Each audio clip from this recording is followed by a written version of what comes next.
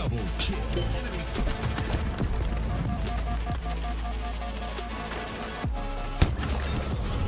Double kill.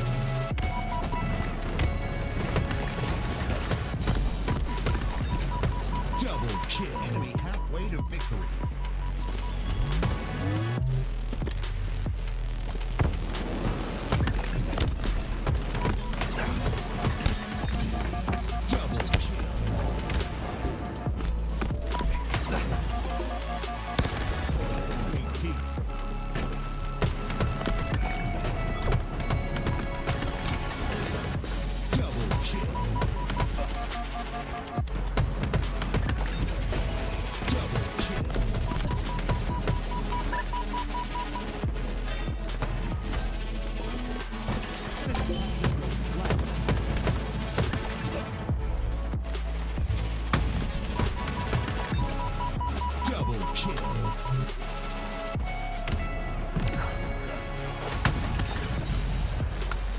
Killing spree.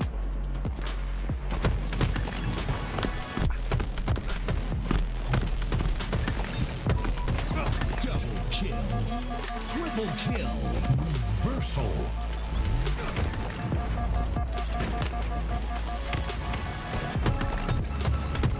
Double kill.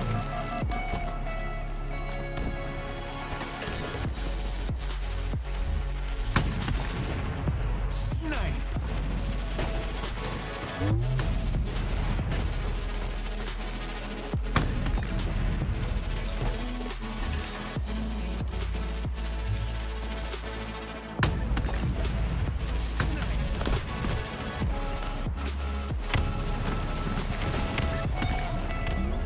Killing spree.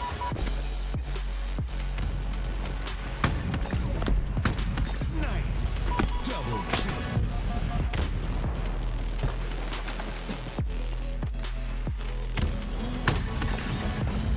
Snipe.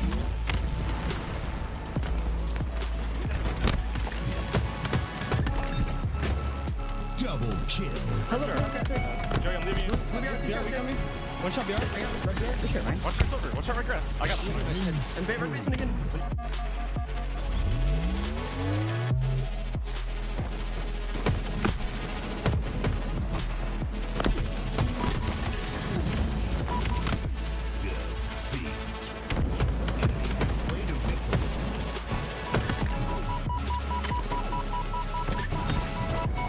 Double kill.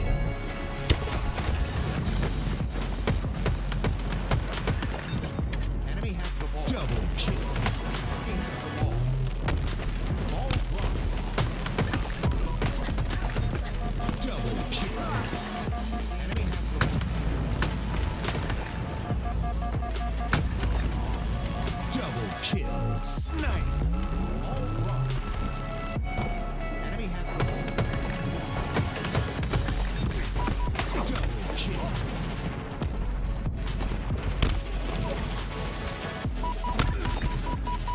Double kill.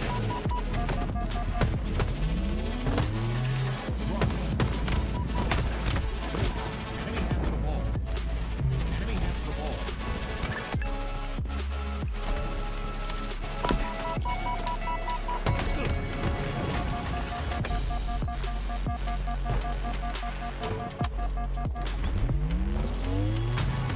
Enemy has the ball. Ball.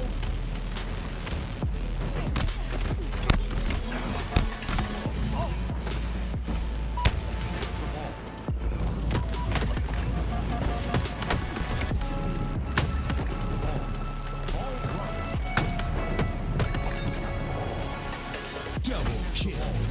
Ball dropped.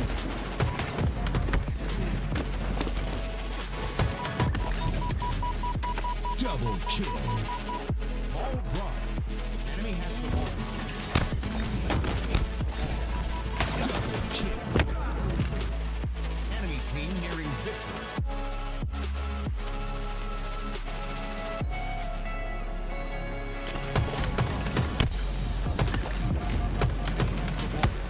Ball dropped.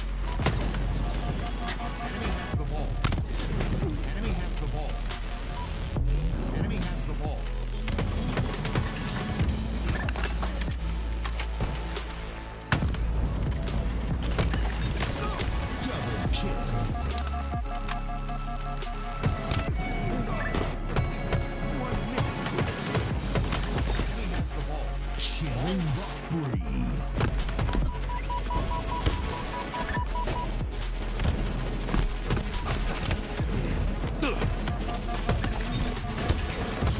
kill.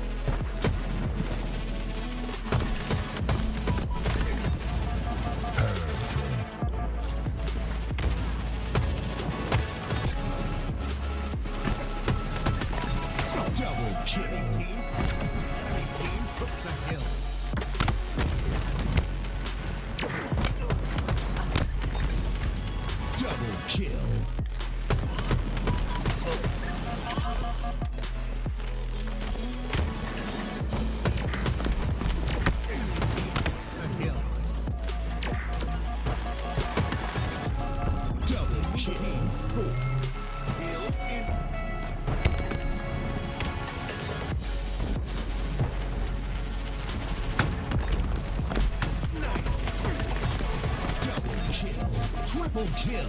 Enemy team.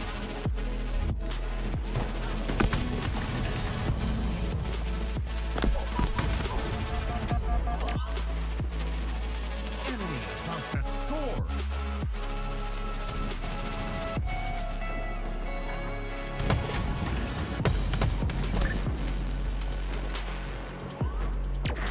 Enemy team took the hit.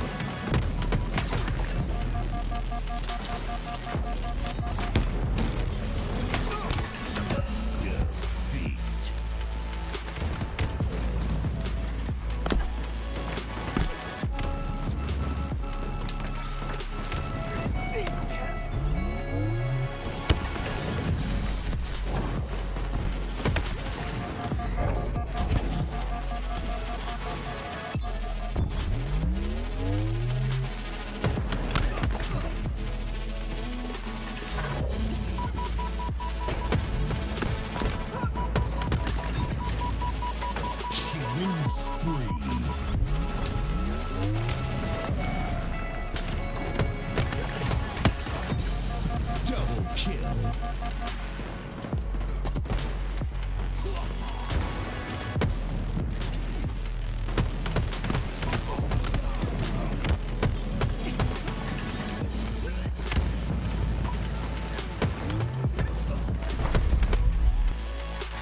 Welcome back, ladies and gentlemen. It is your LVT Halo Pro League presented in partnership with Shopify Rebellion, presented by LVT Halo. You already know what it is. Why not be reckless? AK, why not be casting? I got my man Tools with me, and man, are you looking good? Hey, yeah, I'm looking good. You're looking good. Tony, the matches today, though, they look fantastic. I'd even go so far to say perfect today. I mean, they really are. Why don't we talk about our first match that we're going to have today, because it's a bit of a double header. It is FaZe versus TSM. Then right afterwards, we have Shopify Rebellion going up against Spacestation Gaming. It don't get spicier than that.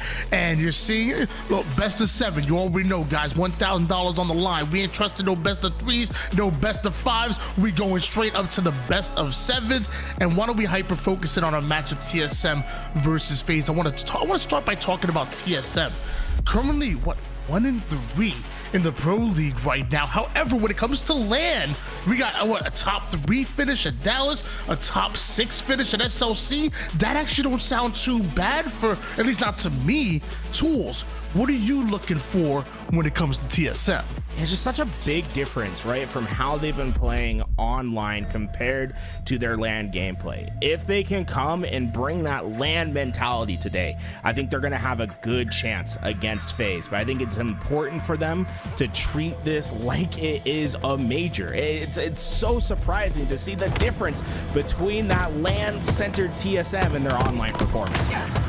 Well, with the way they step up on LAN, they first got to make it to LAN, and right now they are in danger. They need to step up and show up, and FaZe are in their way until they go 3 down. TSM off the opening break. It's a big moment. Soul Snipe gonna try to steal this one. He will be able to get that overshield, and with Sniper still being up, this is dangerous. TSM can get in and cause max chaos, and Soul Snipe isn't missing a shot. The collapse is in. FaZe's Sniper is heading to TSM.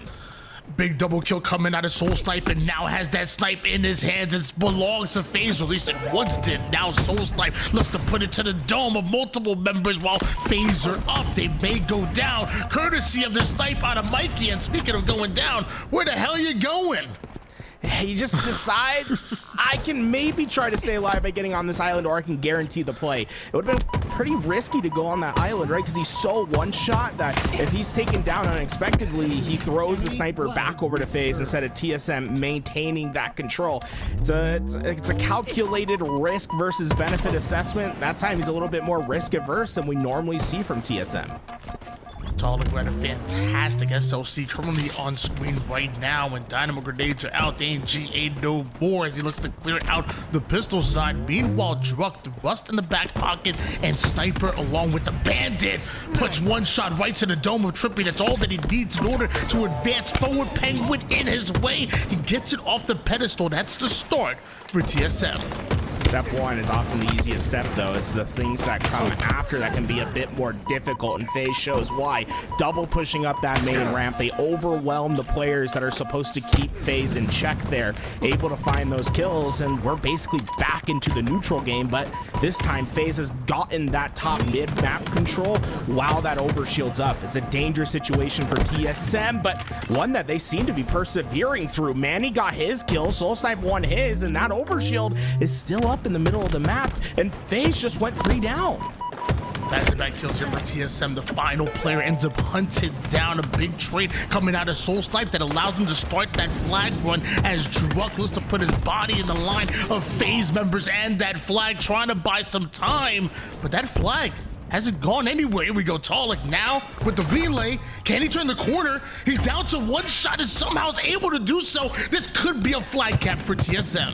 That looks likely at this point. It would be tough for FaZe to get the stop, but 4 go down. That flag is on the goal line, and it's likely to get returned. Manny's not going to be able to stop that one from going back. FaZe somehow have done it. What looked like a guaranteed flag cap coming out of TSM. FaZe time and time again are able to clutch out those kills, and now it's them seemingly having control right now. Penguin was in the hunt of TSM. Talik makes sure that he gets him and that sniper right off the map, and Talik now grinding forward. And TSM still have been doing a great job of getting that pressure into the hut. We've been seeing a lot of effort from them to try to put that pressure and to keep that sniper off the map. This time, FaZe is successful at stopping that first player forward, meaning they have a sniper that isn't feeling that immediate pressure and can maybe start to change the tides for FaZe and let them get on the offensive. Here comes the push once again, though. Critical win here, and Druck just wins it with the help of Soul Snipe. Aggressive Druck pushes him right over to Soul Snipe. We turn that to a double. Immediately 3 down go FaZe. Another overshield in the hands of TSM as they have control of FaZe's hut. Flag on the move. And this flag looks likely to come home once again. It's just going to come down to execution on these slays. Multiple players coming through for FaZe, but that sniper, a Soul Snipe's keeping them at bay. Just a one-shot player left in the hut. Oh my, how much life did Snakebite have left? Just nothing, but he gets his shields back, and the double kill. FaZe persevere, and now they're countering of their own. Lucid has a flag out on the other side. It's just Manny that's left on the overextend that has to desperately play defense, but he's surrounded. FaZe is making lemonade out of just such a tough situation. Beautifully played here by FaZe. There's the relentless pressure from TSM coming at him, and FaZe used that force right against him for the counter pull and almost have it home here. But can we see a clutch stop now coming from TSM as they quickly start to move in position? Snakebite looks to stay alive. Lucid trying to provide that cover fire. This flag is not in yet. Man, he's trying to hold the line, but you know what? Snakebite says, I'm sick of this. First flag cap for FaZe. That's great recognition from Soul Snipe. He realized FaZe wasn't going to win those gunfights. He just tries to force it and was able to get it in with maybe a half second to spare. That's enough to give them the lead for now, but I don't know if it's going to be possible to keep TSM from making a counter of their own. That flag well on its way, and multiple rounds of Slayers there to help protect it as Druck did get around the corner. 3 down for FaZe here. This could be a counter to the counter cap for TSM as they tie things up at 1 apiece, and that's not slowing Druck down whatsoever. He gets right over toward the island side, but running into 2 members of FaZe who clearly want the snipe hunt of TSM. Penguin better be careful flirting around with danger, and you know what? There it is.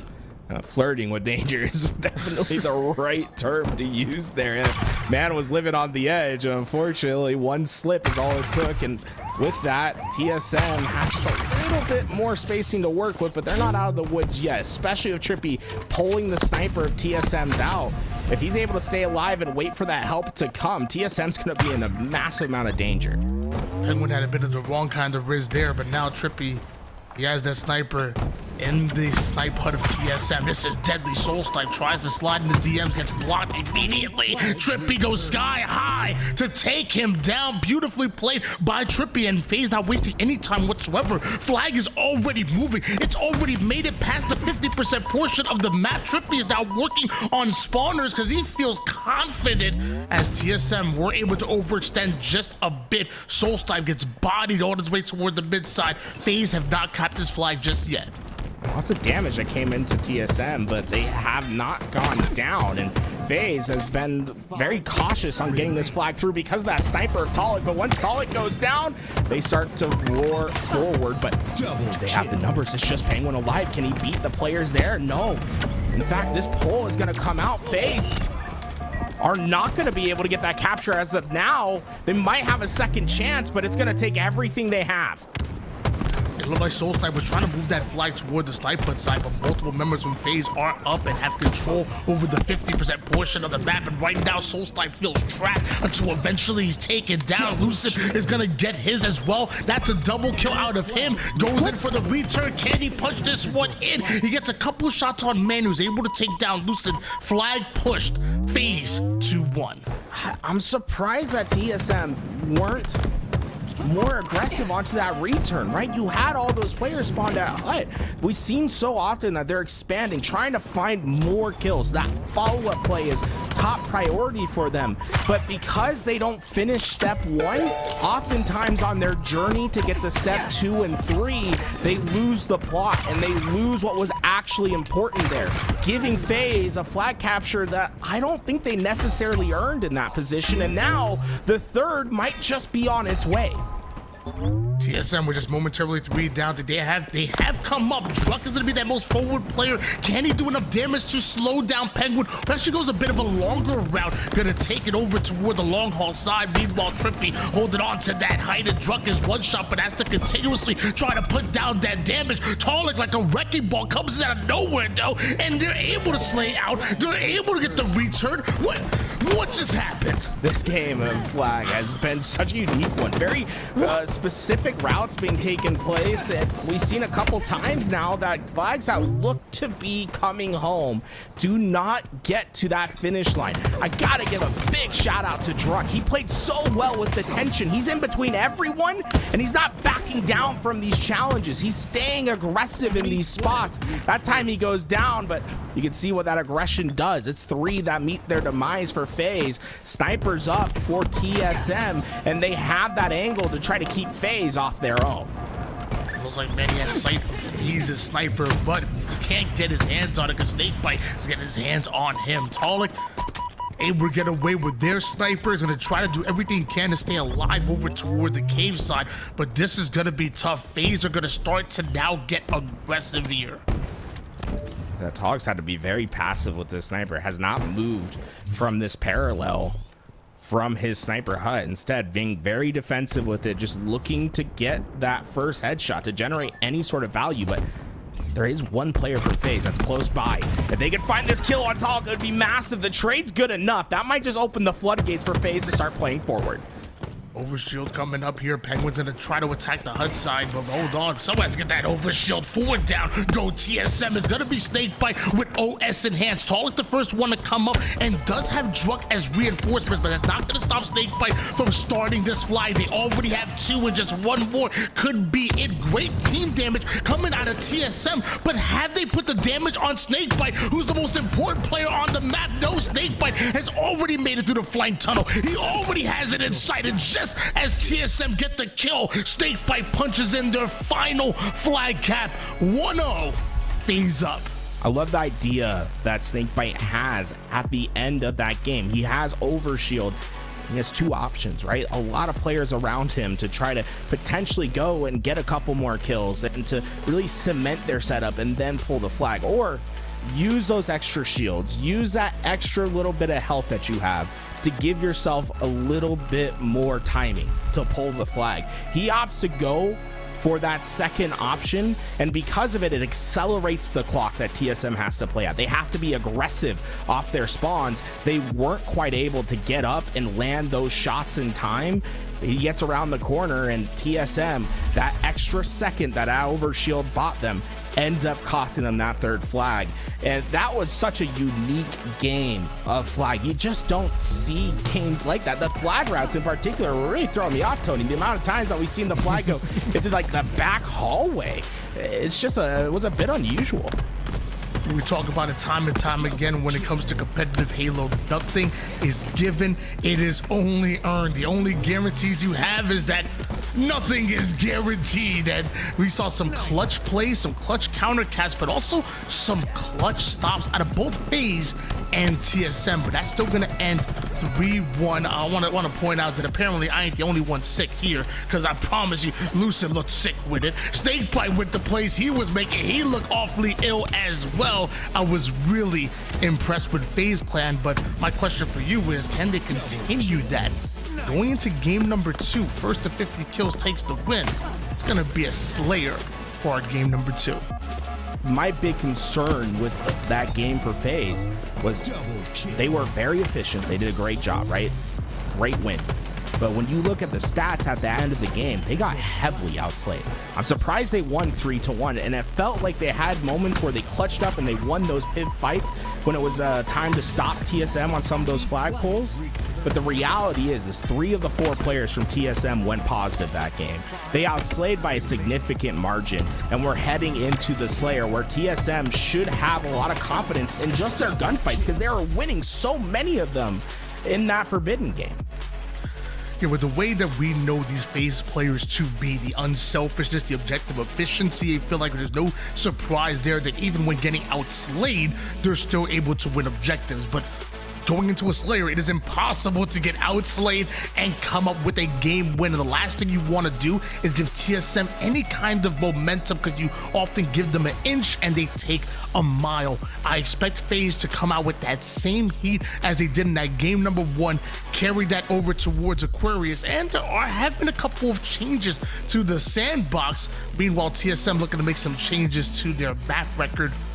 1-3 right now, barely qualifying for LAN, and the way that this matchup goes, it could knock them into those bottom 2 spots, getting relegated out of that $50,000 LAN. Again, that's what we're playing for. The $1,000 show matches are nice, but everybody wants to make it to LAN, especially Team Solo Mid. And with that, TSM, what's a big concern for them is how their schedule is played out. The back half of their schedule is their hardest stint. Going into week 5 at 1-3, when you have FaZe, SSG, and Optic Gaming on the plate, is a mountain to climb. I mean, you might as well call it Mount Everest. And the reality for them is this match and their next is probably going to determine whether they get that trip to LA or not to compete on land for that prize pool. It is do or die at this point for TSM. And mind you, as we're talking about the implications of ultimately making it to land, not only does every match matter, but really every game from this point. 7-14 are TSM, 7-15 are Spacestation Gaming. If they end up somehow tied, they need a favorable map count in order to win out there. Talked about SSG real quick. SSG, you know, they have the same record. Match 6, match 7 are going to be their two important ones. If they win against TSM, the road to TSM getting that 6th spot is going to be much more challenging. And the big difference between SSG and TSM's strength of schedule is match 7. Omit should be a win for Space Station. You know, when we look at the map records, SSG should have that big advantage there. So with that, TSM, these next weeks are vital. They really just cannot afford to lose, because SSG, despite being down in the tiebreaker right now, they have a much more promising schedule than TSM right now. And mind you guys, you know, we're not trying to beat up on TSM whatsoever. You know, we talk about it often. This team, when it comes to making it to land, they step up their gameplay entirely. We talked about a top 3 at Dallas, a top 6 at SLC. The problem is that here in the Pro League, you gotta make it to land first. And right now, TSM still are in danger. Just the reality of things. We go into game number 2, Aquarius. We've seen TSM outslay FaZe. Can they do it in a game to 50? It's going to be a vital game for TSM as well, right? You don't want to go down 0-2 in this series. The unfortunate part is the chips are stacked against them. FaZe looked incredible at SLC with their Slayer games. Did they lose one? Is my question. It felt like anytime you saw FaZe on the big screen, they were oftentimes winning in those Slayers, and you can see why. I mean, everyone kind of stepped up their performance at the LAN. I'm really looking at Lucid and Snakebite in particular. Those two came to life at Salt Lake City, and it felt like they gave FaZe that firepower to secure that top 3 once again. Yeah, we're taking a look at the stats right now, and the one thing I also want to point out is, honestly, not all stats are created equal. So you're looking at that 1.17 as far as the KD, the 1.84 as far as KDA on the one side of Lucid, 1.14 and 1.77 on a Snakebite. But also, it's more than that. I feel like it's the time that they're able to do so. We're not just talking about stat padding, we're talking about being in the action. Oftentimes, able to put down that damage and then start a flag run right afterwards. They're not baiting, they are in the action, they are aggressive, and oftentimes it converts into objective, very similar to how you saw just on that Forbidden game number 1. Lucid and Snakebite not only were looking good on the stats, but they were making impactful plays as that, and not playing a selfish brand of Halo whatsoever. That's going to be step 1 for TSM, though, shutting those two down. If they are able to play at that elevated level, things become so much harder for teams when they play against FaZe. The other piece of the equation, power-ups are just different now. The camouflage is 45 seconds long, 50% longer than it used to be, and those camo plays can have a massive impact. Penguin won the first one, and TSM is already reeling from the side effects, down 6-2 early in this game. And this is definitely a player that I want camouflage in hands. Zane about to go insane with it as multiple go down. A 7-2 lead erupting out of nowhere. Penguin goes to take hyper, runs into about 9 different grenades, somehow drops down to take down 1, but back-to-back kills for TSM put them right back in the game, and Penguin still icy. He still has camo as well, right? You see how, you just feel how long those camos are now. And FaZe, they're gonna end that +3 on their expected value from that camo grab. Those camos are going to be massive all game long, and the big part is they spawn every 2 minutes. Now we're just 40 seconds away from that next camo. TSM needs to find a solution to get map control by the time camo comes up, and so far FaZe is making it tough.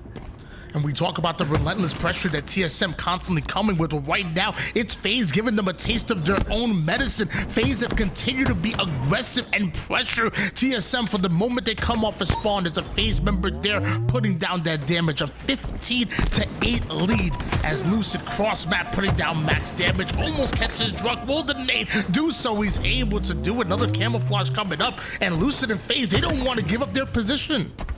They're doing such a fantastic job of just staying top mid, not letting TSM have options to stop the camouflage. And I really love how Lucid's been aggressive off that, right? He gives them a forward foot onto their attack while camo is being grabbed, and TSM is reeling from these side effects. So far, you know, that first camo +3 off the advantage, they were able to now build themselves a 12 kill lead and then get the next camouflage. At this point, it's hard to lose the game from this position. 22-10 lead for FaZe, and once again TSM going 3 down. Manny, the final player alive, currently 1-5 at the moment. You know he wants to stack up a couple of kills, but has to slow the game down and wait for his teammates to come off a spawn. And as you said multiple times now, FaZe fighting for that mid-map and ultimately playing through it. Another trade goes down, but every trade favors FaZe with a lead like this. FaZe done a good job. Even when they do go down, they're taking max damage to do so. They're ensuring that TSM has to wait that half second longer to finish off those kills, giving the opportunity for players just like that to come in and clean up. Snakebite staying alive in that doorway buys time for Trippy to come around the corner, and instead of it being a 1-to-1 trade, instead it's +2 in the kill advantage for FaZe. They're doing a phenomenal job of staying alive while weak. See the pings going down here. Obviously, FaZe know where TSM are at, but FaZe retreating momentarily. TSM chasing them down. Now from the low side of the map to the high side, TSM want to get any semblance of map control here, but the player just sneaked by Benny. I think they did. And just to give you an idea of how this game is going, you look at the stats. There are more assists for FaZe than there are kills for TSM. And remember, assists are 50% of a kill. Like that, FaZe are just connected. They're playing so well as a team, and TSM have not been able to find any solution to it yet. It is now or never for TSM, and when they need it most, that's when they're starting to come to life. They got that 3 down, and now camouflage is up for grabs. Do not let this moment slip by. This is your only opportunity to get back into this game. Same way I talked about Penguin having that camouflage for FaZe, the same way I wanted Tolic with that camo for TSM, but camo goes down, and so do TSM's chances as they start to slip out of their hands. 36-24 lead here for FaZe, who continue to heat up. Nades going down. Penguin's able to take down one. Drunk gonna fly in, turns that into a double kill, but Lucid's there on the cleanup. Once one goes down for FaZe, they immediately are playing for the trades. And that's why this game's gonna be so tough for TSM. FaZe has this option to be that extra level of fast, because to them, all they need to worry about is the trade. They don't need to worry about, hey, we're gonna go negative in this gunfight, like I might take too much damage. No, as long as you do enough for your teammate to come in and clean up those kills, there's no way you can lose the game. To them, it's just about going 1-for-1. Just looking for the final 7 kills here are FaZe. Meanwhile, TSM just find themselves way too far behind. I like Manny's position over toward the top P side, but how long can you hold on for when you don't have any lives to give? Max damage goes down, and Manny now forced to retreat. He has his teammates with him, which is nice, but Trippy is on the hunt. Luckily, Soulstipe has his back, but it's another trade that brings FaZe one squad wipe away from ultimately taking it. Big kill, though, coming out of Tolic. I need more of that. I mean, think about Tolic in this game. He's 4-14. That's a bit of a surprise, especially with how good he's been in the last couple of weeks. You can see TSM. Oh, how is Penguin? That's just how that game is going at this point, right? Like, you get stuck, you run at your opponent, and they're still alive at the end of it. You just know, hey, this game, it didn't go our way. TSM, at this point, I think it's the coach's responsibility to try to make them forget. You gotta be like, hey, lock in. Let's just try to do as best as we can to end out this game. See if a miracle can happen. If not, we come in with a fresh slate, try to forget everything that happened in this Aqua Slayer. This is where FaZe are at their most dangerous. It is the teamwork that simply makes the dream work. They can win pivotal battles, but when you talk about that connective tissue, when they're playing together, playing on the same page and playing for each other as opposed to themselves, it's magic that can happen here. You're looking at the stats right now. I mean, even across the board, a couple of 13 kills out of Snakebite and Lucid. The assist looking absolutely fantastic as well. Shout out my boy Penguin doing it in both the kills and the assists as far as double digits, and that was just perfectly played. Specifically the beginning, that opening routing. I mean, come on now. It was like what, 7-2 turned into like what, a 30-11 lead. That was crazy out of FaZe Clan. FaZe did such a good job of maximizing their value. Right, when Penguin got this camouflage, he stayed alive for the entirety of this camo. He almost ends with a killing spree, I believe, by the end of his life. And that's not just the first camo that got value for FaZe. When they were able to get it, they were getting 3-4 kill swings off that single piece of power up. On the other side, TSM weren't able to extract that same value, and that's not because TSM didn't do a good job of their camo. I think it was because FaZe Clan did an excellent job of denying advantages when they had the opportunity to do so, and the stat sheet just shows it. I mean, the damage differential that we're seeing from FaZe is next level. 3 players dropping 4K. You had a good game. It's usually like a top slaying performance if you're at that 4 to 4,200 mark. Instead, we got 3 players for FaZe that were able to reach up there.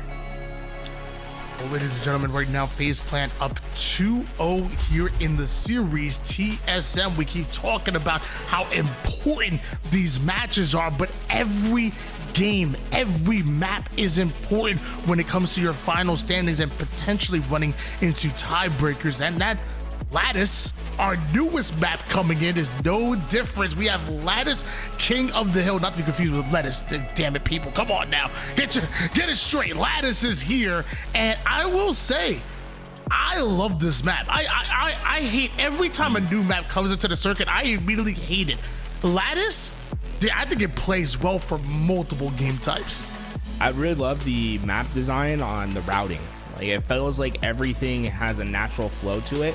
And if you think you can make a jump, you usually can. There's a lot of panels that are sticking out to let you have those elevation changes. All the lanes kind of flow into each other. So I really like how that flow works on this map. And because that flow is there, I think it's going to be important for those main slayers to play that middle of the map. So for FaZe, right, we're talking about Trippy and Lucid. Those two love to sit in the middle of the map and flow. For TSM, a player that had such a lackluster performance in the last game needs to have this sort of performance. What we saw at Salt Lake City, he had the best KD at Salt Lake City by a good margin. He was fantastic for TSM, and he was the reason they played so well, in my opinion. We need to see this level of Tolic, a 1.89. We're talking about a 1.9 KAD. If that Tolic comes to life, FaZe is going to have, it'll be the opposite. Instead of TSM having a tough time of stopping FaZe, FaZe is going to have to find a solution to stop TSM if Tolic can get back to this level. Yeah, I mean, every year I kept trying to find players that people weren't talking about enough and try to highlight them. You know, in the first event, I talked about Falcon so much. I've often talked about Suppressed, but very early on in year one, we you know me and you already knew, Gary. We knew from the Halo 5 days how talented this man was, but the people at home, they were just starting to learn his name and found out quick that Tolic is the real deal, especially on land. But that game number 2 did not go his way.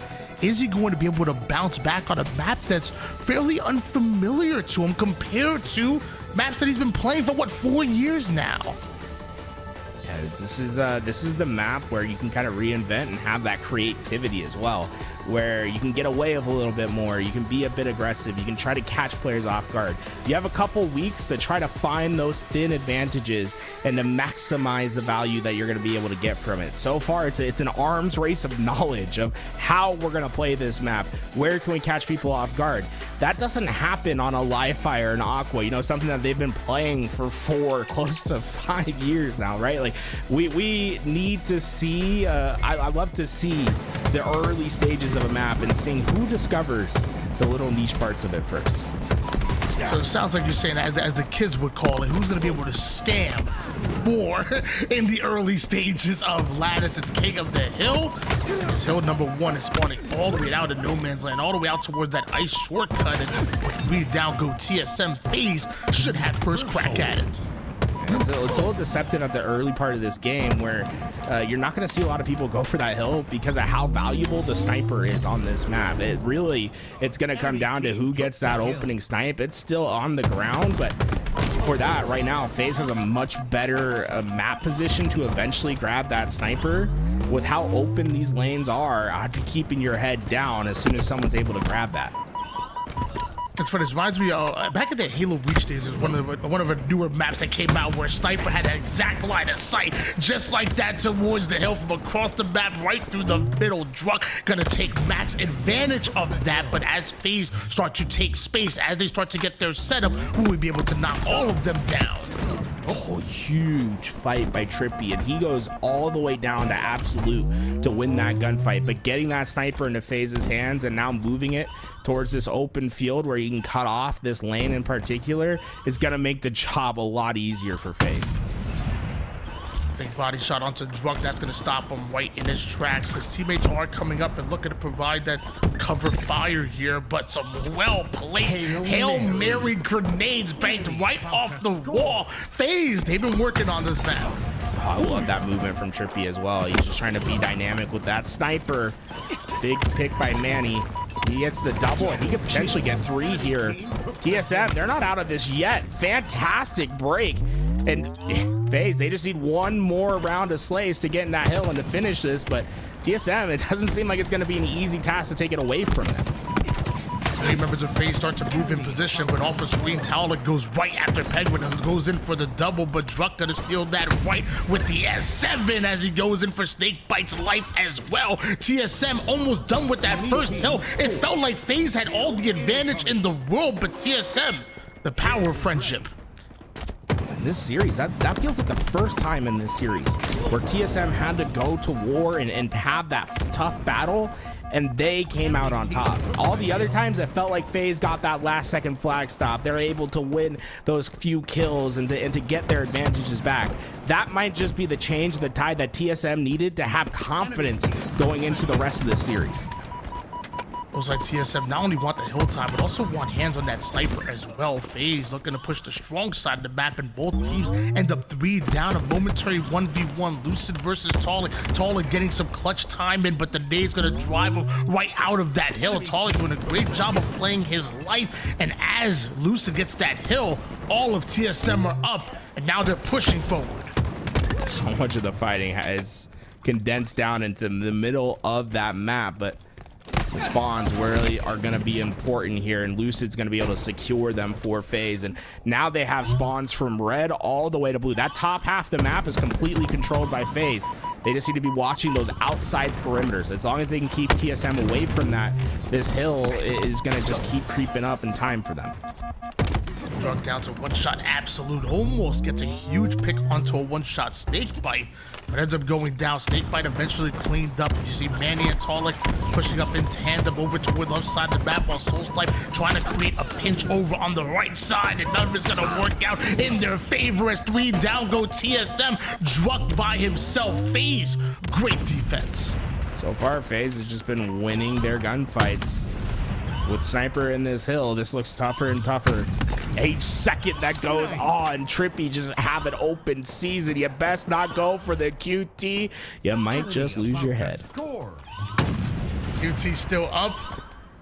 And so are FaZe right now. We'd love to tie things up here. Druk getting body shotted left and right. It's hard to push up when you're in a constant state of one shot. Snakebite with the movement ends up repulsing, turning his back on the enemy, but somehow Talik hasn't found the kill just yet. Snakebite pins him against the wall. Trippy's able to clean him up real quick, and FaZe tie things up, but they also have numbers. And winning that hill and then going to the opposite side of the map and winning rotation as well. Massive play by FaZe. They've done such a great job in these last few sequences of winning their gunfights, getting to their spots, and controlling the map. They've done, it seems like they've been playing this for years, not just a day or two. They don't call it a big game trip for nothing. 15-5, that's a 3.0 KD before you even involve the assist and a bit of a caster's curse to give him his 6th death. That one's on me, Joey, my bad. Score. With that though, FaZe is so close to getting this capture. TSM, they're likely thinking about the hunt instead of trying to get back towards this hill, and that's exactly what's happening. There's no pressure that's going to come from TSM. 2-1 now for FaZe, and this is a must-win for TSM here in this next rotation. You've given FaZe a ton of momentum in these last few hills. Well, luckily for TSM, there's still 2 minutes and 38 seconds on the clock. Soulstipe opens things up with a huge double kill, and TSM are the first ones to put 25% of that hill progression on the board here. Meanwhile, Trippy once again finding a crazy angle that TSM aren't able to anticipate, and this BR is punishing as Talik goes down to absolute one shot, but Trippy not able to get that kill. Lucid has been able to inch forward. The same for Trippy and Penguin. Back-to-back kills now favoring FaZe. The rest of TSM find themselves a step too far behind. They got a lot of hill progression, but FaZe take over. That play really starts with Trippy just putting down damage with that BR. That long-range superiority kept Talik to one shot for so long, and FaZe just kept creeping up the map while that one-shot player couldn't be involved in those gunfights. They're able to find that break, but setting up on this hill is a much bigger challenge than others because of how exposed it is and how every lane sort of fills into that angle. It's going to be a lot tougher for FaZe to try to hold this as long as TSM's been controlling the way that they have. Snakebite trying to take these fights. I love how aggressive he's been on this catwalk. He's not backing down from anything, and there we go. FaZe finally gets the break. Once again, FaZe are scoring here. TSM so close to tying things up, but with FaZe in control, it feels like a last push from TSM, and it starts off with the big trade to get Snakebite out of the hill. Manny tries to get involved, but he still doesn't have the shields to fight with. Soulstipe with another angle over towards the mid-map. This is going to be huge. Him and Manny working together, although not being right on top of each other. They take down 2 members of FaZe, but Snakebite sneaking his way out of nowhere. Talik's going to be there for the cleanup eventually here. No, actually, Snakebite goes down courtesy of Soulstipe and TSM. So close to tying up the game. Let's try to scrap for every second here. If they get one round of slays, this should be their hill. Soulstipe will guarantee it with that beat down onto Trippy, and it's tied to a piece. It's almost likely that this next hill will probably determine who wins this game. Oh no! Oh, Penguin not only taking down Talik, but gets himself a huge stick for the trade. Druk and Manny gonna try to push up together, but FaZe once again starting off this hill with a slight lead. QT hasn't been picked up yet. Trippy tries to get even more sneaky with it. Snakebite has to try to get out of dodge here. The repulse movement once again will cost him his life. Soulstipe stays alive, and TSM are scoring. And relief for Soulstipe when he sees those spawners ahead of him. Knows that he can just step into this hill and that they're going to have a nice map advantage onto this hold. FaZe are going to need to coordinate their way through, but that's much easier said than done, especially on a map that's only been out for a few days. So he was right in, a direct route right towards that hill, and a little bit of need for that extra damage. Already shreds half the shields of Druk. His teammates are able to drive him right out of that hill. Druk may have been able to QT out of danger, but has he also QT'd himself into a huge flank? Now behind FaZe, Snakebite and Lucid able to get 2 kills of their own, but eventually Druk and Soulstipe not only staying alive, but continue to put max damage down, enough for Soulstipe to sneak away their 3rd hill. TSM have the lead. A QT feels especially effective when players just don't know routings, right? He's able to find so many players with the back turned towards him, does that damage, and Soulstipe is there to work in tandem with Druk to get those kills. Now with just a minute on the clock, the hill and one of the most exposed parts of the map, TSM, it's a game of Slayer for these next 60 seconds. So the team made damage coming onto Snakebite. Eventually, that's going to cost him his life, and eventually FaZe also go 3 down. The final player is going to be Penguin, who puts a couple seconds on the board here for that hill, but Talik and the rest of TSM have decided to get involved, and Talik has his shields right back. And with that, he's got great info for his team, telling them, hey, this push is coming from that red big door. With Manny having sniper onto the middle of the map, they're going to be able to funnel all this FaZe action into very particular, very specific parts of the map where it should be easy for them to clean up. And so far, they've done that great job. 27 seconds is all that is left here. TSM have elected not to step foot into this hill for a reason. They are playing Slayer at this point. It's going to be up to FaZe to not only slay out, but to get in this hill just to stop the timer from going down. But so far, they haven't been able to do so yet until Lucid hits the quick scope onto Mr. Soulstipe, until Penguin is able to put TSM 3 down. It is stopped at the 9-second mark, but TSM one round of slays away from taking this game. Can FaZe hold on? That just 9 seconds on the neutral clock. They really cannot afford to go down. Lucid taking a ton of damage, and Trippy's one shot as well, but they hold strong 4 now. Can they get in? They just need a couple seconds. They stayed alive. Tall got the kill. 3. They just have like 3 seconds to get in here. Trippy, you gotta sprint. 1-on-1. He's in! He's in! 1 second on the clock. They tie it up. There's 1 second left. Oh my gosh, FaZe able to do what seemed like it was impossible. Tied things up at 3 apiece, and we're going into a next point win situation. This time it's TSM, they go 3 down, and FaZe with the early setup. With that, FaZe just ripping victory away from TSM. And now trying to go up 3-0 in this series. Druk, though, with a couple big kills. FaZe will go 4 down, and that's especially devastating when you realize the sniper just came up. TSM in a dominant position to try to close out this game, but FaZe, they've done it one time before. Can they do it again? Huge squad wipe for TSM, but Penguin is able to get a huge kill over on the mid side. Trippy does get that snipe and is pushing forward onto the high tower side. All of FaZe have successfully infiltrated the red base, and right now it's TSM that haven't gotten a single kill just yet. As I say that, Penguin's down to 1 shot. Trippy's in that hill looking way too comfortable. TSM decides to collapse from multiple different angles. Snakebite trades out his life there, but eventually 3 down go TSM, and FaZe should be able to get points here. What is Druk doing? Druk just keeping him off that hill for now, waiting for his spawns to come in. That was a great job by TSM to break through that hill. They sent 3 out to that strong side towards ice, and then Manny flanked through. It got them the damage to keep FaZe out, and now as reinforcements come in, TSM looks stronger and stronger. Druk still alive in this engagement, and he is going to keep getting kills. Druk has been pivotal in this final rotation.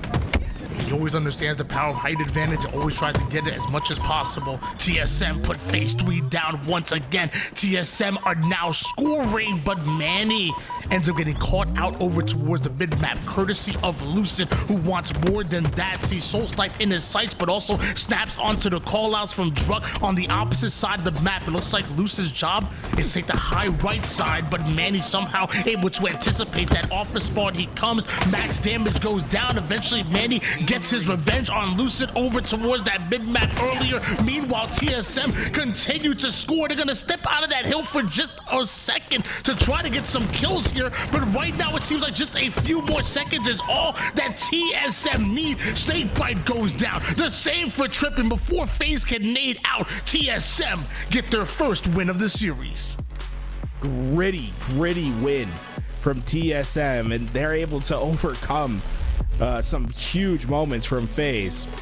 So far, if that's an indicator, Lattice is going to be a banger all year long, though. That was thrilling, to say the least.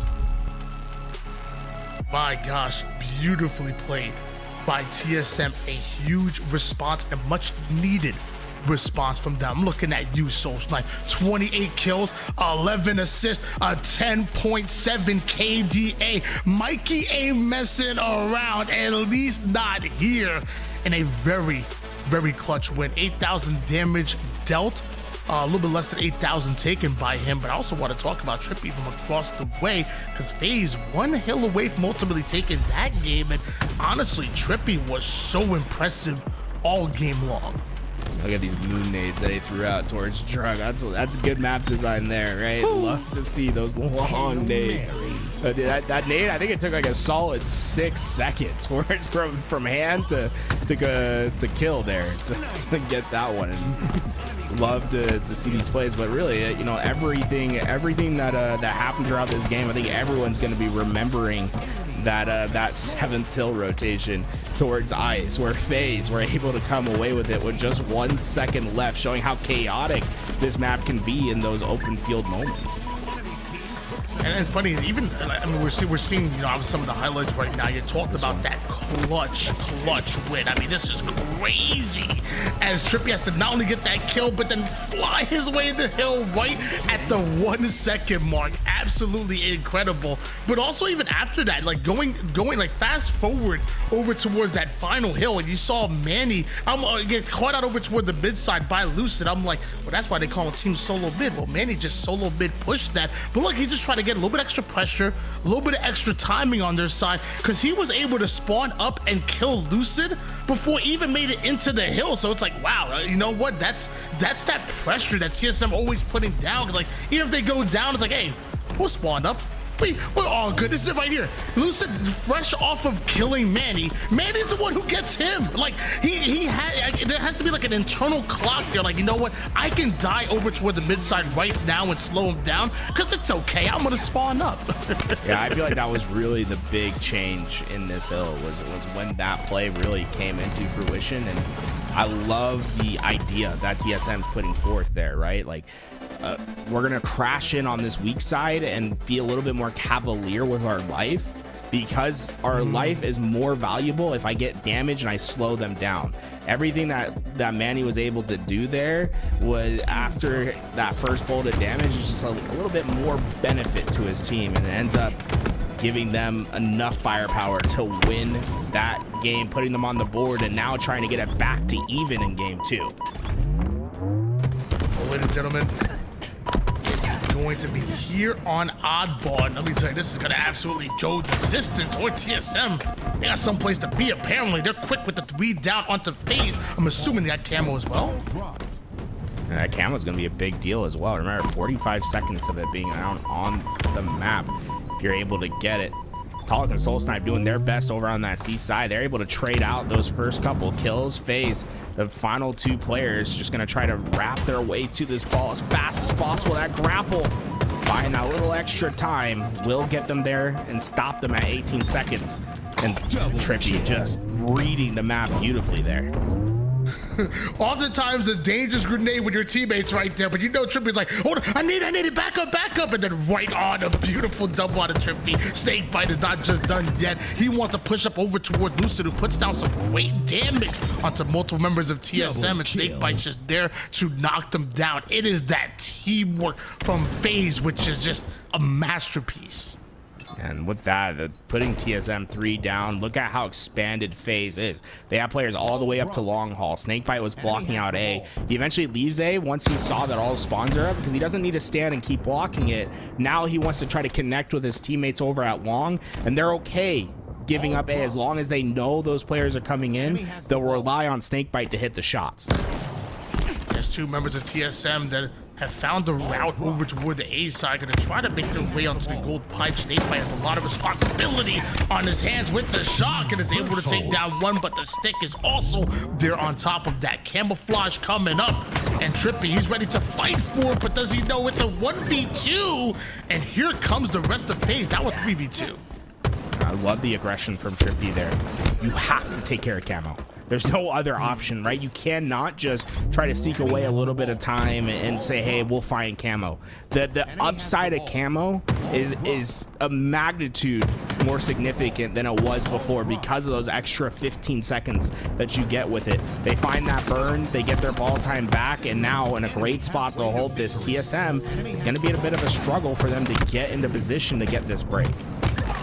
Gonna be stopped short over on the tower side. FaZe continue to score, but Talik, another trade goes down. Eventually FaZe go 3 down, ball reset, and shot coming up soon.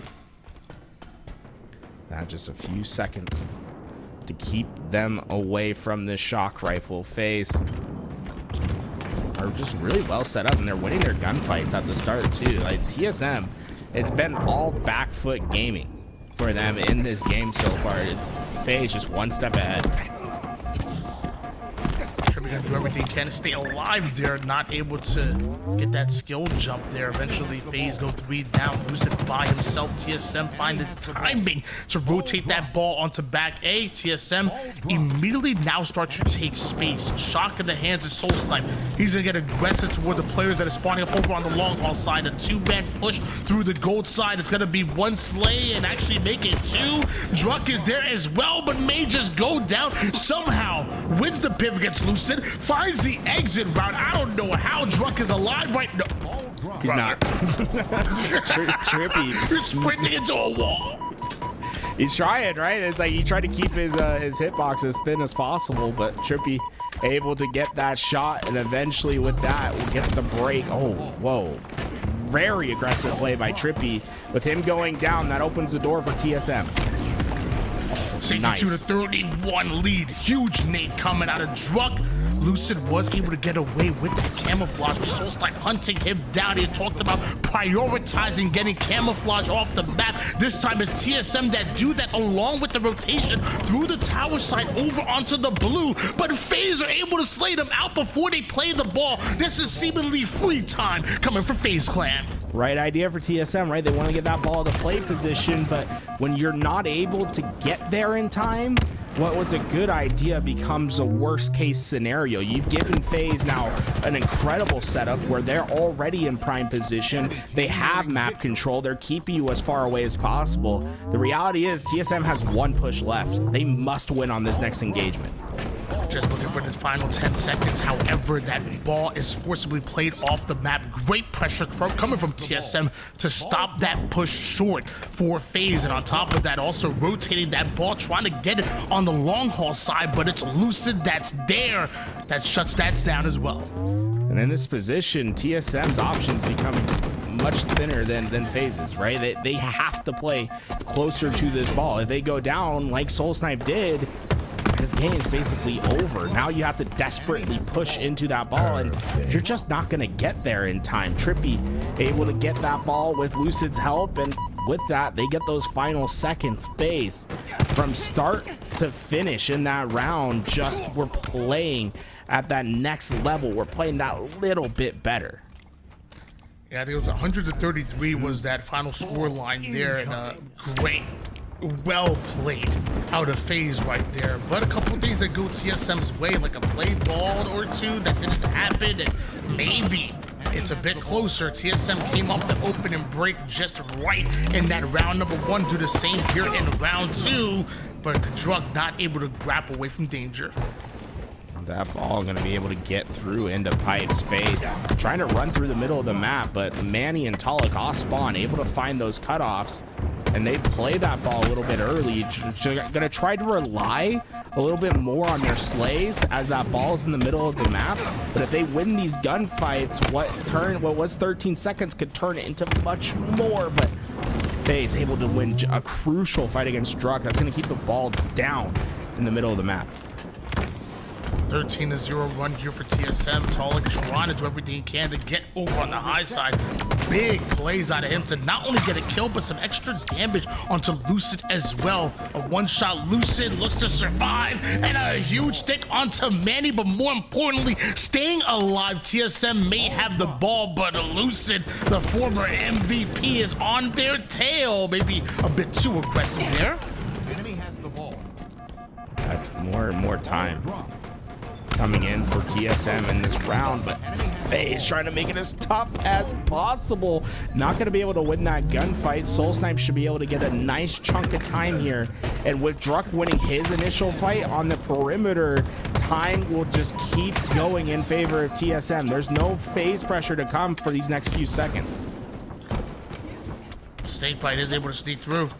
Soul Snipe looks like he wants to rotate that ball on the long haul side with Druck. Snakebite trying to get there as quickly as possible, but will have to trade out his life in order to do so. And mind you, Druck is running into a rotating member of FaZe on top of that. Camouflage does come up. Trippy gonna try to get away with it, but it ends up burned.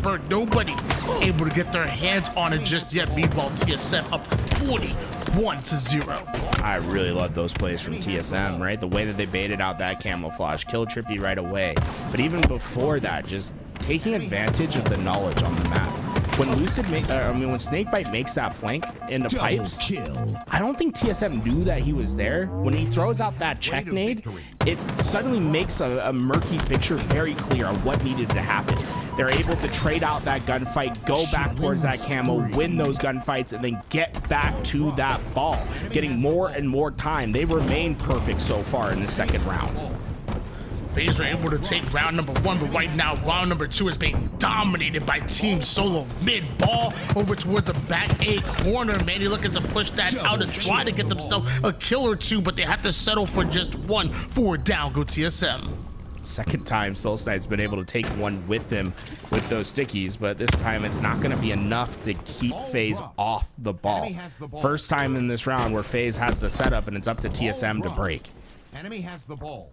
Talik finds himself awfully pushed up here on the bat ledge, and actually Soul Snipe has made his way over towards Whirlpool, but it's Penguin who's just using that as a distraction, as a decoy, lures them into a false sense of security. Then he strikes and almost gets rid of Druck as well.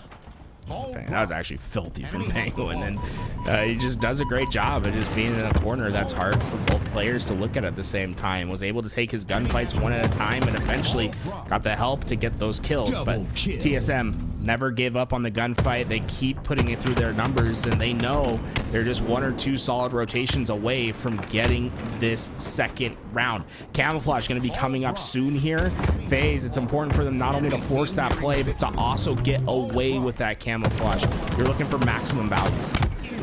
3 members of TSM had that back blue side absolutely locked down, but eventually FaZe a couple bit of slays and a little bit of extra damage, forced the play ball situation. On top of that, FaZe are on top of the new ball. Meanwhile, Snakebite getting into it with Manny, ends up with a trade, a 2v2 situation where his next slay feels so important. Soul's like he wants to keep control over the gold side. He knows that FaZe is going to be pushing it, and Penguin wants it as well. It's a fight for the gold side of the map. Have FaZe won it. Able to get this through, but for TSM, they just kind of want to play this aggressive trade for trade style, right? You can just outmuscle FaZe at this point. One good break in this game is essentially yours.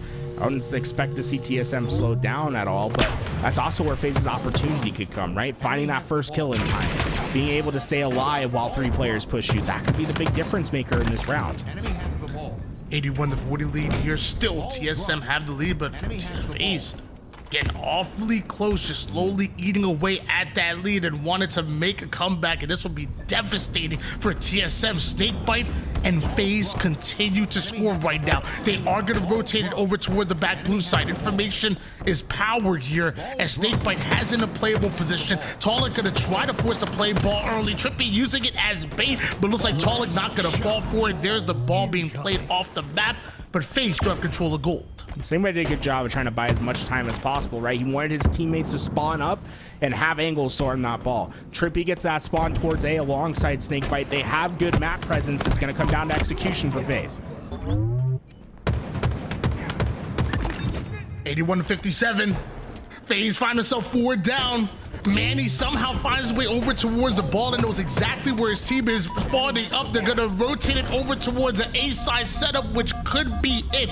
This is FaZe's final push going down right now, but Lucid already starting to push down. Trippy ends up going right after Druck, and it's gonna be Trippy with this camouflage that sneaks in with just a little bit of damage. Manny now on the rotation, but Trippy is right on him. It's just a couple seconds needed. He ends up going down, but trying to toss it back towards his teammates who are on the blue side. Once again, they go for the blue side rotation, but once again, FaZe are one step ahead of them. Druck never went down. Druck is still alive, and he's keeping pressure on to FaZe, trying to wait for his teammates to get back and ready for this fight. But once he does, it's Camo. It's around the corner, but Druck got the kill, and Druck is still alive. He's been a massive nuisance for FaZe to deal with. Druck refuses to go down. How much time can he buy? Well, let me tell you what, it's enough to win the round.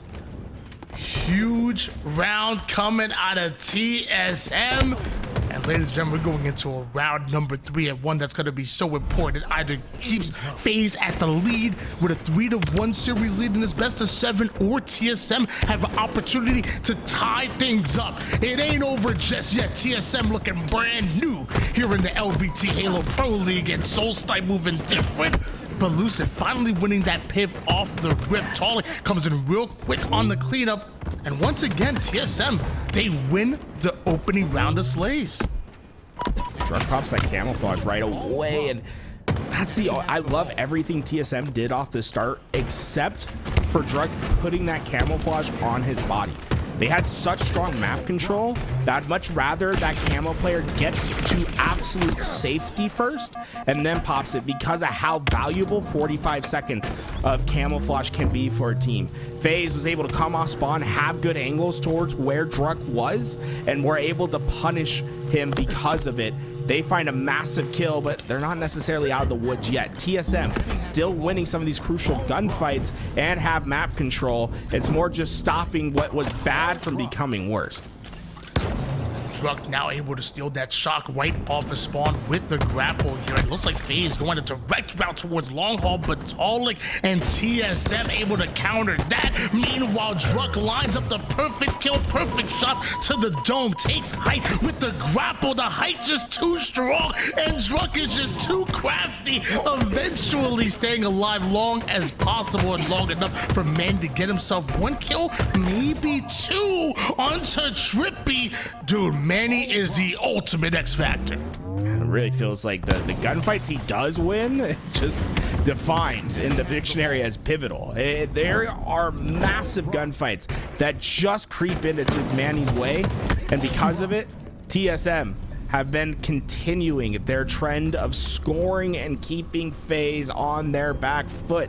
Now 45 seconds and counting of that ball time with camouflage up. If TSM gets away with it, that'll be tough for FaZe to get back into this game. Huge.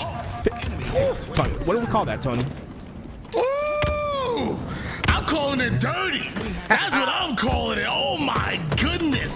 Druck's ability to stay alive, Manny's playmaking ability, and Taller just being downright filthy is what gives TSM a 52-0 run here in an oh-so important round number 3. For those of y'all who are chalking this up and saying FaZe were just going to dominate in 4-0, I don't know where they're at, but I do know TSM on the respawn screen, that was a 4 down, so let me not get too ahead of myself.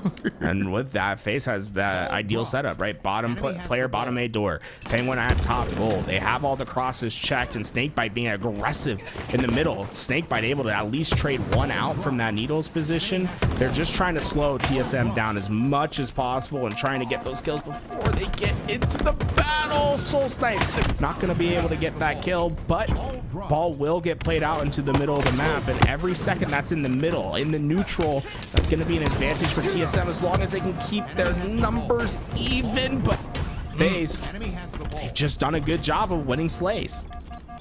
It's a heads-up play coming out of Lucid. Despite being one shot in a 1v1 battle, somehow rotates that ball over toward the back A side, still has that shot in his hands, and Tala gonna find out the hard way. This is not the man you want to try to angle out, and Manny, you can get it too, apparently, but now it's a 2v1. They're looking to overwhelm Lucid. A one-shot Manny stays alive, and FaZe go 4 down. Love the idea from Lucid. He just didn't have the ammo, right? If he had a couple extra shots to use, he would have gotten that kill on Manny. Instead, TSM get it, and now TSM have their idyllic setup. They have the crosses checked. The big disadvantage for TSM was that they gave up camouflage there, but other than that, a great hold. But camouflage at this point is a big difference maker, and FaZe immediate on their break, and Trippy trying to find more value now with this camo. 73-38 lead, still in favor of TSM right now, but it's FaZe that really need to hold on with this setup, and Trippy getting every last bit of value out of this camouflage. Once again, TSM go 3 down, and FaZe continue to score. Now TSM, that big lead that you buy, it was for this moment, right? To give you a second chance onto these breaks. Important moment for TSM to coordinate and not go down early. If they do not win on this gunfight, that's when FaZe starts to take control of this game. TSM looking to create as much space as possible. Solstein winning a 1v1 that feels like he had no business doing. The snakebite over on the low side, and Solstein continues to put the pressure on. Isn't enough damage to get the cleanup kill onto snakebite, because snakebite is living. TSM are half down. That ball's gonna end up back in the A side. FaZe are about to take the lead. That TSM, their approach made it feel like more like it was a global conquest than trying to take pressure on that ball. Snakebite just did a great job of recognizing it, keeping that ball away, and winning on this rotation. In the 3rd round, after 2 dominant sprees from TSM, FaZe has the lead. It looked like TSM were going to be able to tie this series up, but with FaZe in control and forcing TSM out of the gold side time and time again, I don't know if there's enough time. I don't know if there's enough slays. Right now, TSM have to make a play happen, and with Lucid with the carbine, you know he's the master of every last bit of the sandbox. Too quickly going down for TSM. Ball still over toward the back gold side. Nobody from TSM in position to get this ball out of the hands of Big Game Trip, and finally you make it to the gold stairs. Just too little, too late. FaZe are 1 game away from taking the series and this $1,000 show match. They stepped up big at the end of that round. And I really want to give a big shout out to Snakebite and his recognition of the game state, knowing where players were and knowing where those pockets were available for him to rotate to. He felt pressure, threw that ball out, won his gunfight, and then said, oh wait, TSM, they're too far away on the opposite side of the map. I have this timing to go from A to pipes and to keep that spawn control and map rotation for my team while keeping TSM as far away as possible. TSM just were not able to get the pressure necessary to get that stop, and at the end of the game, look at Snakebite's ball time. He's got 2 minutes 15 seconds of ball time, and at the same time he's still up there as the 2nd highest slayer for his, or I should say the main slayer for his team. He had 32 kills to his name. Incredible game from him.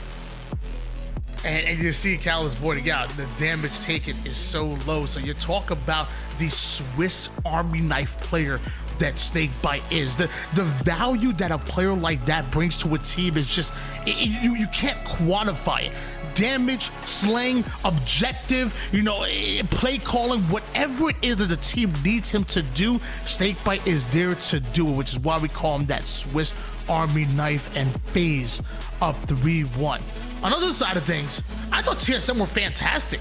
To be honest with you, I feel like I was mentally kind of checking this off as, oh snap, we're going to a game 4 tied up, because TSM woke up in that round number 2. They carried that over into the beginning of round 3, and then something happened. It felt like FaZe were finally able to slow the game down. They were able to get their setup and force TSM onto that true 4-on-4 neutral break. No trade for trade, no dirty, grimy Halo. Instead, TSM was forced to break a clean setup.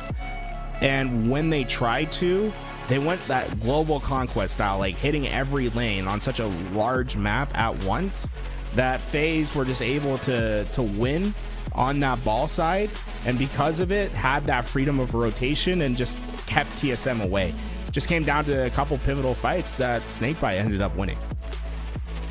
But we're going into a Slayer on Solitude. May not have King of the Hill on this map anymore. We still have Slayer, and with the way that a player like, for example, Talik, who dropped a big almost 40 kills in that round, has been fantastic literally all game long. You know, Druck just buying so much time with his life. Manny hitting multi-kills that seemingly come out of nowhere. TSM have been fantastic in the damage and the slays department. They're gonna need just that when we go into the Plaza remake. Solitude. Solitude is going to be all about that spawn control, right? Being able to keep your team as a unit, blocking out the right things, simplifying the game state is what it really comes down to first. Ensuring that you keep everything one-dimensional for the other side. It's a very easy map to control 3 axes, right? Being able to have your 2 perimeters and your outside player playing that anchor position. It's easy to get to those spots and to keep teams forced back. That's why you see so many snowballs happen on this map. And camo being 45 seconds once again, and a shock rifle for that camo to work with. Like this game could be over before you know it if you let players get too much advantage. Big game trip with a big nade over to the yard side, and that starts to push a 4v3 and a camo and shot combo. Trippy barely missing out on the perfect shot to the head, but a quick reposition keeps TSM guessing right now and buying time for FaZe to now surround TSM. It's a 3-2 lead, but right now it's FaZe methodical on their approach, waiting for the right time to strike, and when they do, they leave no man left behind. They take no damage whatsoever. Lucid with the triple, a 7-2 lead. FaZe perfect with that collapse. Yeah, we'll have to take a look at that after the game. That was cold and calculated from FaZe. And TSM, they're like fish in a barrel. They don't have anywhere to go, but you can feel how frantic it is, right? There's a lot of sprinting trying to stay alive in their small contained area. But FaZe, the reality is they have a massive shotgun and they're just sitting on the outside, just spraying bullets into the water. And eventually one of those pellets is going to connect. Right now it's TSM. They spawn up over toward the low snipe side. They have 2 players break out over toward the high S2 and 2 players attempting to break out toward the hotel side. They need a kill in order to alleviate some of this pressure, and the only thing they'll catch is perfect shots out of Lucid on his way to a killing spree, but somehow nobody able to account for Talik, who not only makes it out, he goes after Lucid, takes the 1v1 with the repulse, and ends up getting the kill onto Penguin, right? Where did that nade come from, though? Yeah, that's my question, too. What? It came out of nowhere. Oh, another nade. Oh, that one didn't connect, but Talik good enough with the shot. Druck got away with camouflage, and now things starting to look up for TSM. It was all FaZe in the early game, but TSM, right when they need to come back, are keeping this within arm's length. Once again, TSM making the clutch plays, and specifically Talik making the plays that matter to get that pressure off of them. Now within striking distance, only down by 2 kills, and Druck still with this camouflage. They're right back in the game. Maybe more than that. Maybe in control. I'd say they're in control, especially with Druck still. He still has like a good amount of camouflage to work with, right? Like he can be very patient with his plays because of how much camouflage he has. And even now, he runs out, but he's ready to take on this attack. He finds perfect timing on a snakebite, and he's going to try to collapse in on the final 2. As Manny wins his gunfight, Penguin suddenly finds himself in a very tough spot, which is untenable for him to stay alive. And TSM have now taken the lead. Fantastic plays by Druck with that camouflage. And oh, the bad gets to worse. Manny's pre-nade just connects perfectly. Big stick coming out of Mandy over to where that player breaks out the flower side, catches that nade, catches the stick, and now it's TSM in a 2-kill advantage. Druck infiltrating the blue side and flies his way on into the curve slide, does the damage onto Snakebite. Another trade goes down. Mandy with some max damage on his own, with the 2 different players from FaZe and getting awfully aggressive. Does he notice 3 breaking through yard? That FaZe, they're condensed, right? But they have at least each other's help. For them, they're just trying to find a first kill. Oh, wow. That's not going to come when Talik finds a cheeky angle like that. And The remaining players are suddenly in trouble. Soulsnipe comes in to clean the first, and the rest of collapses in. Manny will get the next 2. That is 4 kills with not a, make it 5 kills without a single trade in sight. And what might be worse is the camouflage has just gone to 6 kills now. They went 6 kills before a trade came in, and now Druck has another 45-second camo to work with. Fortunately for FaZe, they bat him down before too much damage could come in, but those 6 kills are the difference between a lead and a massive deficit for FaZe. 25-20 lead here for TSM. When we talk about this map being as snowbally as possible, this is exactly what we are talking about. The huge swings that once went in favor of FaZe, but now for TSM, can FaZe answer back? It starts with a huge melee out of Snakebite, turns that now into a double kill. 3 down go TSM, and Soulsnipe tried to get himself an easy cleanup, but nothing's easy when we're talking about FaZe. And you see how this is just a pendulum. It keeps swinging one way to the other. Now it's FaZe that have this control. TSM stuck on one side of the map. Everything for them is going to be very one-dimensional, but they have to deal with the pressure coming in from all sides. It's tough to be in these spots, and with it, TSM, their lead continues to narrow. But with Soulsnipe getting out right here, that's their first step, right? Building out that line towards this loop will give them the spacing necessary to make plays. 29-27 lead here. TSM still have control, but this next battle gonna be so important right now with TSM. If they want to keep that control, it starts with a perimeter player like Snakebite. He ends up going down, and the same thing for Lucid. Talik gets his. That leaves 2 members of FaZe by themselves, and Druck does give up his life, but ultimately to take down 3 members of FaZe, and eventually the 4th will fall as well. It's 33-29. TSM locking down Solitude. It's camo time as well. With that camo and shock rifle coming up, you can feel that this game might be determined by it. Manny was able to be there, but can he stay alive is the question. He got the first, but that death cam is certainly coming through. They know he's in front. They are able to get that trade, but they had to move everyone to deal with it. In the meantime, Talik was able to get the shock rifle. TSM was able to build map control. Camo having its impact once again. 4 members of FaZe are up, and it looks like space already taken, but also given up by Lucid, the first one who goes down. But Snakebite, the slippery snake that he is, gets his backs back. Back-to-back kills once again for TSM. Snakebite trying to find out where the pressure is coming from. It's coming from everywhere. As Snakebite goes down, it's just back and forth we go. Leads to a 40-35 lead. TSM still have control. It's a great job by Snakebite to get that back smack and to, open that door up a little bit, but it was a better job by TSM to forcefully shut it back down.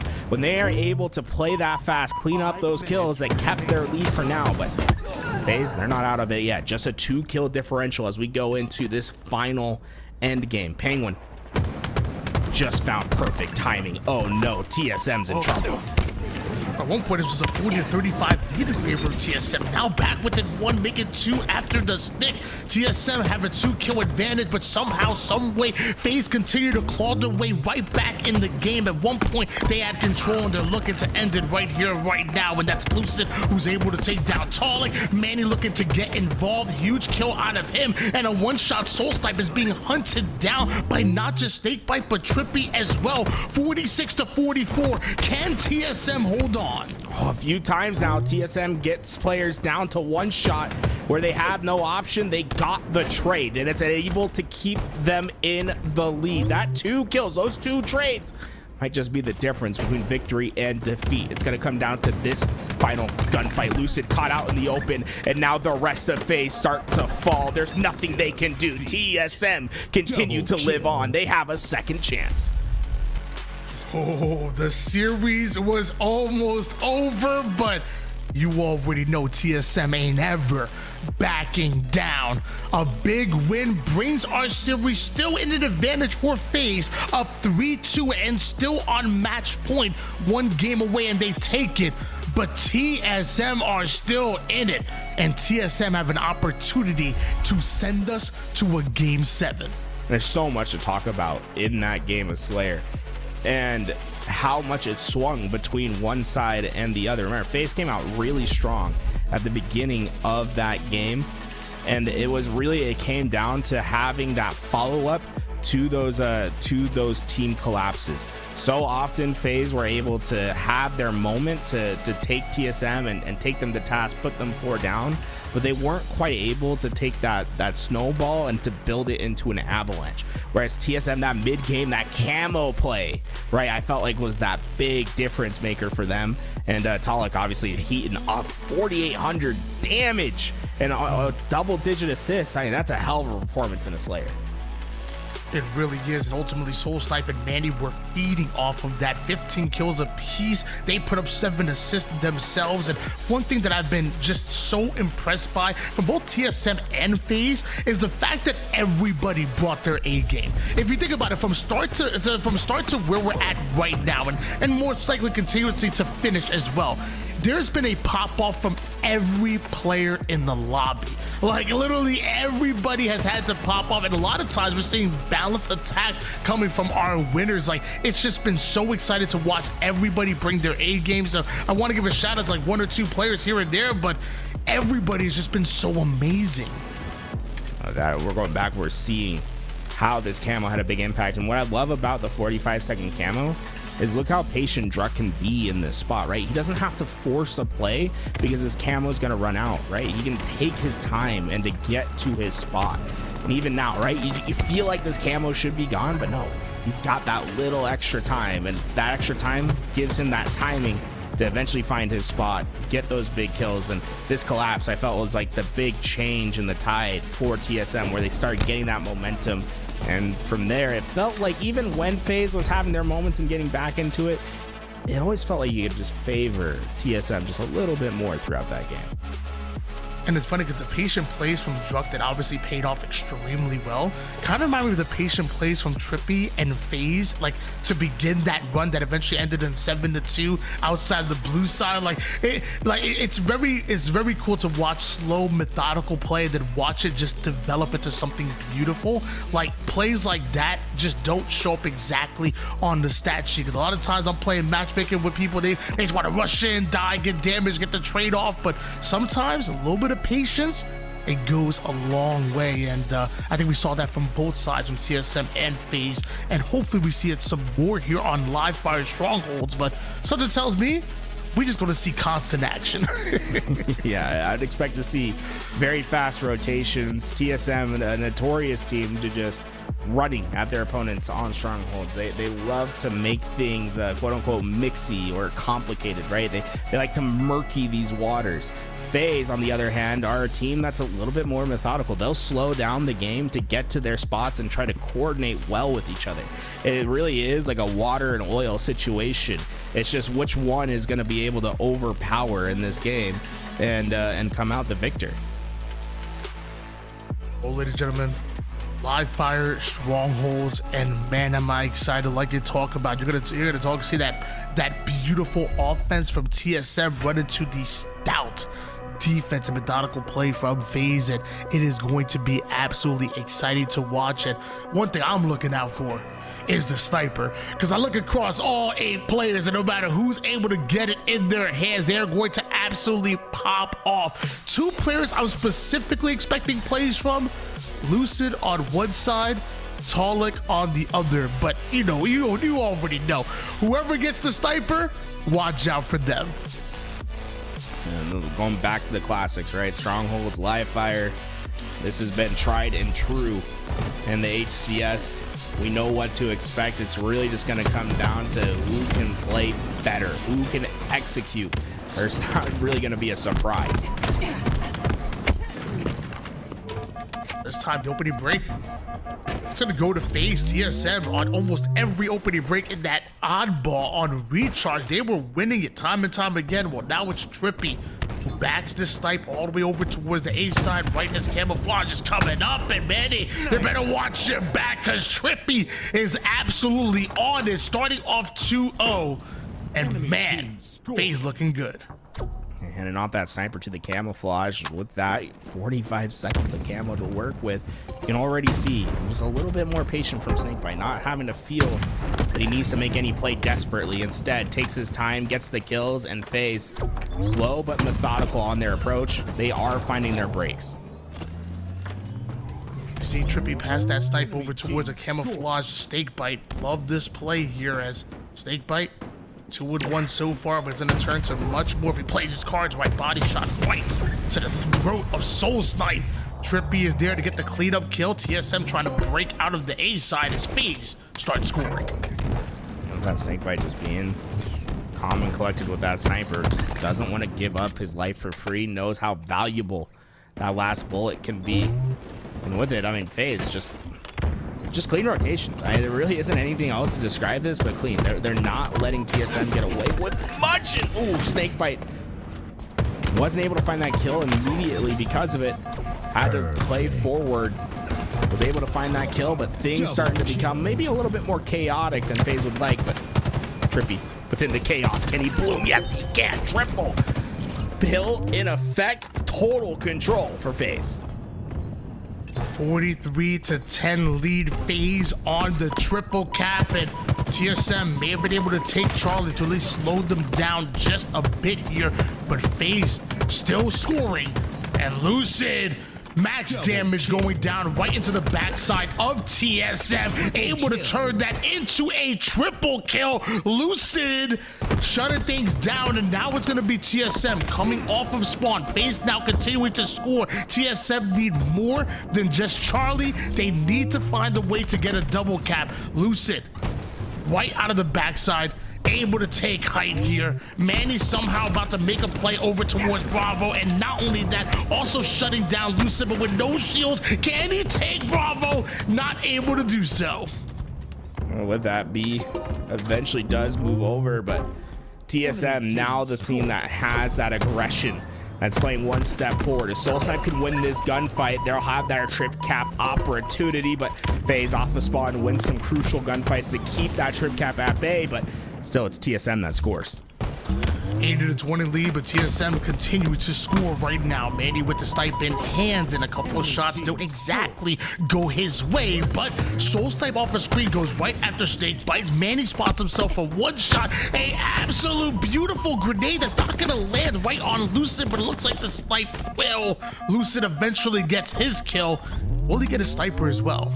Such a frustrating moment for Manny there. It felt like he did it right, but Lucid, you give him an inch, he'll take it a mile. Was able to stay alive and eventually get the punishing kill, but not quite enough to get FaZe out of their back foot, right? It's still TSM that controls the pace of the game, and with Snakebite being the last alive, TSM might have their sights lined up on that trip cap effort. For them, they're just looking for something to break the Camel's back, something to tell them that they can go and be aggressive. And they're gonna land right at the feet of Soul Snipe, absolutely obliterating his shields as looks like Druck popping the QT, makes his way over towards back green, and yep, you gotta watch out for that. Yeah, the QT, it keeps the momentum of your Spartan, so when he jumps out to the left, he's in midair, jumping to the left. He just couldn't quite keep his feet on the map because of it, and with that, it becomes a lot more complicated at B. But so far, Talik cleaning up. Great damage from him, able to keep FaZe at bay, and he single-handedly kept B in control for TSM. And I will say, FaZe were the ones who had a pretty damn big lead here in the early game, but the response back from TSM has been absolutely huge. Bravo and Charlie locked down right now. TSM still the one scoring. Druck aggressive onto Trippy, enough damage for the cleanup to hopefully come through. It's gonna be Manny awarded that one. Trippy almost gets the double, but almost ain't much. All that work FaZe did in the early game is null and void. Back to even as TSM now have their lead in this game, the first since the opening bell. And with it, how long can they take this, right? How far can they move their advantage? Snakebite trying to minimize those efforts with this camouflage. 103-93 lead here for TSM. A one-shot Druck somehow navigates his way over toward the low side, has Talik with full shields right in front of him. It's gonna be a 2v2 situation. I love that angle that allows Talik to put down as much damage as he was able to do. Enough for Druck to come in for the cleanup onto one, looking for a second, but there's multiple members of FaZe around. TSM still somehow get Charlie, but FaZe traded out for Alpha. Massive wins for both teams, but no.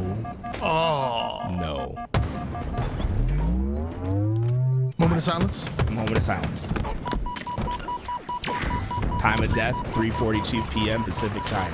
My God, that might just be one of the greatest perfect reverses I've ever seen. Look, you know, with that way he was crouching and strafing, like, look, he ducked down to wipe off his sneakers real quick in the middle of hit that gritty battle. on that, Like, yeah. he hit the gritty on it.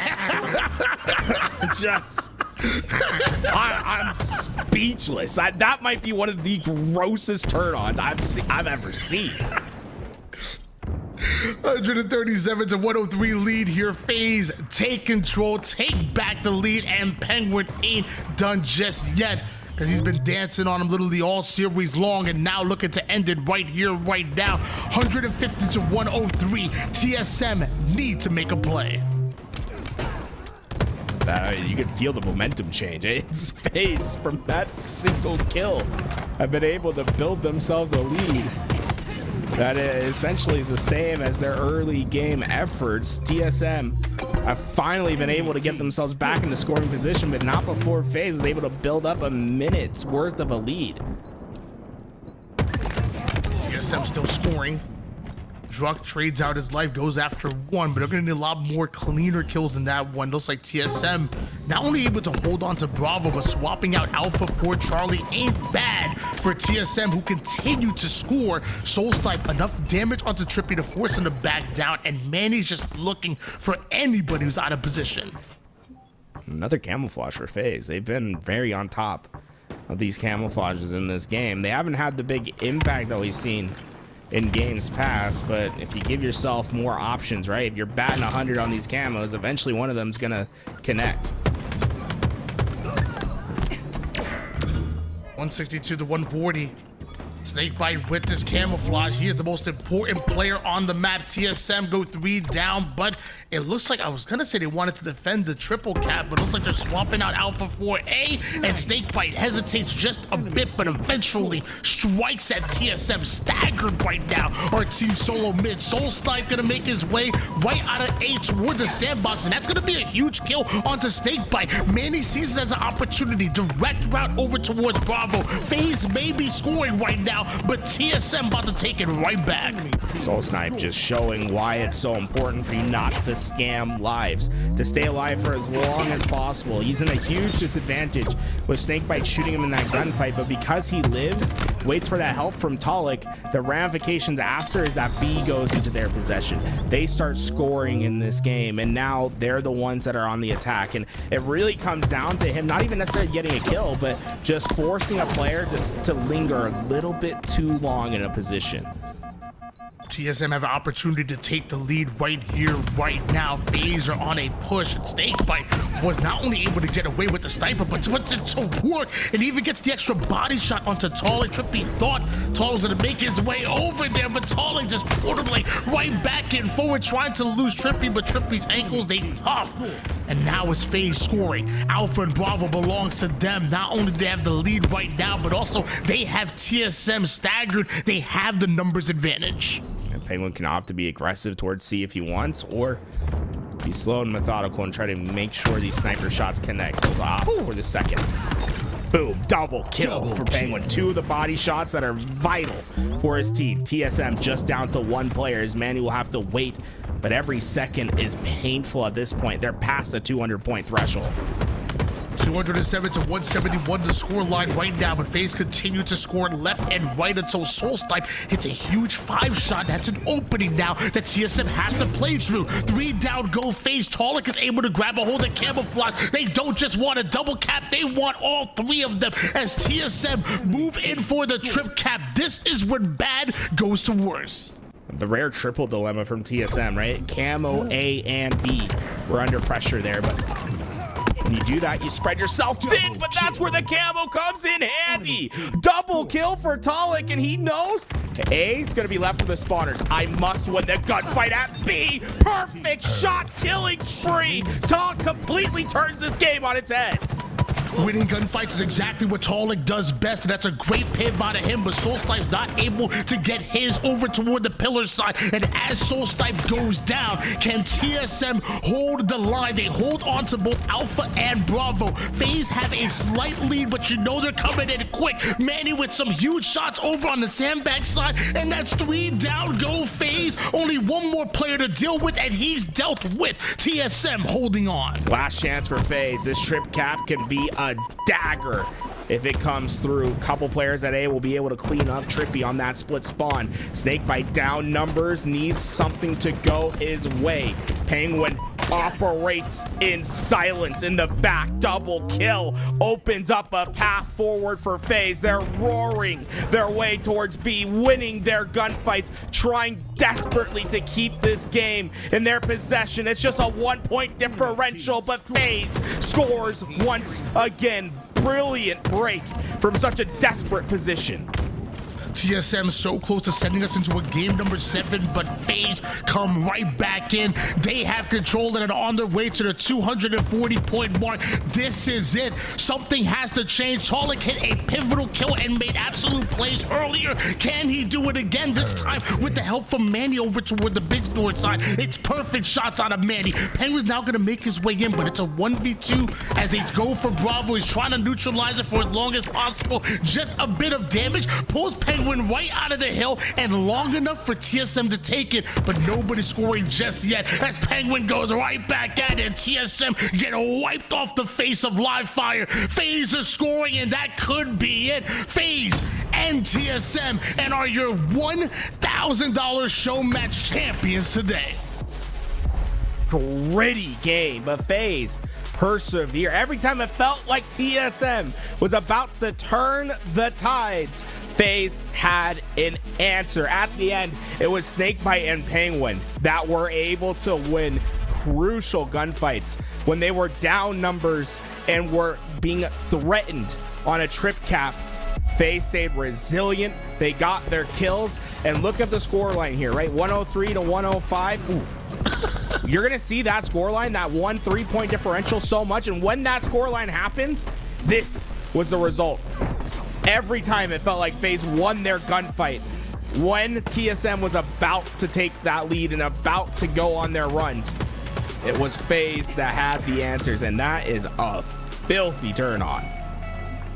I want to see that one more time. Y'all gonna tell me it didn't look like Penguin hit the gritty on him? I swear, hey, y'all gonna tell me that it didn't look like Penguin hit the gritty on him? Come on, man. Oh my gosh. But nah, that was absolutely fantastic. And not only that, but towards the end game, yeah, you talked about scamming your life. Did Penguin not do literally just that in a 1v2 versus TSM and bought so much time? I'm sure when catch it on the replay, like Penguin literally scammed the hell out of his life to win the game. Enemy team. Tony, I agree with the sense that like Penguin was fantastic at the end, being able to get those 2 kills. But I think we got different definitions of scam, brother. I think you might be hitting the old age. Scam is when you throw away a life, right? Like when you die, when you're actually you're scamming your life. Oh damn! I thought scamming was like getting away with something. I'm the one that's misinformed. Man, I thought scamming was like he getting away with something he had no business to. I thought him staying alive. I thought that was him scamming. You know, we both get. Hold on, this is right here. This is right here. Oh, we caught a little bit late, but Penguin was just staying alive here for so long. Hey, do we have any young people in the chat? What's scamming? We both getting old here. It's like you don't scam, right? Isn't that it? I feel like it's like whatever you want to make it to be. You know, it's one of those words where it's like, it's like, you know, it's all context anyway. Oh man, that was absolutely. I'm with it. Chat. I got it. Okay. Ooh, okay. Yeah, I'd be doing Tony. I was like, you're making a good case though. You should be a lawyer. Yeah. we get some night. Yo, chat. 10 gifted subs. Let's get the fun going. Let's get Tony into night school because this man needs to be fighting for our civil rights or something, bro. Get this man over in the Capitol. Let's get this guy in that lawyer position. Come on. Well, I'll tell you what. Nobody who, I guess, one team that doesn't need anybody to fight for them. It's FaZe. fan. 4-2 is the final score line for your $1,000 show match. And man, was it excited to watch. TSM, they brought their A game. They clearly came to play. But FaZe were just out here doing their thing, and that teamwork is serious. When FaZe are playing on the exact same page, they look damn near unstoppable.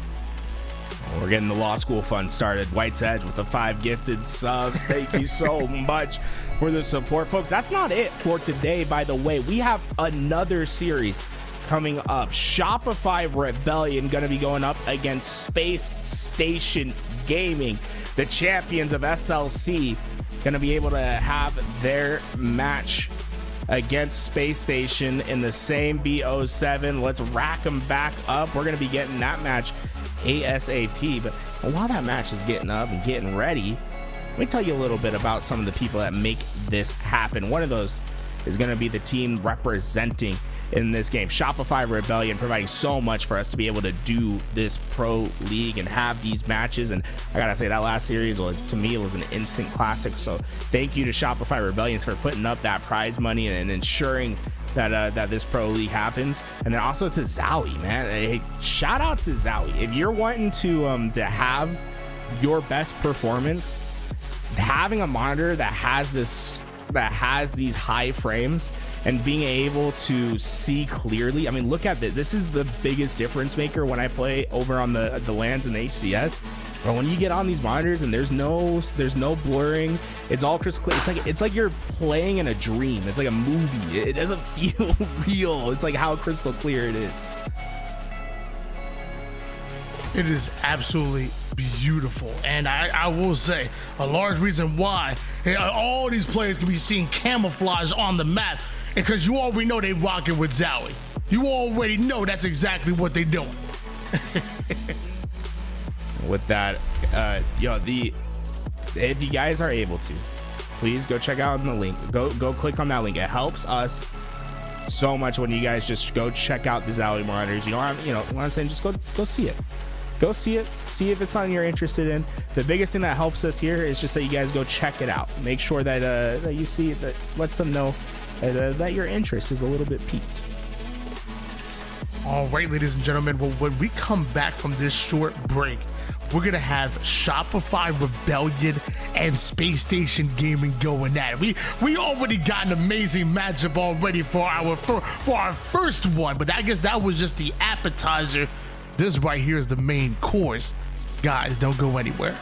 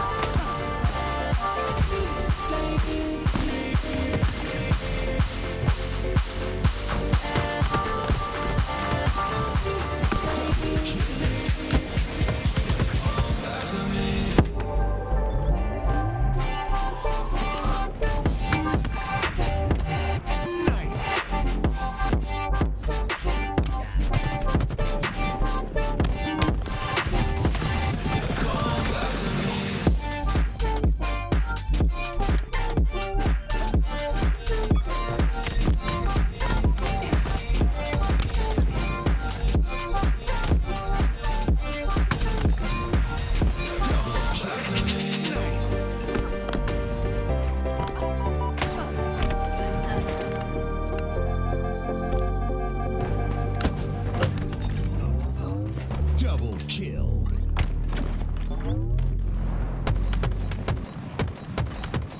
Captured your flag.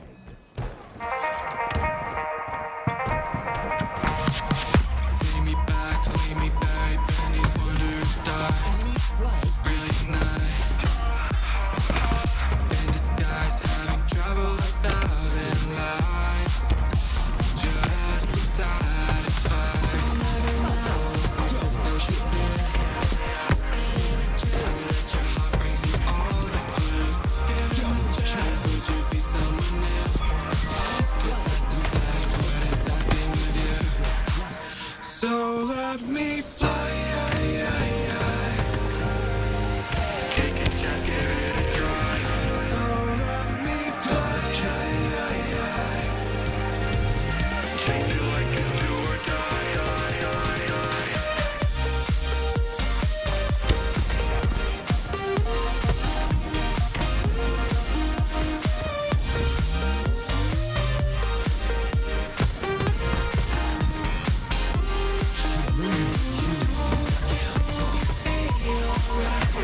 You know you can't chase the fire inside.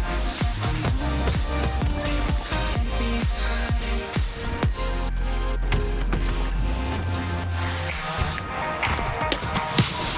Take me back, leave me buried beneath wandering stars. Brilliant night. In disguise, having traveled 1,000 lives. So let me fly. Take a chance, give it a try. So Hail Mary. chase it like it's do or die.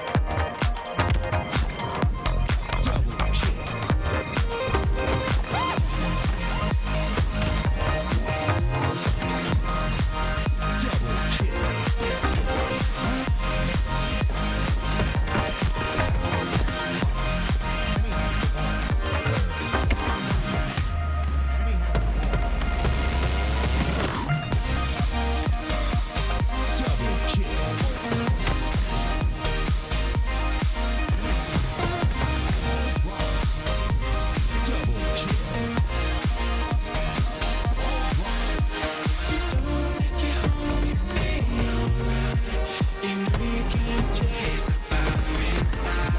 I'm moving towards moving behind. So let me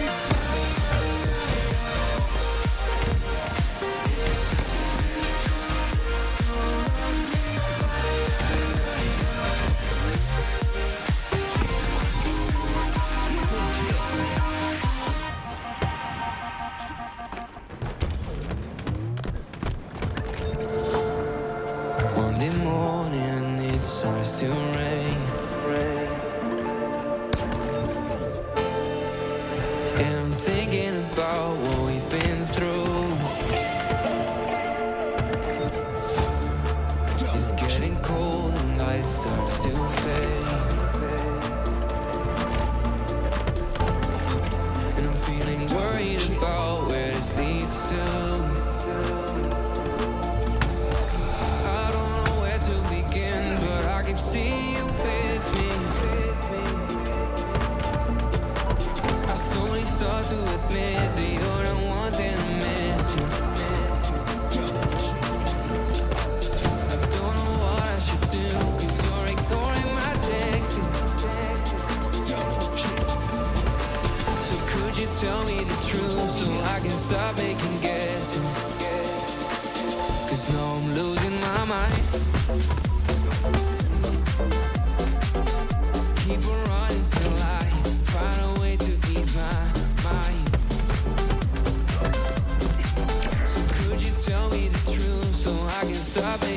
guesses.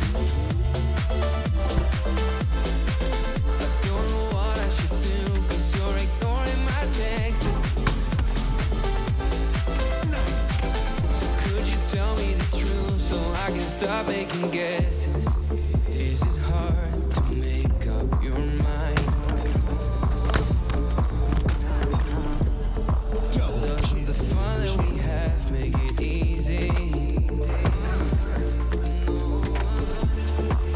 Is it true? Do you still need time?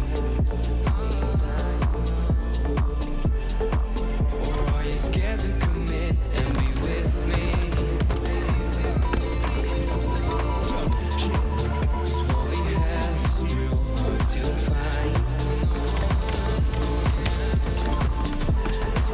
And all I want you to be is happy. I don't know where to begin, but I can see you with me. I slowly start to admit that you're the one thing I'm missing. I don't know what I should do, 'cause you're ignoring my texts. So could you tell me the truth so I can stop making guesses? 'Cause now I'm losing my mind. I keep on running till I find a way to ease my mind. So could you tell me the truth so I can stop making guesses? I don't know what I should do, 'cause you're ignoring my texts.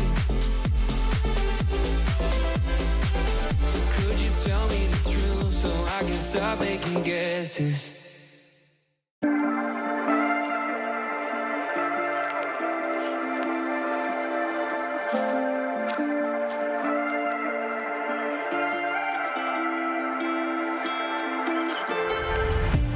I placed some mirrors in my mind.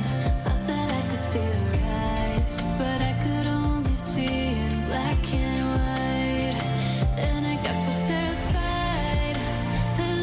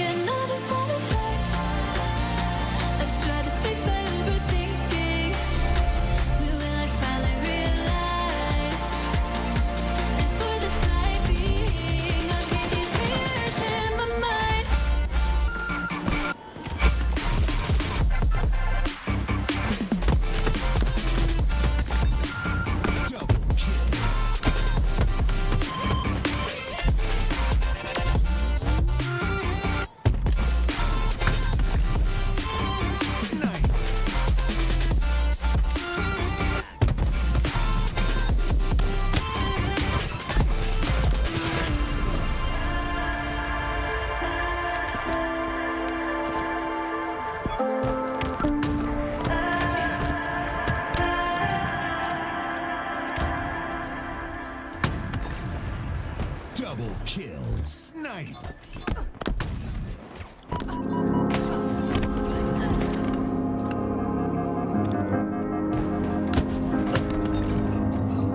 Double kill.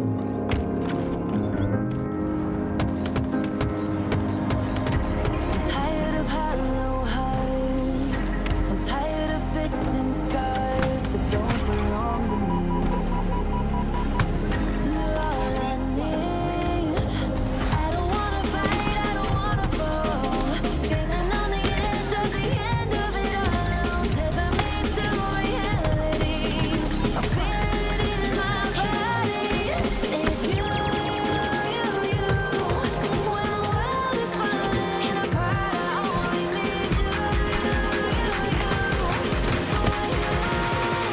I've been waiting.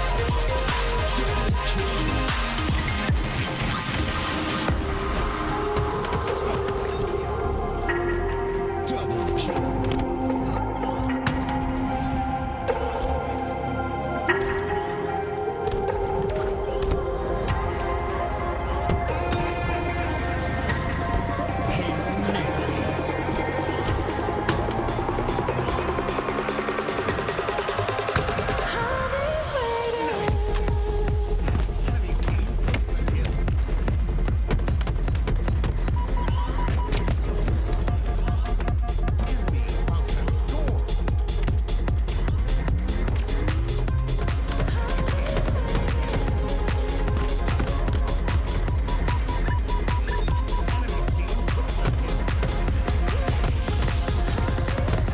I don't wanna fight, I don't wanna fall. Standing on the edge of the end of it all. Tether me to reality. I feel it in my body. It's you. When the world is falling apart, I only need you. I've been waiting.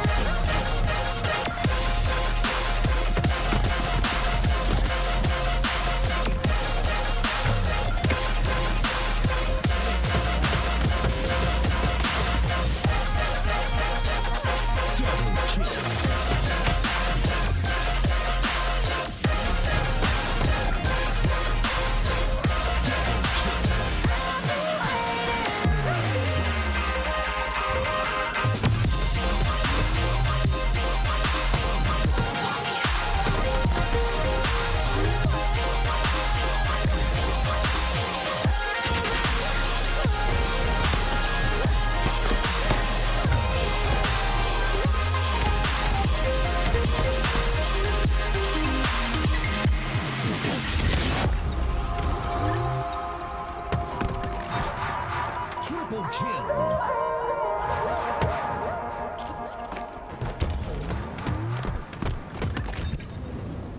Perfect.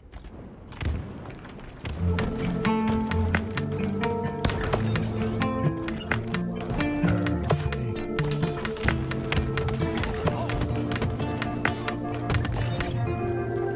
Double kill. Took a little longer this time to finally open the blinds.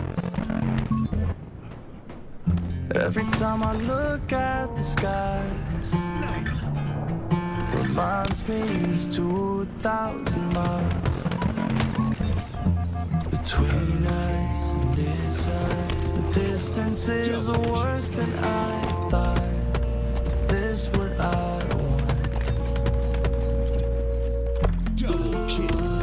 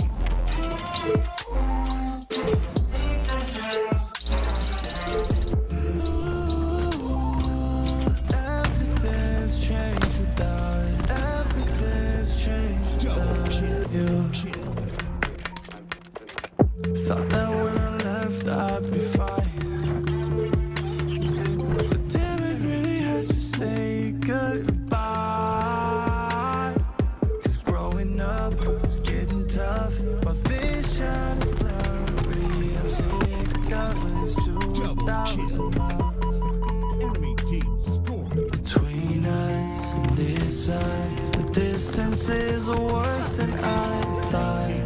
Is this what I want? Ooh, everything's changed without you. Even breathing feels different now that I'm on a plane heading back to LA. Everything's changed without it. Everything's changed without it.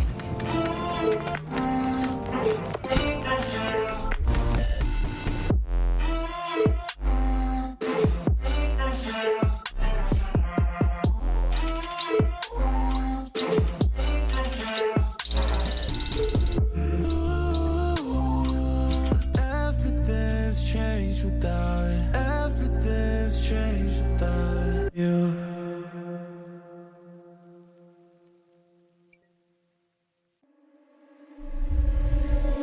Whisper in my head, made me feel that I'm insane.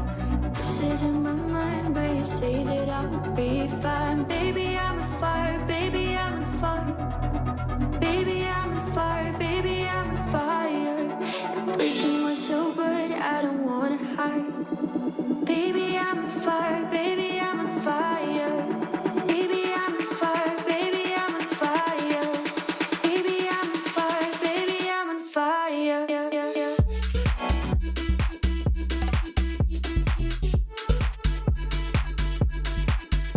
Baby, baby, I'm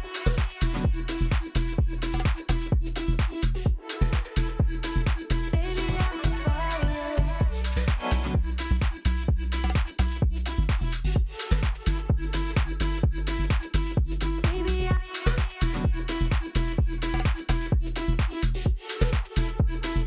baby, I'm on fire.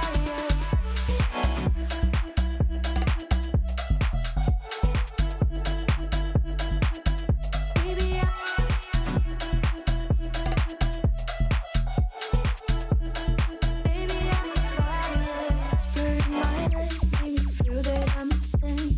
Voices in my mind, but you say that I will be fine. Baby, I'm on fire. Baby, I'm on fire.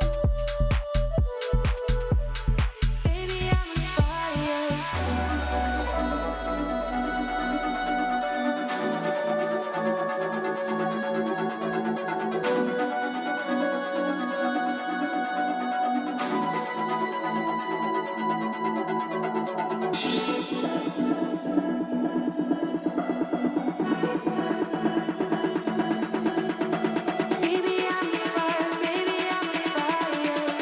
Baby, I'm on fire. Baby, I'm on fire. Yeah, yeah, yeah.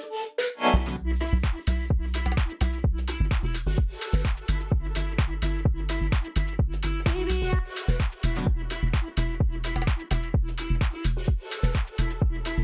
baby, I'm on fire. Welcome back, ladies and gentlemen. It is your second match of the LVT Halo Pro League in partnership with Shopify Rebellion. And speaking of Shopify Rebellion, they're going to be next up, going up against Spacestation Gaming. Why Not Be Reckless, aka Why Not Be Casting. I got my man Tools with me. What is up, Tools? And look at SSG on our screen. And they've been having a bit of a struggle throughout the Pro League so far. I mean, only 1-3, and you can see some uncharacteristic numbers from them.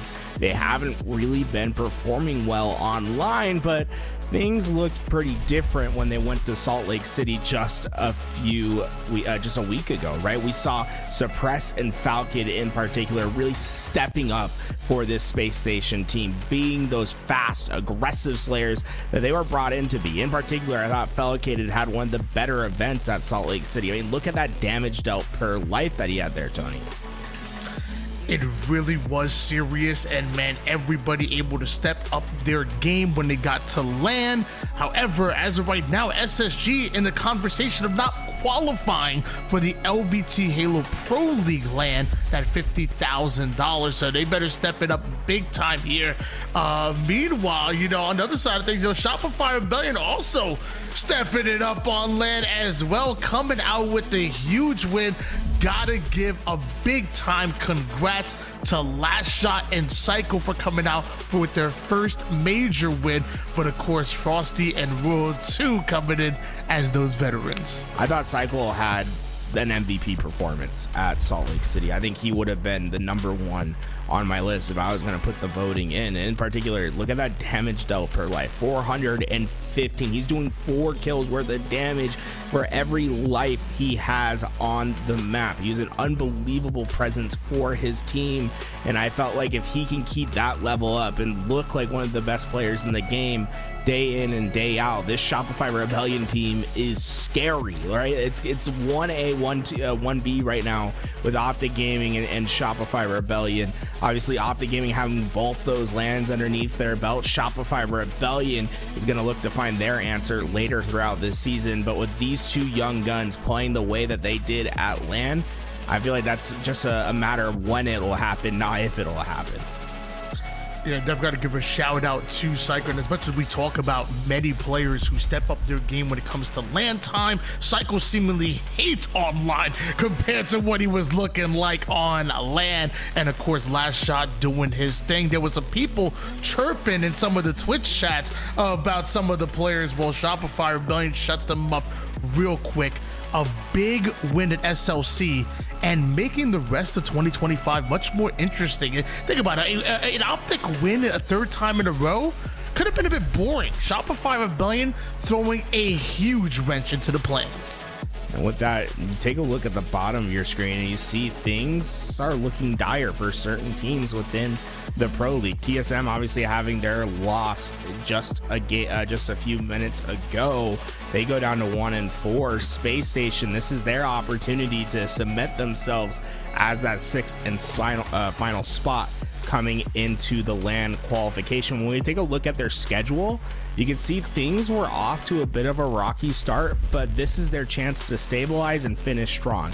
If they're able to find a win against Shopify Rebellion here, the back half looks much more achievable. The big thing is you want a buffer here. If you're able to find a win here, then that match against TSM, you can maybe find a little bit of a reprieve because your schedule much easier at the end as you have Omit, whereas as TSM have a very tough matchup against Optic Gaming to end their season.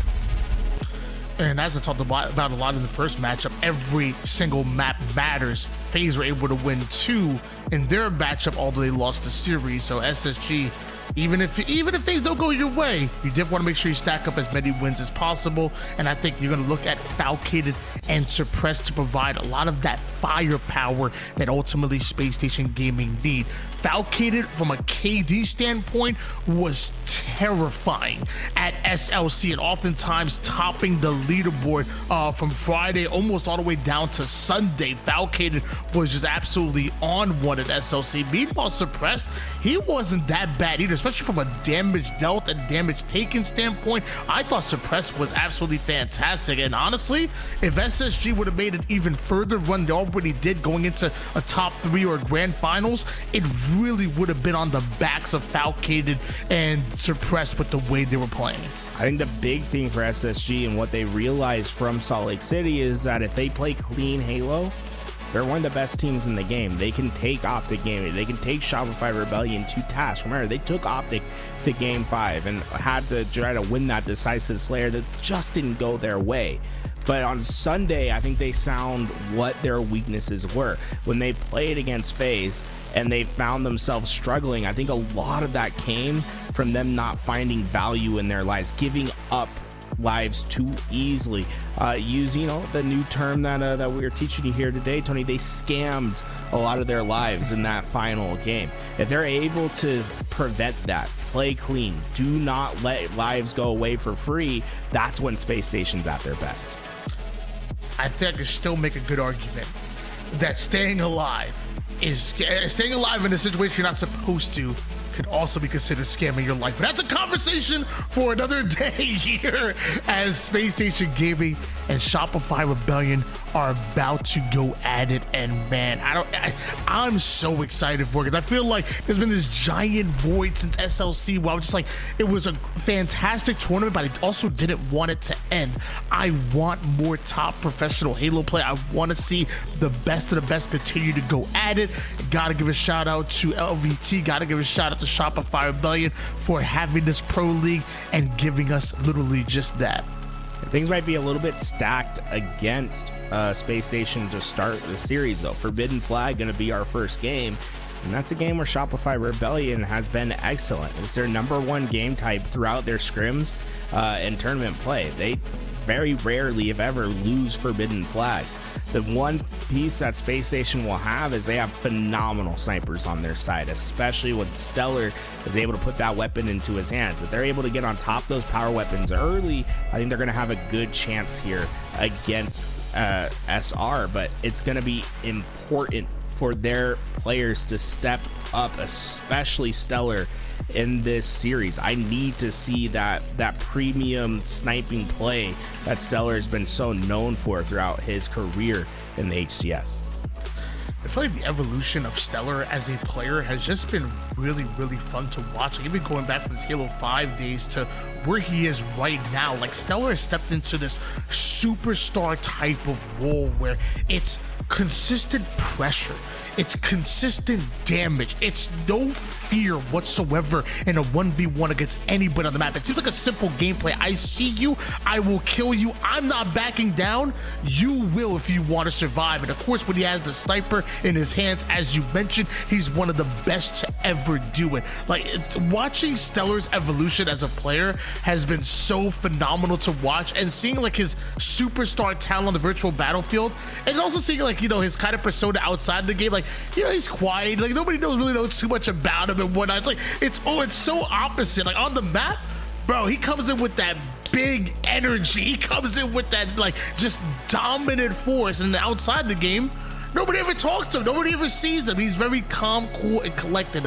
I guess the silent assassin is Stellar. All right, when we look at the results for Shopify Rebellion, it's been a lot of what you can expect from this team, right? They're just winning clean games against the teams they should win. Their only loss coming to Optic Gaming, and although that was a sweep, I don't think that really told the full story. They still played a very competitive match, and obviously they got the last laugh when they went to Salt Lake City just a week later and became the first-time champions in 2025.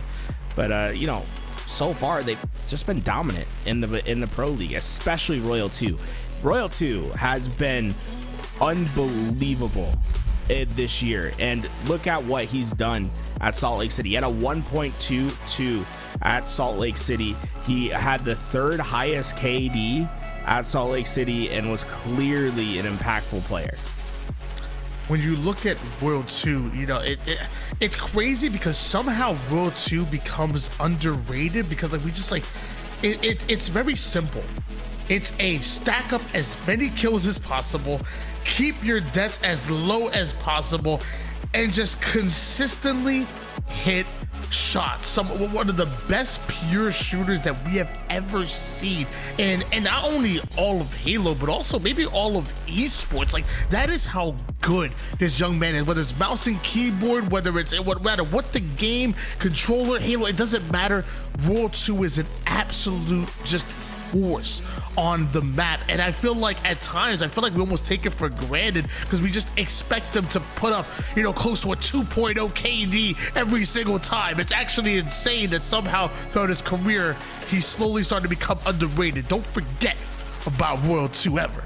It's scary how consistent he is. Like, when you look at his LAN stats, it doesn't really differentiate too much from what he does online. And I think that's extra impressive when you take into account that he lives in Saskatchewan, Canada, right? Like, he is in the middle of nowhere, but yet has been able to put up devastating numbers in the Pro League as well. He's top 3 with the KD. His KAD is top 4, and his damage dealt per life is also top 4. He's been incredible. The one knock that you can maybe have on him is he is dead last in the league on his flag scars. Now, for people that are confused about what scars means, it's flag, steals, carries, assists, returns, and scores.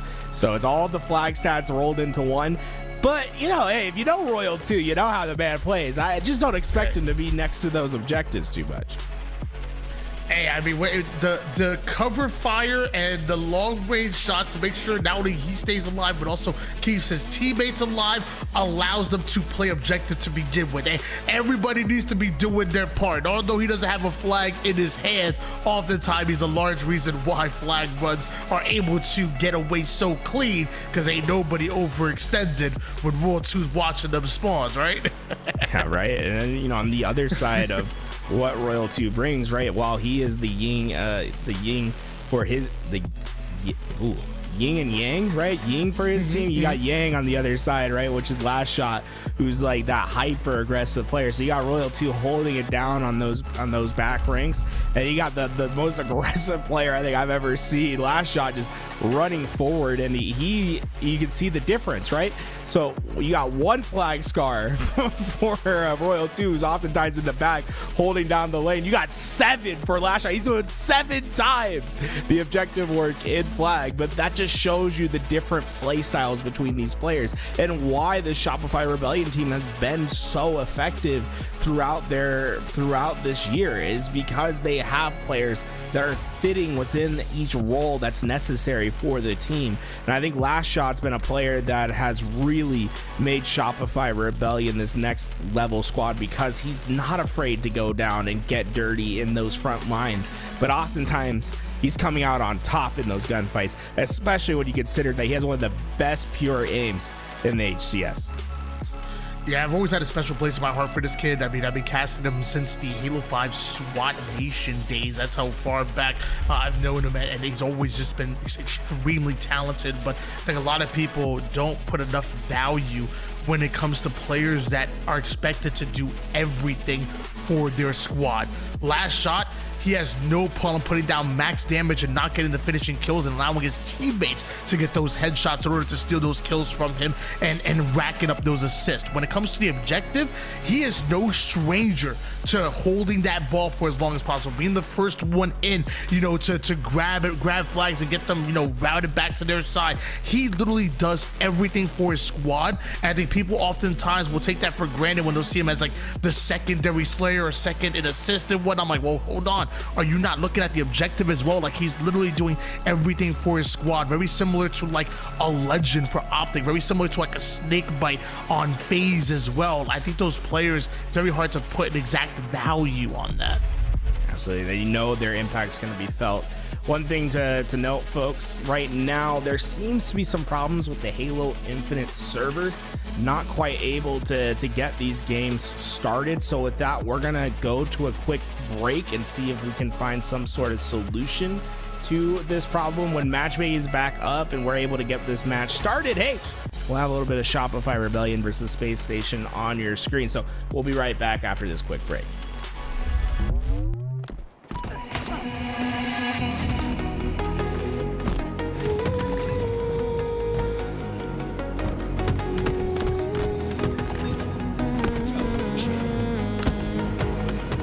I was in the firing line, living in my head. Sun came in and closed the blinds, could feel it in the air. This is just a waste of time, no one really cares. But then you came across my mind, got me out of there. So I went down to the river and swam till the panic was over. Yes, I went down to the river, watched all the heavy rain. I watched all the heavy rain.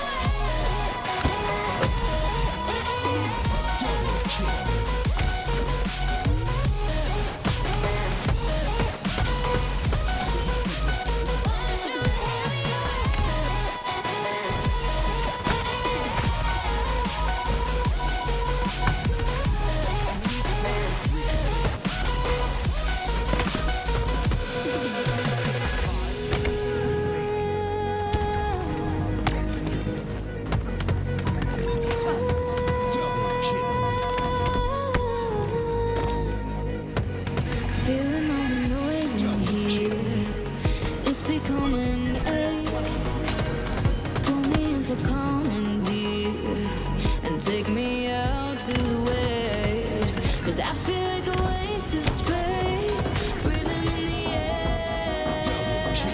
But you hold me like I might just break, like you want me there.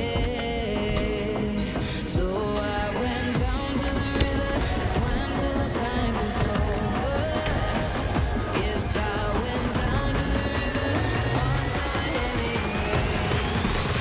Lost all the heavy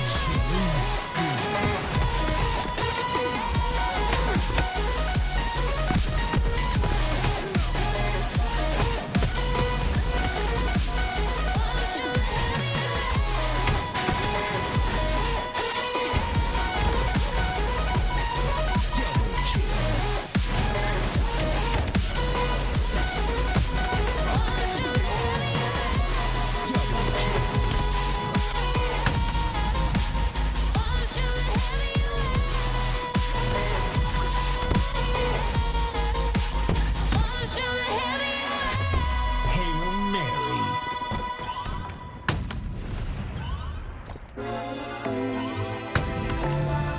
Sniped.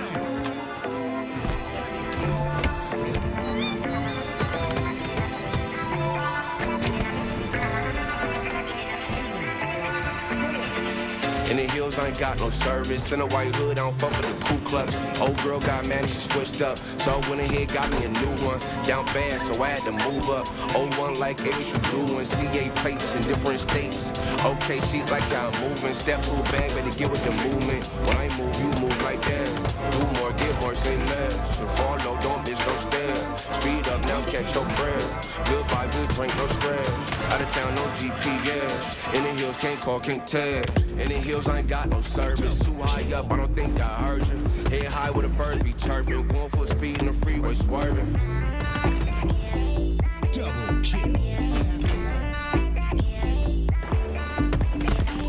In the hills, I ain't got no service. Too high up, I don't think I heard you. Head high with a bird be chirping. Going full speed in the freeway, swerving. Double kill. Swerving.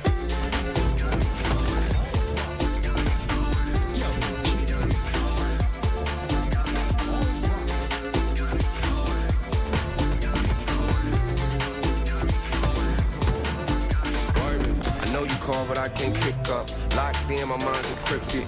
I secure the bag like lockbox. In my zone, I can't hear much. I don't flex, I just finesse. Make one wanna come around last. Out the way where I'm too next. Out of time, can't call, can't text. In the hills, I ain't got no service. Too high up, I don't think I heard you. Head high with the birds be chirping. Going full speed in the freeway, swerving.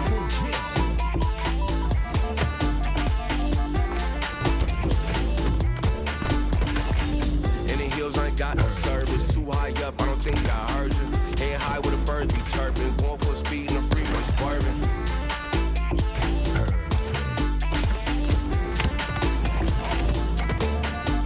Swerving.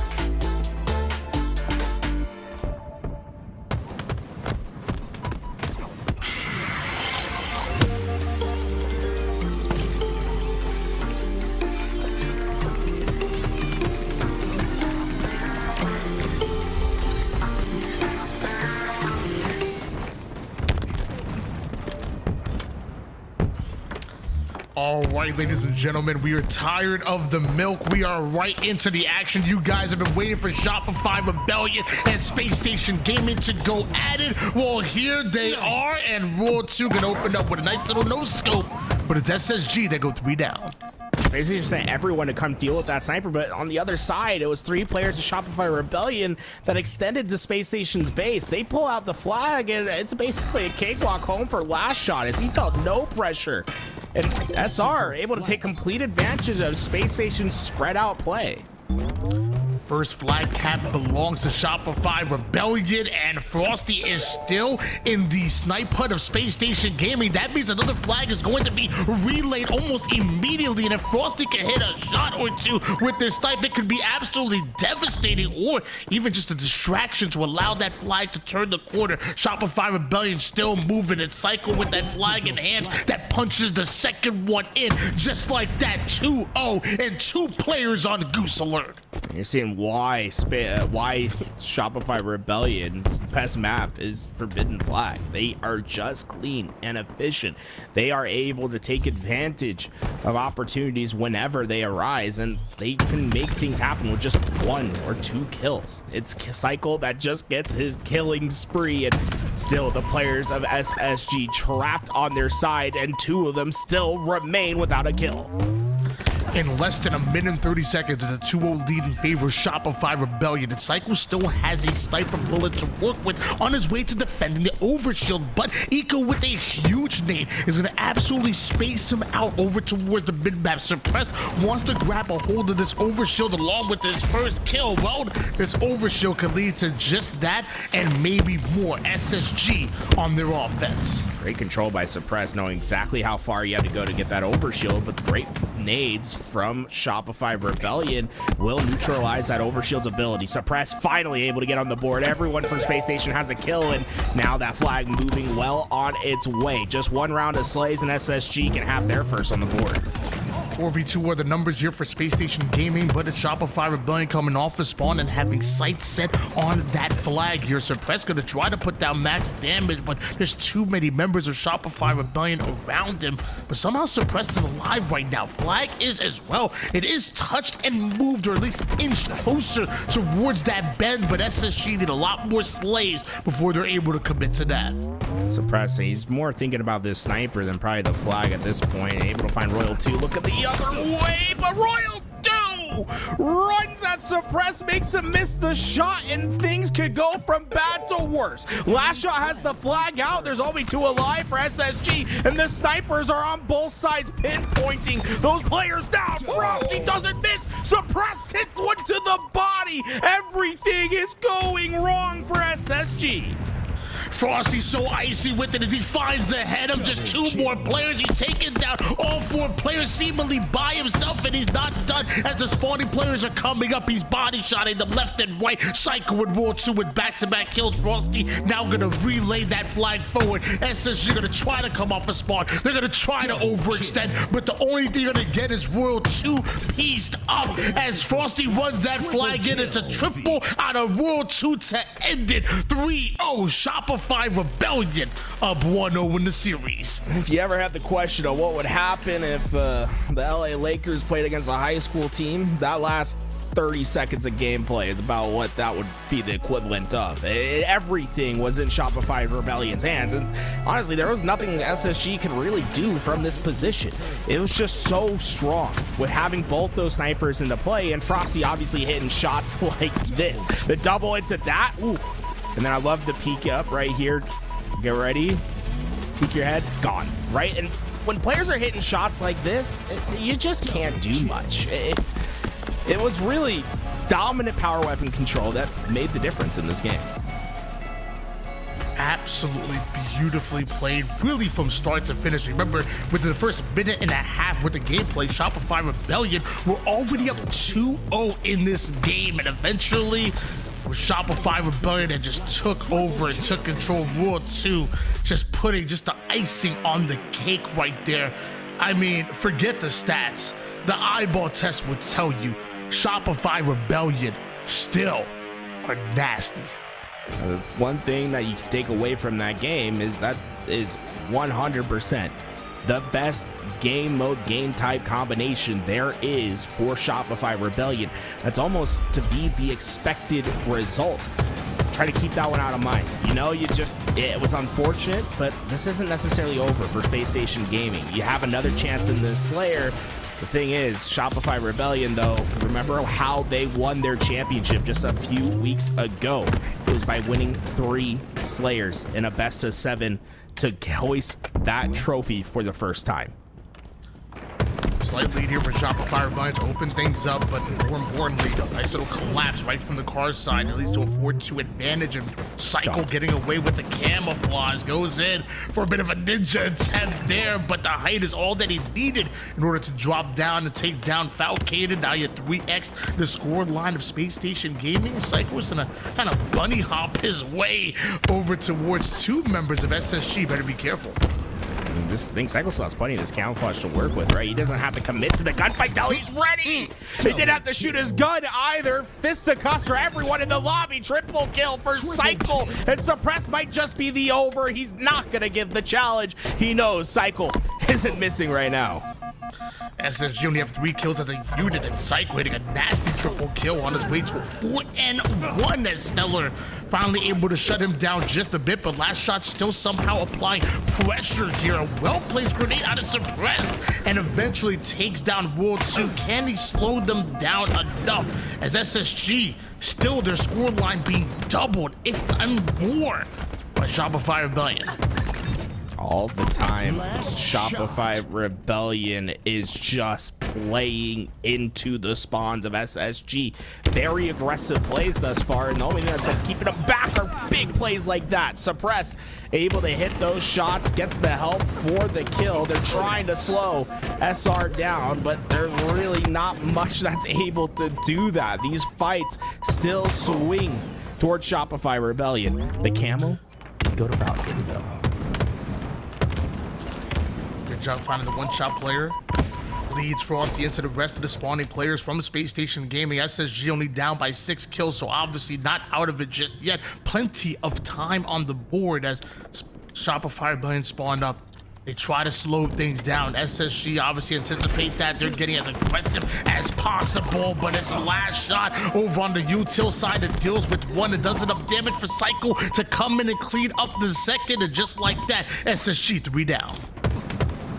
Still, players from SSG are just all sort of condensed on the map. They don't have a lot of space to work with. Stellar and Eco in particular are going to have to do their best to work their way out of this sticky situation, but just no hesitation on the push from SR. Eco able to take one with him, but at this point, SR is pretty happy with the trade for trade Halo. They want to stay aggressive and keep their lead. Stellar trying to find a hole within the offense of Shopify Rebellion. Is it through the util side? No, apparently last shot is locking that down, but Stellar never met a 1v1 that he isn't willing to take. 3 down goes Shopify Rebellion. Is this SSG's opportunity? I love that confidence from Stellar. Even when the game's not going your way, being that aggressive and just having confidence in yourself to win those fights can accelerate the clock. If he instead plays a little bit more passive, SSG has to waste a lot of time getting that kill. Instead, he flies forward, gets that kill, and now it's SSG that's starting to increase their pace. But reality is Shopify Rebellion's never going to be an easy kill, and that trend continues to remain true. Despite all that chaos where SSG had momentum, it's still a 7-kill lead for Shopify Rebellion, and with camouflage coming up, these kills could be massive. Frosty getting seriously aggressive on his way to a double kill and some great damage going down, but Stellar gonna try to find his way towards the mid side of the map. Shopify Rebellion had it locked down and should be able to grab camouflage and more importantly get away with it as Royal 2 right after Eco down to 1 shot he goes. Stellar had an angle on him, but Royal 2 real shifty with the movement to stay alive. It's 32-24 as the 33rd kill comes in. The 34th is right in front of him, but once again Stellar winning piv after piv.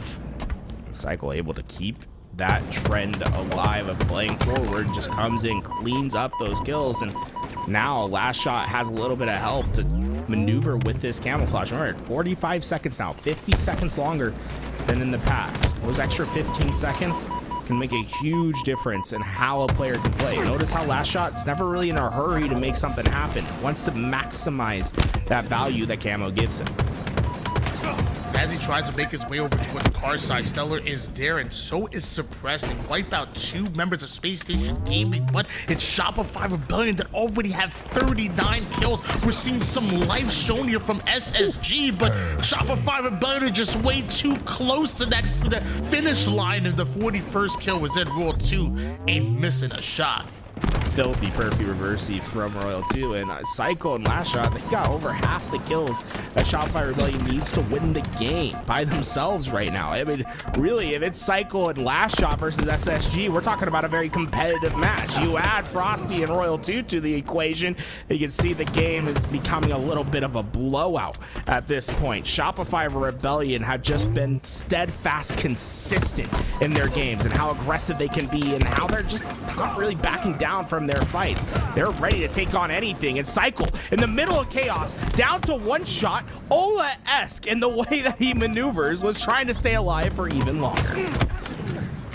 And as he tries to get away, Spacestation Gaming are there for the cleanup. The only problem is that Spacestation Gaming don't have any lives to give. You're down by 10 kills. Meanwhile, Shopify Rebellion are looking for the final 3 in order to go up 2-0 in the series. They just simply waited too long for their second win here. But once again, back-to-back kills go towards SSG. Falcon makes it a third and not a single one going down for Spacestation Gaming. Another round of slays like that, and we're talking something here.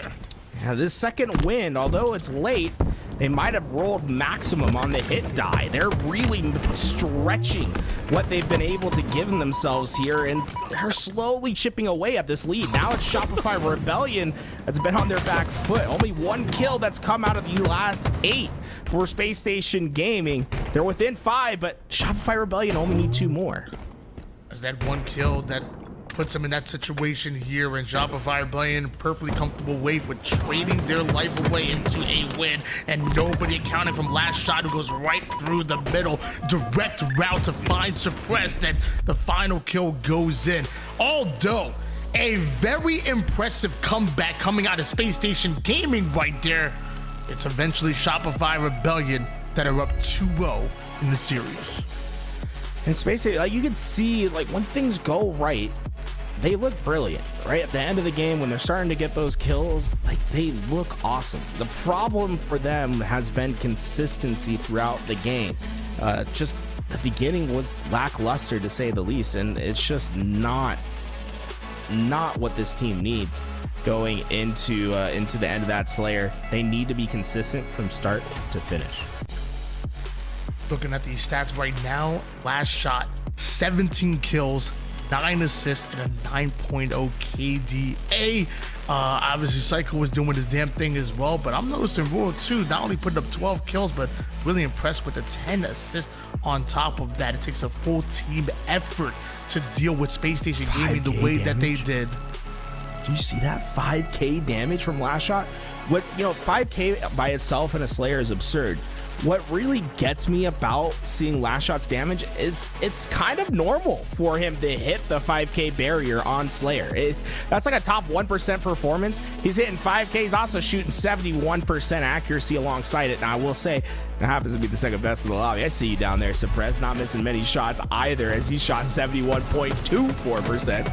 But obviously the big difference maker is Last Shot's damage output just being that next level. And we talked about, that prototype hyper aggressive player that loves to be in the front lines, that flourishes in those positions. When Last Shot's not missing, when he's shooting 71% and he's getting away with his life, it feels impossible to stop someone like that. Well, I mean, we look at the first minute and a half of that game number 1. It was dominant for Shopify Rebellion. That final cap was absolutely beautiful. Going into that game 2, so it seems like Shopify Rebellion kind of rode that momentum, but eventually SSG caught up. And maybe going into this game number 3, maybe this is where SSG are able to look just more dominant towards the entire game and actually put a game together. And maybe we have a series on our hands. Shopify Rebellion may be up 2-0 right now, but something tells me that SSG can ride off a bit of that momentum. Glad it's going to be that new map and rotation, and maybe something where SSG can use these chaotic elements of not knowing a map fully to find a second chance in this series, right? They need some sort of jolt to the arm, something to bounce them back, give them momentum to work with. Because right now, Shopify Rebellion look deadly. They just look better than everyone else in the HCS at the moment. see what happens here. Shopify Rebellion up 2-0 still. It's a best of 7, so it's a long series on our hands, and it can feel even longer with Shopify Rebellion's aggression right off the rip, right in the face of SSG, making them uncomfortable as possible. Once Frosty gets that snipe in his hands, you know it's going to be absolutely deadly for SSG. These are the kind of maps that Frosty loves. You notice, like, when he took that snipe shot, Double kill. word. Frosty's not missing with the snipe right now. Oh, you saw it getting lined up. He finally goes down, but that first snipe shot Frosty took is a big indicator of this map being one that Frosty probably is going to love. Those little divots on the edge or the panels that you can jump off to take creative angles, that's where Frosty thrives in the game. Now with last shot, finds a one-shot Falcated, willing to take the challenge. Also putting some extra damage onto Stellar, whether it's one shot or full shield, nothing changes. Last shot finds an angle, he finds the shots, and that's a triple kill. Squad wiped our Spacestation Gaming. And just supreme confidence on the challenge, right? There was no hesitation from last shot that he was gonna back down from that gunfight. That's just him not even saying, hey, I'm gonna try to do my best. He's saying, I'm gonna win. You don't challenge like that unless you have 100% confidence that you're going to win the gunfight. Double kill. Another forward down goes Spacestation Gaming, courtesy of a double kill from Frosty. Absolute complete map control for Shopify Rebellion, except for the red side. Somehow, Spacestation Gaming able to find a bit of a hole within that defense of Shopify. Maybe they took a little too much space. I think Shopify Rebellion just not being able to block out the correct spawns in time or reading that map. And that's just going to come from not having enough reps on the map, right? Still a very new map in rotation. We saw Spacestation Gaming get a spawn on that bottom ice towards that backside. They're able to blow out Shopify Rebellion's weak side because of it, as they just spawn with more numbers than Royal 2 can handle in that position. Shopify Rebellion now on their back foot at the moment here. That's into Royal 2, just curve slides his way into a challenge right onto Stellar. Goes at Eco as well. Not even full shields, but doesn't care. Shopify Rebellion, just like that, take control. Royal 2 gonna fly forward. Oh, Falcated. That's a huge kill, and it might just be what SSG needs to lift them up into this game. You can see as Shopify Rebellion now a little bit more spread on the map, not quite having those same plays. Cycle. It looked like that repulse hit, but I think it was just Cycle hitting a little quick step. Falcon just won another one though, dude. Falcon is winning some gunfights for his team. He is going to war. He's getting one for each death so far, but it feels like he has to earn every single one of those kills this game. As much control as Shopify Rebellion had, it is Spacestation Gaming to have a lead as far as this hill, and just a couple seconds away from ultimately taking it. Nico winning to trade out his life, but it's SSG that go 3 down, and Shopify Rebellion find himself in that hill, but in a shroud right now. His last shot, Stellar trying to guess his location, but that shroud is enough to conceal his presence long enough to go up 1-0 right as he goes down. I will say, Shopify Rebellion, for, they get that hill, but they outslayed Spacestation by 10 kills to do so. And it wasn't necessarily as clean of a hill as you would expect. Both teams kind of wrapping around that hill, playing more of a Slayer game and probably feeling out what this game type really is going to be like, rather than being hyper efficient with their kills. Something that we don't normally see from Shopify Rebellion. They love to go get their kills and go get into hill right away. They usually don't have a lot of dead time like that. As right now, it looks like both teams really trying to figure this map out. It is still, the enigma is still brand new right now, is Lattice, but I'm not gonna lie, I've been enjoying it. I've played in a lot of ranked sessions. I think the players are as well, especially last shot on this flank, because SSG having no idea that he comes from the red shortcut and is able to take down one and maybe a second one if he plays his cards right. But Eco with the no scope, that'll slow you down. Yeah, he played it right? Last shot was using his brain in that situation, but Eco just one step ahead with that sniper was able to land that shot. But despite all that, last shot's single play there where he gets that kill. What hasn't happened since then?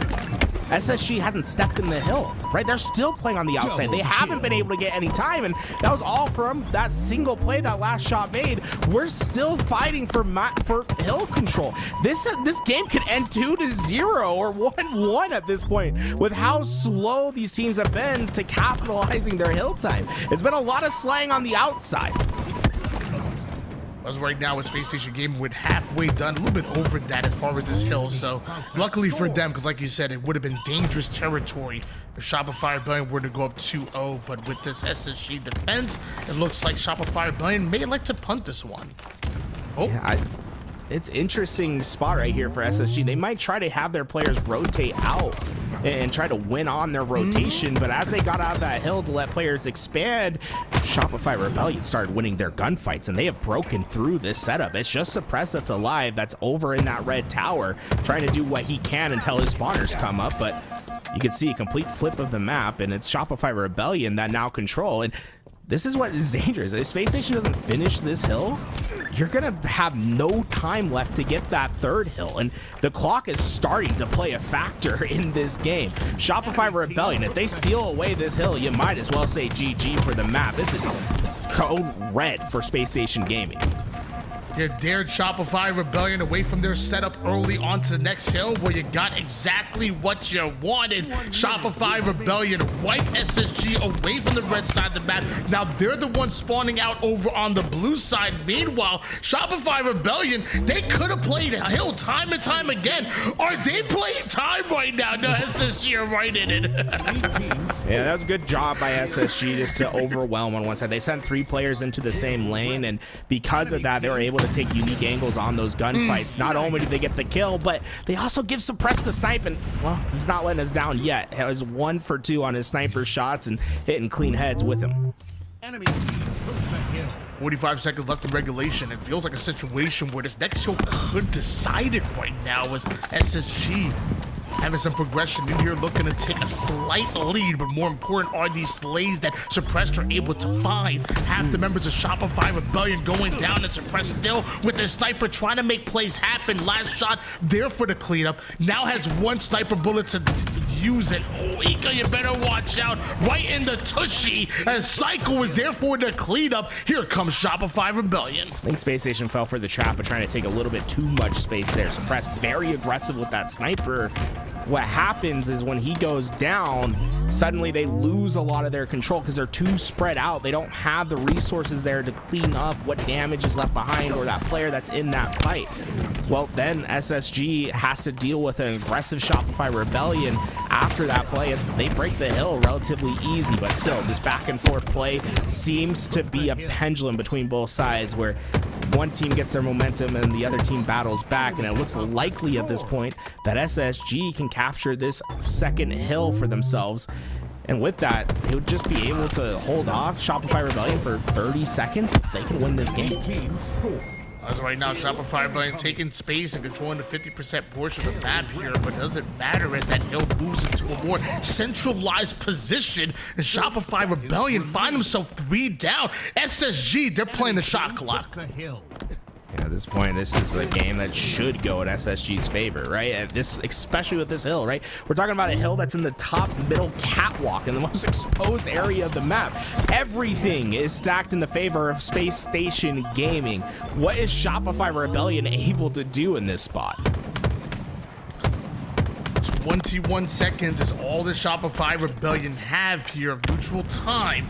But as long as they step foot in this hill, they can stop that timer from going down. Eco, understanding the situation, he gets aggressive, puts down max damage. 2 players in the one shot, the nade cleans up Frosty. Shopify Rebellion finally find himself in that hill. 8 seconds on the clock. All SSG need is 1 round of slays, but that round of slays is hard to come by as Shopify Rebellion still have that control, and Psycho has the sniper. He's gonna jiggle peek his way in the hill and out, and Shopify Rebellion now dedicating 2 bodies in a position to stop this hill. They're so close to winning it. Last shot gets the shot. Royal 2 is in there, but Falcated on the cleanup so quick, and that's all she wrote. SSG take their first game. Shopify Rebellion almost did the impossible. That hill, I could not believe that they got as close as they did, but SSG able to simplify the game down into a Slayer, and eventually were able to find the kills when they needed them. They take that 2-1 lead, and Recharge Ball gonna be next on the table. But so far, we've seen two very different games of Lattice today, right? In our first series, we saw that back and forth going down to that final hill, quick captures, hyper efficient play.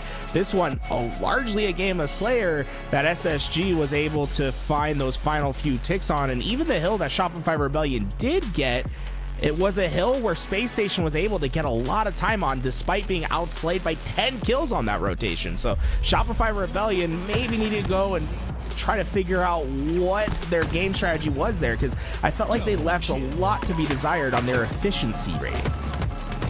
And that game right there of King of the Hill on Lattice reminds me a lot of like the season 1 days where when you had two evenly matched teams, it was so tough to get enough control to capture a hill that time just wound down, and oftentimes you see games end 2-1 just like that. In fact, E United won a game 1-0 at one point on live fire because of the way of how, well, I guess number one, how hard it was to capture hills, but also them just eventually playing the shot clock as early as they did. And it really reminded me back of like the early season 1 days and maybe even early season 2 before teams were, I guess, had that solidified strategies.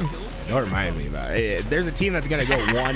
That's going to be like an E United Riot New Bled team. That's like definitely a team that would pull that off. But I did like the strategy here from Shopify Rebellion. Notice how they had both players on both sides of the catwalk. They just, unfortunately, Frosty went down. But I like the idea because it's like, okay, one of us can like try to take on the damage while the other one like stands in hill. And it's like you just like try to both be in the hill at the same time because you need it all the time possible. But just not enough to be found at the end of that game. Well, ladies and gentlemen, Spacestation Gaming find himself on the board right now. And it's kind of what I was talking about. That game number 1 was dominated by Shopify Rebellion. Game 2, Shopify Rebellion came off in complete control, but SSG slowly clawed their way back into it. And in game 3, eventually, SSG get their first win. 2 SSG have control in the series right now, despite Shopify Rebellion being up as far as the scoreboard. We move into Recharge. The big thing for Shopify Rebellion is just being back on familiar ground. It's a map they played since the beginning of Halo Infinite. You can expect to see them being much more efficient than what we saw in the previous game.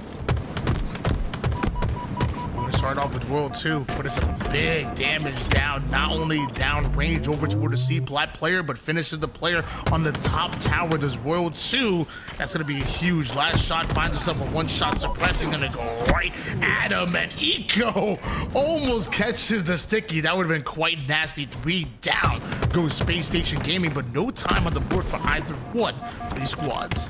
Yo, that 2020 eyesight, but Royal 2 still able to slip his way out and using the nerd ledge just keep himself high in the sky. Surprise with camo, sees him jumping, but Eco didn't get the call out.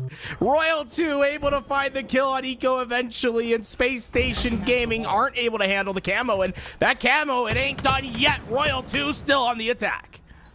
Royal 2 from the tower side is able to put down that damage, chasing the players over towards C, and then right back, understanding the spawn system, right back to putting that pressure down. But eventually Falcon, SSG find a couple of kills onto the camo player and more. Can they get this ball out of the hands of Shopify Rebellion? Falcon wants to be aggressive into these pipes, but he just doesn't have the numbers for it. He's waiting for resources to come, but Stellar and Eco are trapped on the opposite side. It's slowing SSG down. It's going to be up to a kill here from Falcon to open up a path, but that kill just doesn't come fast enough. Instead, it's just Falcon that's alive, and they never got the ball into play position either. Shopify Rebellion pick up right where they left off. 36-0 lead here for Shopify Rebellion. Stellar does open things up with a huge perimeter side kill that allows them to double push, if not triple push, right through multiple sides of gold. A perfect infiltration as Stellar hits a nasty stick, but Shopify Rebellion are still in it. A couple slays go their way. Frosty can't exactly find the kill onto Suppress. 3 down goes Shopify Rebellion. SSG able to get camo. A lot of freedom for Eco to work with as well, because Shopify Rebellion was 3 down when Spacestation grabbed that. Eco should have maximum time with this camouflage. It's more just playing good Halo, making sure that you do not give away this camo for free. And a little deja vu, maybe taking one out of Royal 2's playbook. Is it gonna work? Yes, it does. It's working perfectly. That I love that from Eco. Last shot gonna try to find a way to play this ball out, but Eco with the denial grenades keeps it right in, and as last shot finally sneaks it out over toward the battery side, he's also able to get himself a huge kill. Camo out of the equation, meanwhile Suppressed is right in it from the gold pipe side with a beautiful place grenade. Psycho still goes sky high in order to take down his former teammate. Can he get a shock rifle as well? Love that gunfight. You know, former teammates as well, Cycle and Suppress going at it there, but you get to see both their playstyles. Like Cycle, one of the hardest kills in the HCS, and Suppress, one of the hardest players not to get killed by.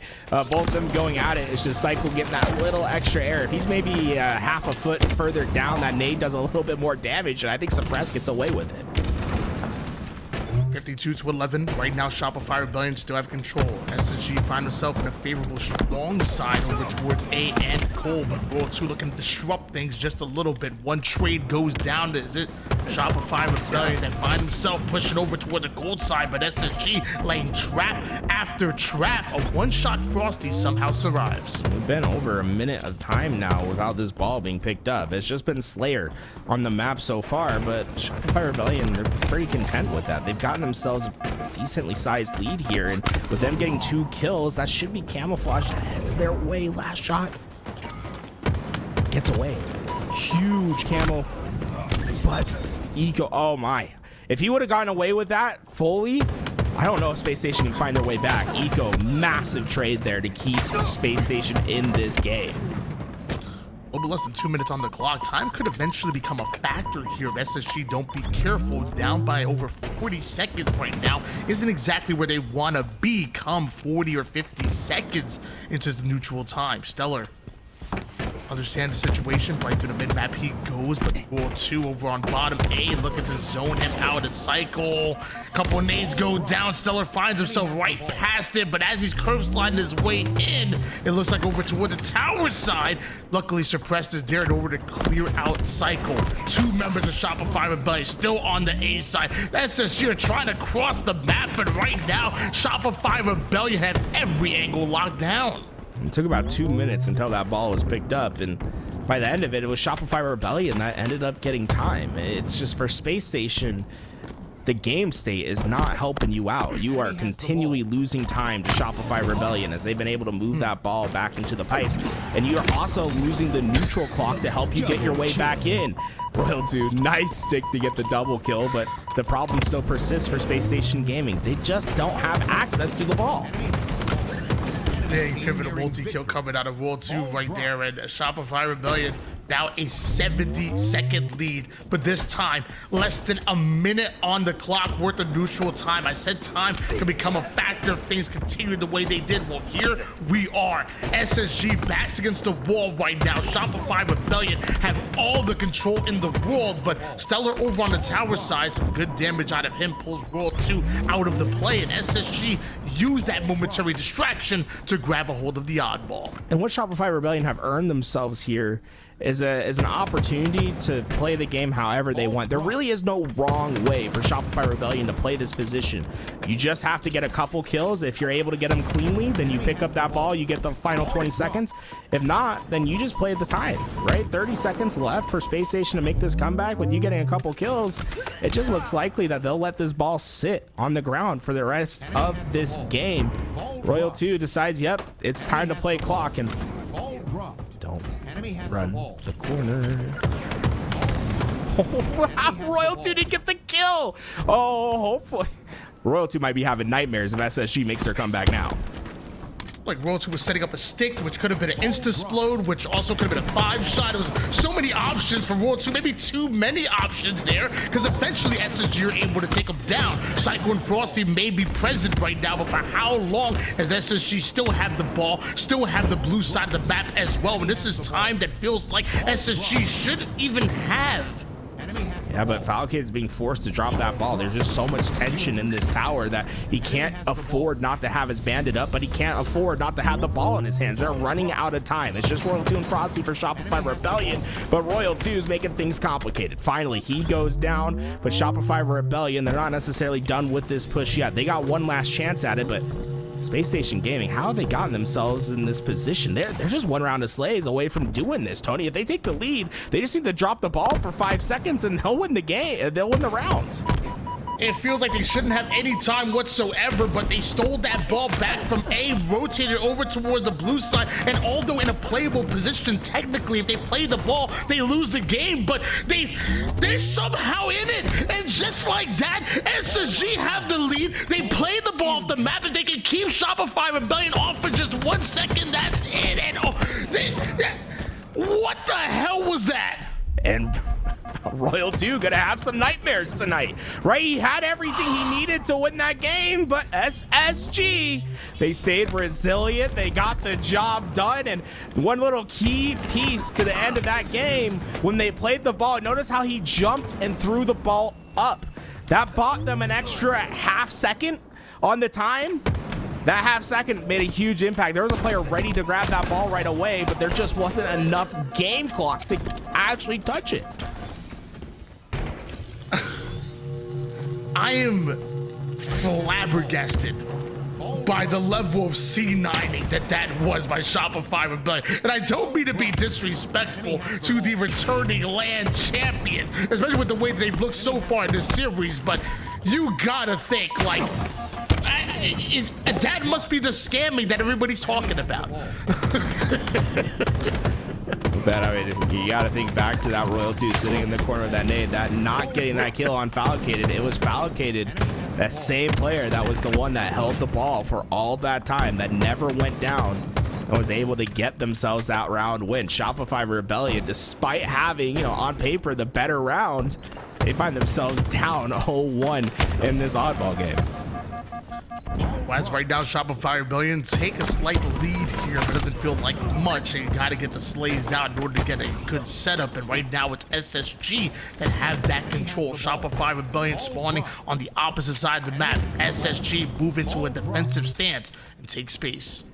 One of the big differences from the beginning of that round 1 to now has been suppressed. He was double negative at the start of the game. He's finding himself now building a cushion of kills over his deaths, and has double-digit assists to go with that.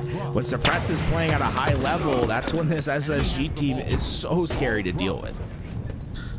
And once SSG get that cushion, they're going to be pushing up and putting pressure on the spawning players of Shopify Rebellion. That's exactly what they do. Constant pressure, constant damage. SSG now rotating the ball towards eventually where the players going to be spawning over on the back A side. And Stellar continues to be the pressure machine that he is. He's just always applying that pressure, always holding forward. And Shopify Rebellion need to find an answer for that.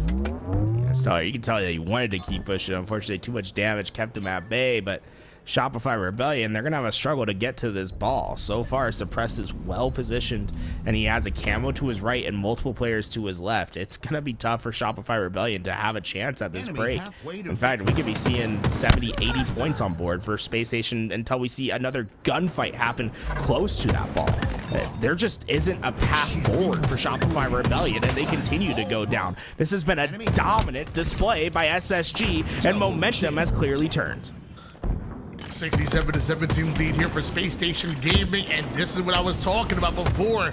As Shopify Rebellion looked dominant at game number 1, they looked dominant in the early game of that game 2, but slowly but surely SSG have just been getting better and better, and look at where we're at right now.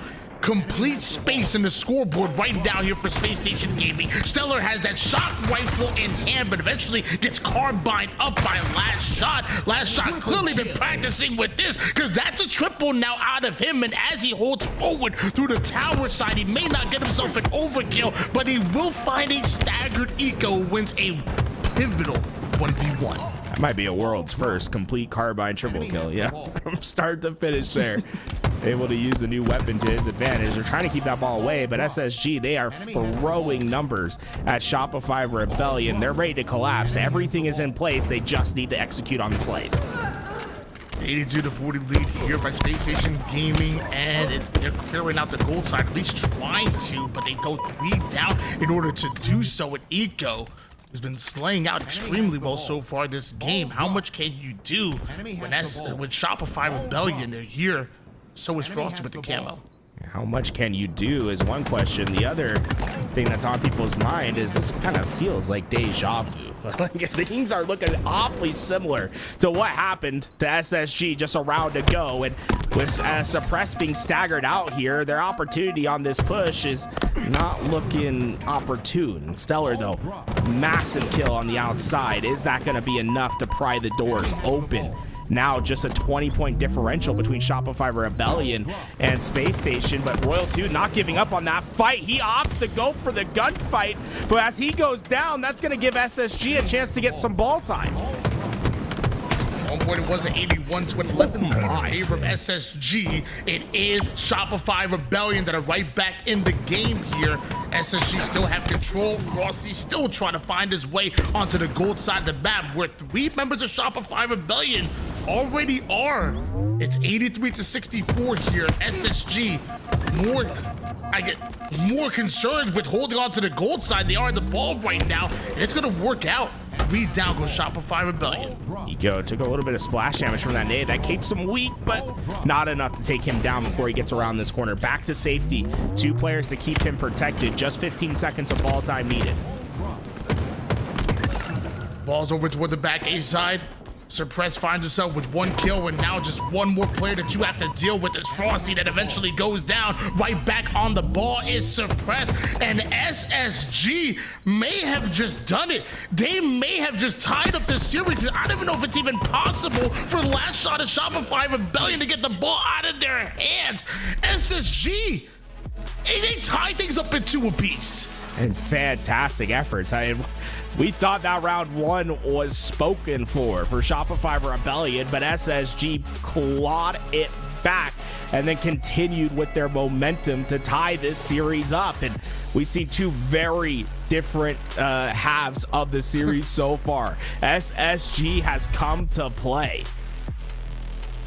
That round number 1 from SSG coming back will be used as an example for me for the rest of my life when it comes to players and giving up in ranked matchmaking. It's like, hey, did you see that time where SSG absolutely scammed their way into a huge win? We ain't out of it just yet. That will be used as an example for the rest of my Halo Infinite career when it comes to ranked.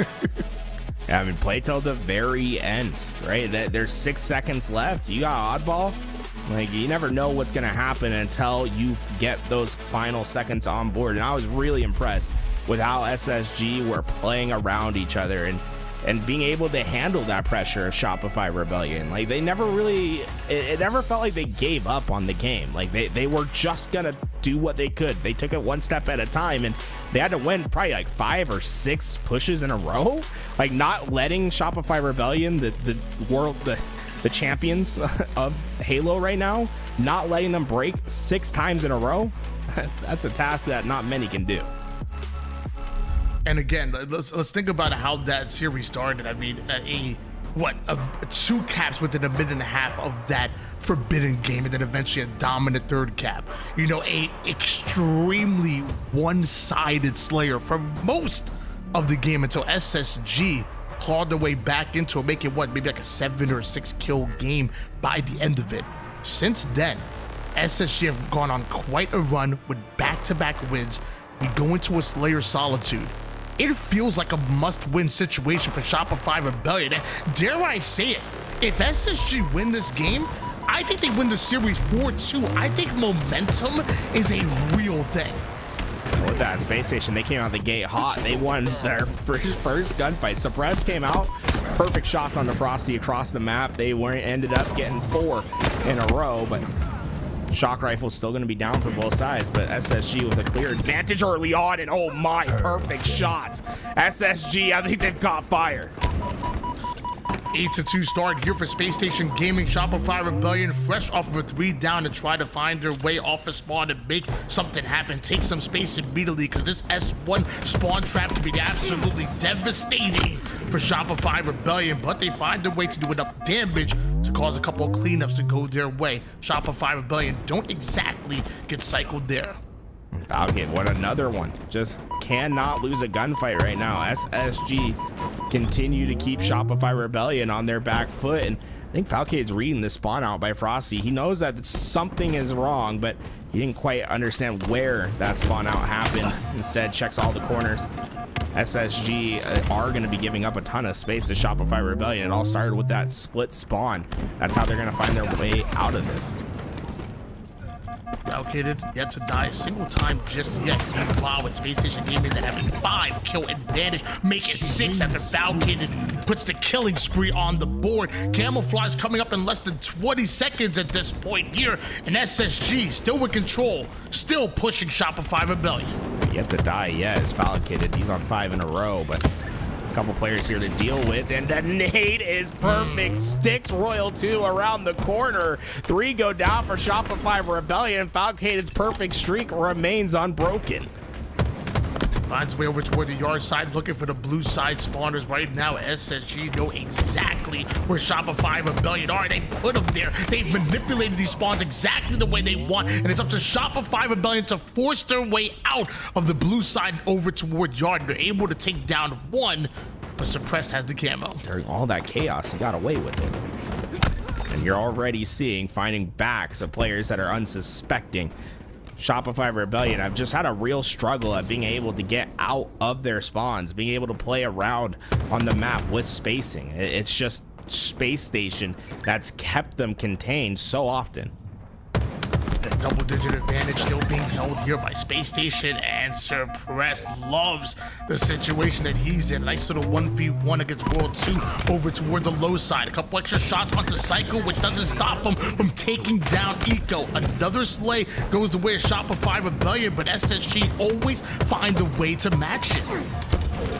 Last shot not able to get that kill. A very uncharacteristic miss from him, but that might just be enough to keep SSG in the driver's seat. That felt like the moment where SR could have turned this around, but because he goes down, Spacestation have the freedom to move out of their spawns.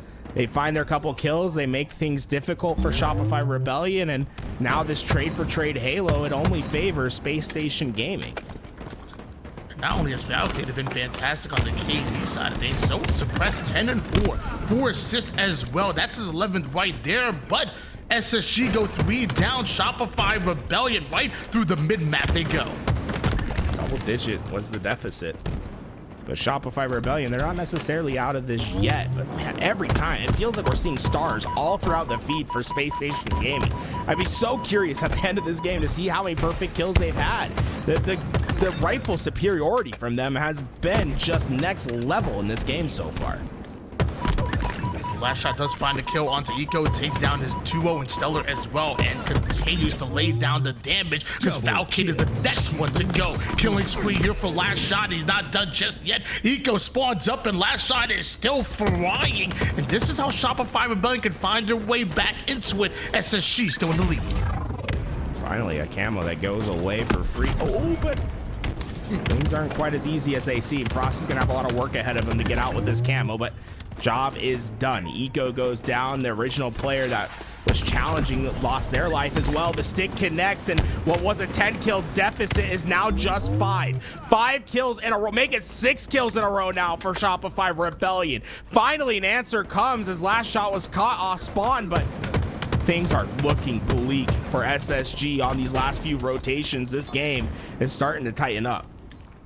37-32 lead here still for Spacestation Gaming, and Frosty finds himself yet another weakened player over toward the bottom mid side. Takes height almost immediately. Another one shot goes down. Frosty just reacting to every single call out on the map, and now 3 players which seemingly feel trapped are SSG quickly going 3 down. Shopify Rebellion are right back in the game. They're just within 1.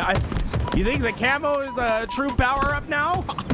That just completely changed the game. We're tied, folks, 38 all. Shopify Rebellion, they're right back into it. It's first to 12.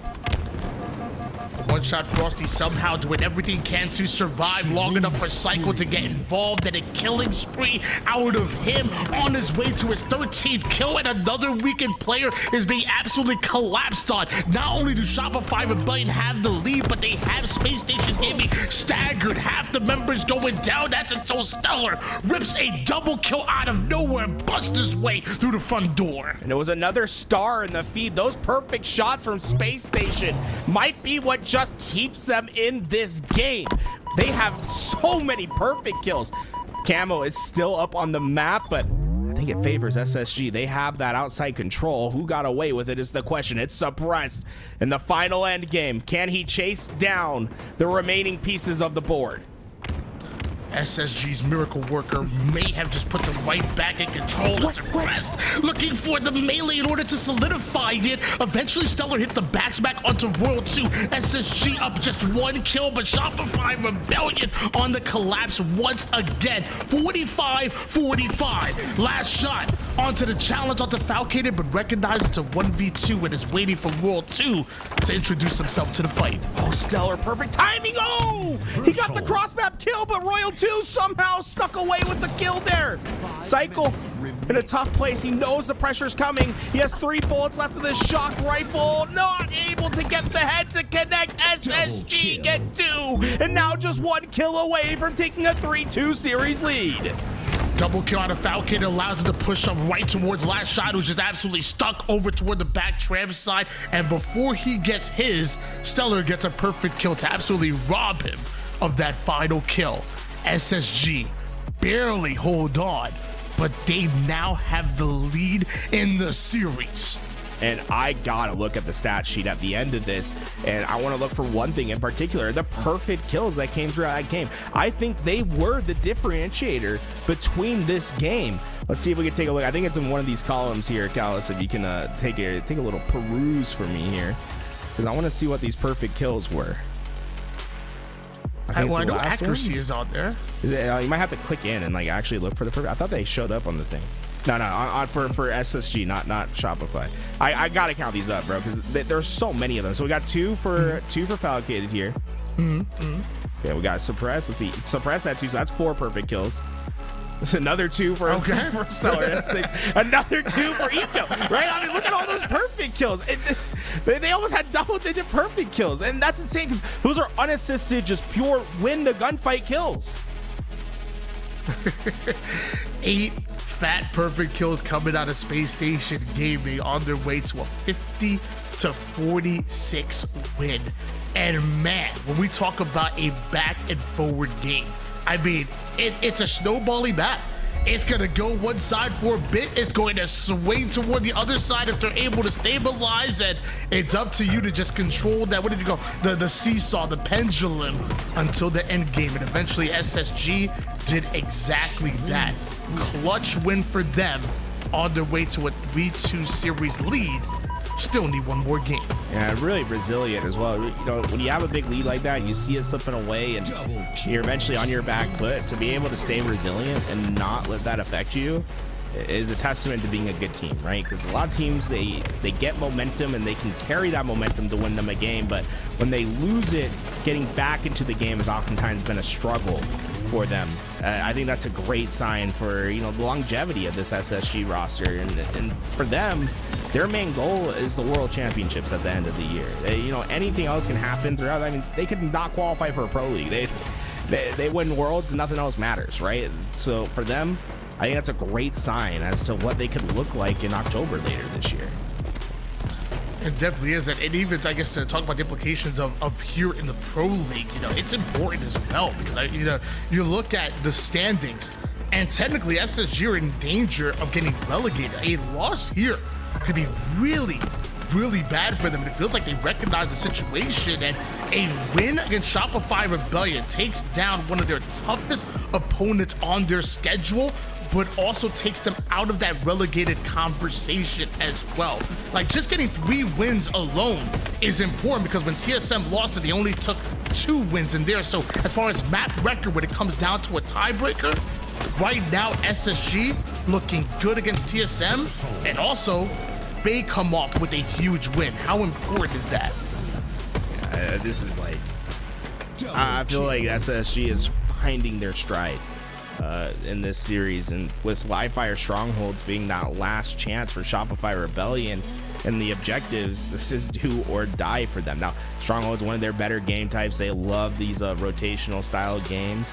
Would not expect to see Shopify Rebellion take this, kneeling by any moment, but look at Game 7, right? Origin Slayer is what could be our Game 7. Like, this is about to get juicy, Tony. I would be buckling in, folks. Make sure you get your stacks in now, right? Do whatever you need to do now, because this series, I think we got a certified heater coming on. Yeah, I mean, the same way Shopify Rebellion want to see Strongholds, I mean, so does Spacestation Gaming. Spacestation Gaming no stranger themselves, and this is going to be definitely a good battle between 2 teams and their stronger game type and map combination. I'm excited to see exactly what happens here. SSG so far have won 3 in a row right now. Shopify Rebellion are coming fresh off of winning at LAN, like fresh off of your returning champions, and they're already being tested on August 14th. You know, you think they would have a second to breathe. Beat to the fire. How does Shopify Rebellion respond on Strongholds? They have no second chance. Do or die. Spacestation Gaming is 1 game away, and they're desperate for wins in the Pro League. 1-3 so far, and nothing is guaranteed at the moment. A win here would be a massive step to them trying to guarantee that qualification to Los Angeles later next month. What does SSG to spawn over toward the tower side and also get first hands on that sniper? And my gosh, does Falcated put it to work immediately, not wasting any time whatsoever. Shopify Rebellion 4 down. Immediate into the spawns. I love that. Falcated has essentially set up the trap, and he is beaming. Not 1 kill for Shopify Rebellion. They have 2 clean rotations of kills. It's 8-0 for the Slays of SSG. 2 perfect round of slays here for Spacestation Gaming, and Falcated not done just yet, but the no-scope misses, the melee boom. Eco does end up getting away with the camouflage. Can Shopify Rebellion hold on to the sniper? Honestly, I'm surprised Shopify Rebellion might just get B. They do get B. How did they manage that? But I don't expect it to be there for long. You see the players of SSG getting forward on the map. Eco unfortunately caught mid-slide. Won't be able to keep that camo on the map, and B won't change hands because of it. As Royal 2 comes in and cleans up the kills. But dude, Falcated. Is he the most underrated player in HCS's history? Does someone get this man a chip? The way that Falcated plays, it's just so clean and efficient. He gets slays. He is the sneakiest player. He just does what is necessary for his teams to win. I called it back at Raleigh, the first event of Halo Infinite. Falcated would be the most underrated player, and he has been for quite some time. Now I feel like he's on everybody's radar, though. At this point, he's sneaking by no more. Meanwhile, Royal 2 ain't trying to sneak his way into the seaside. He tries to go right through Cut. Stellar ends up stopping him right then and there. 3 down to SSG, but the same for Shopify Rebellion. A momentary 1v1, but Suppressed not only gets the kill, gets the reset as well. And Suppressed, one of the best at turning those 1v1s into 1v-nuns. Wins his gunfight, and with that, the 2-cap continues to score for Space Station. Shopify Rebellion, they've been able to slow SSG down, but they haven't quite been able to flip the map into their control like they'd like. Frosty on the push over toward the back green side. He's gonna try to make his way into Bravo, and they have Charlie. It looks like Bravo's gonna change hands. SSG will have to settle for Alpha if they're able to cap it. As of right now, Shopify Rebellion already putting down that pressure. Cycle with the 5-shot. Can Eco get value out of this camo? It's a trip cap. They need to get out of this trip cap. Oh no. Caught by both sides. Last shot gets 2, and the hurt is gonna come in a tidal wave now. for Spacestation Gaming. Stellar's gonna get staggered off his spawn. He goes down as the rest spawn up. The trip cap is still in, and Frosty playing defense at tower. There's nowhere for them to go. Valkyrie is down to one shot. He goes down. It's another set of cycled spawns for SSG. It's brutal. They have them in a submission hold. This triple kill really does feel like a guillotine choke, and SSG better be careful, otherwise they'll be forced to tap out or pass out. 126 to 81 as they make the push onto Alpha. It's Shopify Rebellion there as they make the push onto Bravo. Guess what? Rebellion are here everywhere SSG go. They're being haunted right now, almost ghost-like. Our Shopify Rebellion eventually Stellar able to alleviate some of that pressure, but Shopify Rebellion continue to score. Frosty is just not missing. Last shot hits with the sniper as well. Things are going from bad to worse. 3-4 down once again. The spawns at Mud, and the last shot, I think he read it. He knows! He knows! Eco's head's gone. Stellar! Goodbye, suppressed. There's nowhere to go. Triple kill for last shot. Tap out!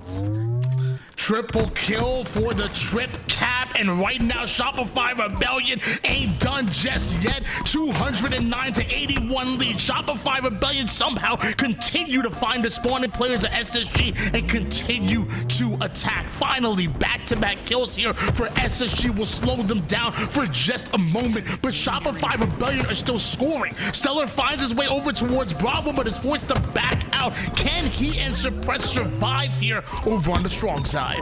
We've seen them come back from crazy deficits before. Think back to game 4, the oddball, where they were resilient and were able to build back strong. But I don't know, is that too much to ask? They're down by damn near 200 points, and Royal 2 finds the back. Camo, can he stay alive? This could be the backbreaker. Double cap locked in once again. Trip cap being worked on here for Shopify Rebellion. Suppress trying to stop it, but he just simply can't. It's Shopify Rebellion continuing to score, continuing to lock things down. SSG have to find their way over towards the second base, and they need it right here, right now. It's over toward the Bravo side. They go, but somehow it's Rebellion able to anticipate that as well, and they've simply run out of time. We're going to a game 7. Shopify Rebellion with a huge win. And they didn't just win, they suplexed them into the ground. That dominant. When they got that trip cap into effect, they never let go. And it just felt like everything was clicking perfect into snipe, into everything going just right. That's one of the cleanest games of Strongholds you'll ever see. My gosh, we've had 2 absolute banger of series so far, and as fans, I feel like we're owed a game 7. I feel like, well, we've been here for the long run. We saw one amazing matchup between TSM and FaZe earlier. Shopify Rebellion and SSG have been absolutely lights out, and there's no way we don't get a game 7 here. Origin Slayer, first to 50 kills, 12 minutes on the clock. Only one team can come out $1,000 richer today, but also really make some waves in the standings. There's one player that you have to keep your eye on when we go to this map. Frosty and what he has been able to do. Honestly, the legacy that he's left behind on Origin, on Coliseum, throughout his career. There's one player on this map that Spacestation must stop at all costs. Do not let Frosty control the game on Origin. I mean, hey man, he has a move on this map. We used to call it Frosty the Sniper. The way he was able to thrust slide his way to grabbing snipe right off the spawn, and although the thrust starting off, yeah, he can still curb slide his way into the action. We all know Frosty, the former MVP, loves him some Origin. Remember how this game started? It looked like Valkyrie couldn't miss with this. Like this, you gotta remember, they went from this dominant position where Shopify Rebellion were being bloodied at all points in time where they couldn't move because of how dominant the start was for Spacestation to then coming back and putting on this display, showing us one of the strongest Strongholds games of all time. Just, I love a team that can come back and win like that. And this was just so clean. The reading of the spawns from Last Shot's next level there. Like when you think about what he had to do, being up in that tower, reading that mud spawn, and then coming back and collapsing, it's just clean. But we saw Shopify Rebellion. Their head bloodied, but not unbowed. Now just one game away from completing their comeback, but SSG stands in their way. And get ready for the sniper battle. Stellar versus Frosty. This is what we all live for. Ladies and gentlemen, this is it right here. Only one team can be $1,000 richer here in your show match. This is your LVT Halo Pro League in partnership with Shopify Rebellion. And we have Shopify Rebellion about to go up against a Spacestation Gaming as soon as we make sure that all the technical difficulties are obviously straightened out here. Meanwhile, you know, we got to talk about what we saw here in this best of 7 series so far. I mean, Forbidden capture the flag, dominant for Shopify Rebellion. That Slayer, so daggone good in the early game. Again, we talk about it was a dominant performance by them once again in the early game. But since then, SSG were able to claw their way back into it, able to make it a tightly contested game number 2, and eventually win 3 in a row in order to put us in that oh so important game 6 Strongholds, the Shopify Rebellion, end up winning 250-94. To get to this Origin Slayer, it has been an up and down roller coaster of emotions, of scores. It's been absolutely crazy, but only one team can win it. It's kind of bittersweet saying it that way. First to 50. Get yourself locked on in. 2017. One man, he ran up that sniper ramp on screen, grabbed the sniper, and created the term frosting the snipe. Do we see an aggressive play sniper once again, or maybe something more calm and casual? As you know, those rockets will also be playing an impact. These opening breaks are so important to the Slayers, especially when there's 2 power weapons up for grabs. And although players don't start with the thrust, I mean, there is a thrust over towards that middle map, and oftentimes the rocket player, if they can get away with the rockets, they can also get away with that thrust as well. Stellar gonna start things off by going toward the catwalk side immediately, anticipating the Shopify Rebellion are favoring the rocket side. It's a huge double kill by Stellar, who also avoids the rocket. Huge plays by SSG, not only able to neutralize those rockets early, but now a sniper that's in their possession, and not one kill that has gone to Rebellion. Falcated, feeling that pressure, wastes the snipe shot onto the grenade, thinking it would get the kill, but instead results in the trade, and Frosty getting away with that sniper as well. Top priority now for Spacestation is to get that sniper out of the hands of Frosty. 6-3 advantage here coming from Spacestation Gaming, and Frosty brings that sniper immediately toward the catwalk side, but Eco and SSG know exactly where he wants to go. Sniper hits the ground, but so does Falcated, courtesy of Last Shot. Last Shot's going to be able to find that sniper with 3 bullets left down in the grass. Looking for his second chance with it, but so far it's just been trade for trade since that initial start. Shopify Rebellion not having a lot of freedom on the map to move. Last Shot drafted to the corner, but hits the shot, doesn't get the kill. Stellar stands tall, able to win the gunfight and takes the sniper away from Shopify Rebellion. Although Last Shot was able to get that sniper on the catwalk side, he ends up losing teammates and eventually loses his life. And Stellar with the sniper is not who you want to see with it. He immediately turns that into a double, make it a triple. He's SSG's miracle worker for a reason, as he continued to put down damage at the Last Shot onto Last Shot, and finally Cycle is able to slow him down just a bit, but the damage has been done. SSG still have the lead. As well pop the overkill sound effect. That was unofficial for sure, but he took all 4 down with him. Huge plays by Stellar, and that 4 kills, that's the difference in the scoreboard right now. It's a 4-kill differential as SSG still have this lead. 19-14 right now is the score line. Another huge kill though coming out of last shot. That first kill could snowball into more, but Eco once again active listening, actively taking down the one-shot players. Frosty now going to rotate Carbine over on the elbow side. This is an important position coming from Frosty with the Carbine. Right, that Carbine is filthy on the Scar side because of how much open space there is, right? You have clear sight lines, but Falcate threw a dot of a nade from all the way from the opposite elbow, was able to find that kill onto Frosty, and with that initial kill, they're able to start cycling the players of Shopify Rebellion. This could have even more effect when you realize that those rockets are up, and they should be free for SSG to grab. SSG still have the lead for now, but not able to get away with rockets, are able to get away with a life onto Frosty here. A huge pick coming out of him, and Eco wants more. He finds Cycle on the elbow side, and Cycle goes right at him. Cleanup comes in real quick, not only keeping SSG in the lead, but can he get positioning on the rockets? Suppress trying to do his best to keep this pressure on, but players not giving him an easy kill here. Instead, Suppress finds himself one shot but wins the gunfight. Oh, last shot versus Suppress, 2 of the best gunners in the game. Suppress comes out with the final laugh.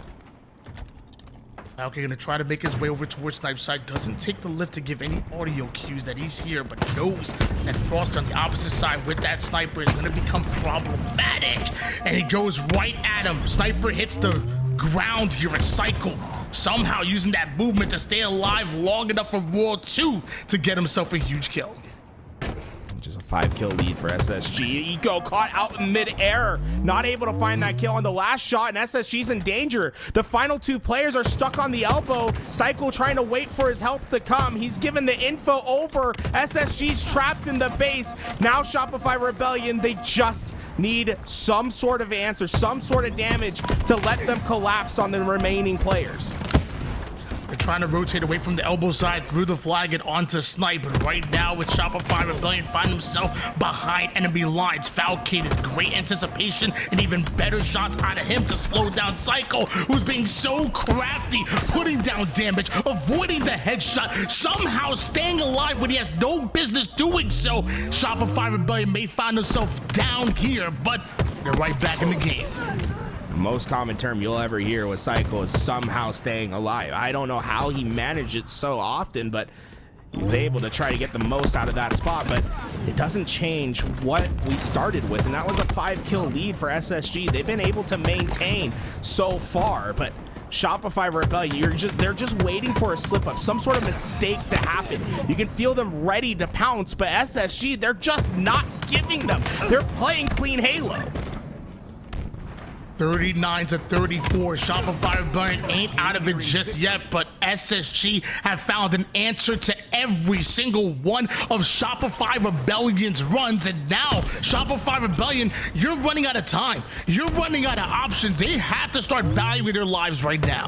The next few kills will determine who gets these rockets, and that might be the swing that Shopify Rebellion's looking for. And by the time these rockets come up into play, the sniper might just join it. We have 2 power weapons that are going to be joining the map, and Shopify Rebellion are starting to take control of the map. They have SSG trapped into the corner. That's 2 unanswered kills. And the one-shots get away. Last shot got the sniper. Things are starting to look up. Huge snipe shot by Last Shot.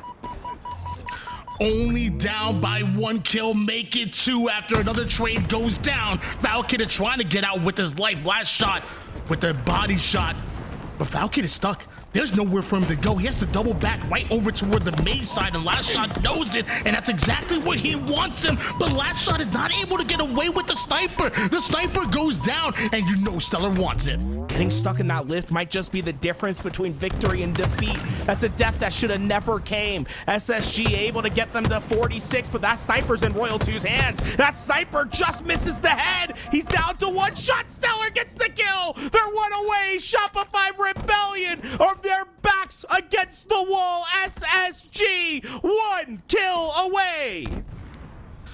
Taking height to Stellar.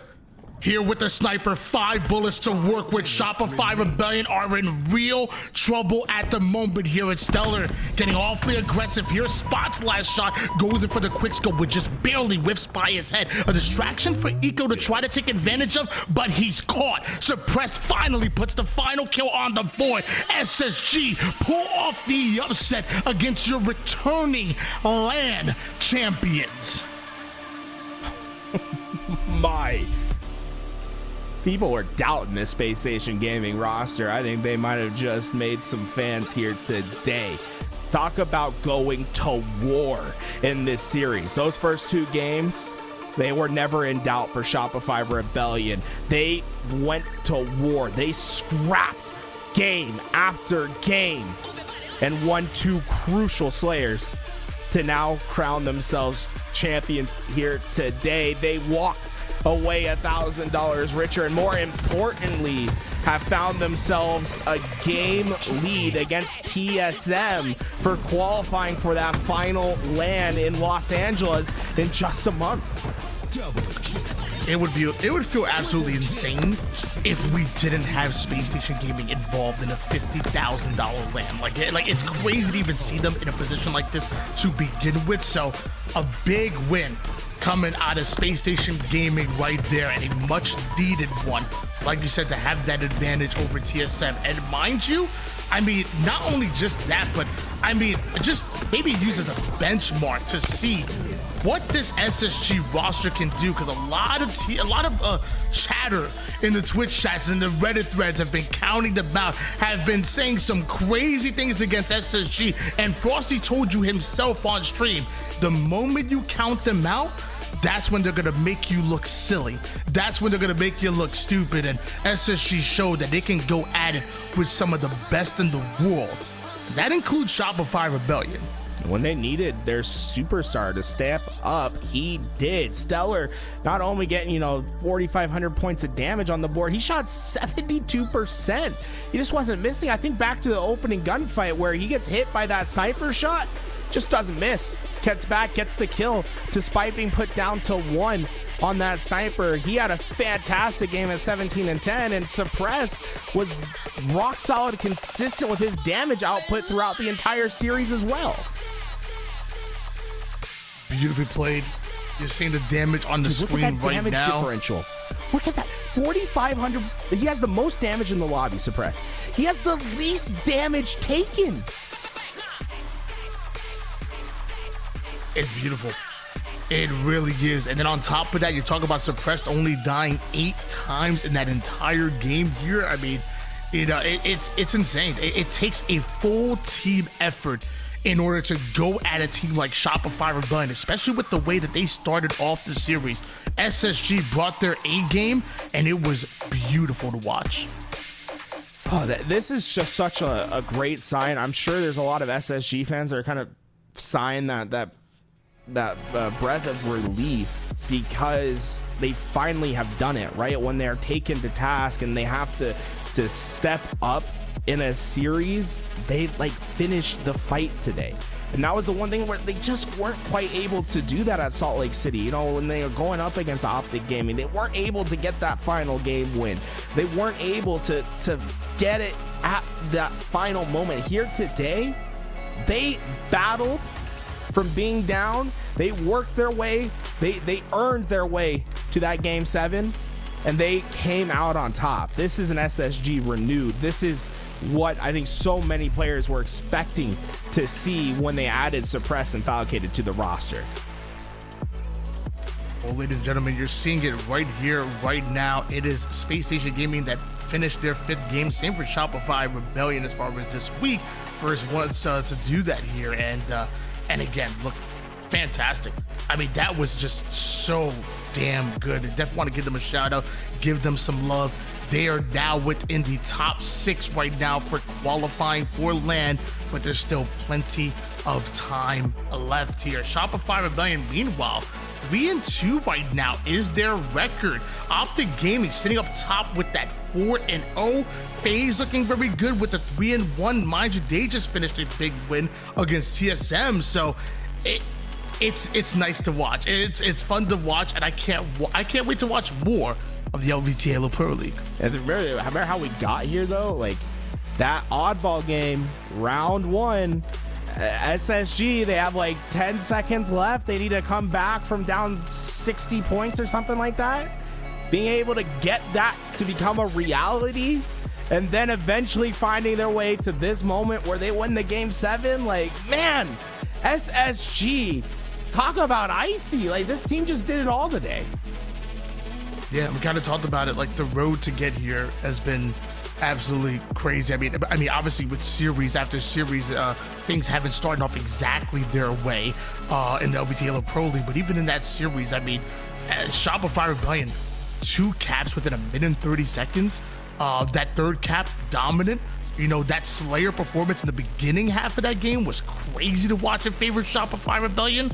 But you just saw them slowly starting to build up that momentum to the point where they win 3 games in a row to go to that game number 6 and then stamp it home in that game 7 Origin. That was, dude, I'm telling you, SSG, they're dangerous, man. And after today, nobody is going to be counting them out. And then even now, like, we got to think about the implications that can happen still within the league. Like, we got more games to play. TSM, SSG, that's going to be do or die for TSM next week. They need to come out a victor there. Spacestation, they're just, if they are able to beat TSM, they've essentially locked in their LAN qualification. They're just 1 game away. So this next week going to be very important for them to get that win against TSM, whereas it's going to be last chance on the side of TSM. So huge matches still to come. Complexity obviously still hovering at that 2-2 spot. They're gonna have some big matches. Like, there's so much so many games that have ramifications here today. Yeah, I feel like that's like kind of the next team that I'm kind of looking forward to seeing is Complexity, which I believe, if I'm correct, I believe they might play here soon, and they definitely want to see some wins on the board here as well. Like, they shouldn't feel comfortable as well. TSM go on a run, and we could be looking at a tiebreaker situation. I want to see Complexity's next matchup as well. Well, we had one of the best series, I think, today, and a man that helped secure it with a fantastic Game 7 performance. Welcome to the stream, Stellar. And how does it feel to get that Game 7 win? Good. I mean, I feel like we clutched up a lot of games. I'm happy with how we played that whole entire series, except for game 1, obviously. But yeah, game 1, I mean, Forbidden, you know, that's going to happen. But I'll say clutched up, iced up, I think was the term I would use for this series. I want to talk a little bit about that oddball game and that round 1. Can you walk me through, like, what the comms were like? Like, how when did you realize, like, you guys were going to make that crazy comeback happen? I think we got the ball to back C, and we were all there, and we needed, I don't even know how many seconds, like 20, and then we held it, and I mean, yeah, we all died, and then Falcated had the ball, last guy alive, and just, it was perfect timing. We got the time we needed. It felt like whenever you guys needed to come up big, you guys did this. You guys did that today, and against a very good team in Shopify Rebellion. What do you think that says about your team and getting yourself prepared for, you know, the rest of the season? Like, where do you guys, how are you guys like feeling for your preparation now with this series being done? I mean, we know we can win. I mean, we haven't had a lot of practice because of just outside of game reasons, but I mean, yeah, we know we have the potential, and yeah. I love it. You know, coming through, you guys obviously, like Salt Lake City, you guys wanted a little bit of a better result there. It felt like there was something special there happening on day 2 with the series against Optic. What do you guys think you like learned from Salt Lake City, and like how are you changing your approach coming into the future events from that event to future ones? I think we just got to work on certain game types, honestly. Other than that, like Saturday, I feel like we played really good because we got to play a lot of matches that day, and then went into the Optic match playing good. And then Sunday, we just came out really, really flat. Didn't play any matches, just went straight into it, and we were flat. So, yeah. So far, I mean, you guys obviously had big changes. What do you think has been like the big impact of adding Falcated and Suppressed to the roster? Like, what have they really been bringing to you two? Firepower. I mean, they're nasty. and their comms are good and not hectic or crazy. It just fits perfectly with me and Eco. Yeah, I felt like you guys like hit that flow. I mean, you in particular, you had a crazy game 7. What do you think was like the key to like that game 7 in particular for you guys to be so strong, especially at the end? Like I was looking at the damage, you had a crazy amount. Suppress went like plus 1500 on the damage. Like for you, like thinking back on that game 7, like what was going so right for you guys? Oh man, I really don't know. I think yeah, I actually don't know. I just feel like we were playing the whole entire map like well together instead of just getting super bunched up on like snipe side or whatever. Like we were just controlling the whole map. That's what I felt like. Okay, you guys also had like a really big win on Lattice, like the newest map in rotation. I mean, what do you think? Just like first initial thoughts on playing Lattice. Like, what do you think about the new map? It's alright. I don't know. I haven't really played it that much, but I feel like there's gonna be like the games are gonna end like how our King of the Hill did a lot. Just like 2 caps. Interesting. 2 to Yeah, 1. it was interesting because the last series that we saw, it was like the complete opposite. So you guys had like this crazy like Slayer Fest, and then the FaZe TSM series, it was like there was like I think like still like 2.5 minutes of neutral clock when they like went into the final hill. So it seems like players are still figuring it out and everything. Has there been anything? I feel like there's been so much drama, or like people just have like what they want to say about your team. Has there been anything where you've been like kind of wanting to say something, or like just something you want to tell the world about your team to like kind of clear the air, or like, you know, just right now you got the platform, I want to give you the opportunity to like what is it, like, is there anything you've been wanting to talk about for your team? Not really. I mean, I feel like I kind of said it. It's just we just got to put the pieces together. I feel like we have the potential that is needed. Just got to put it together because I think we're like nasty. Well, either way, I feel like we saw that today. Like you guys are nasty, 100%.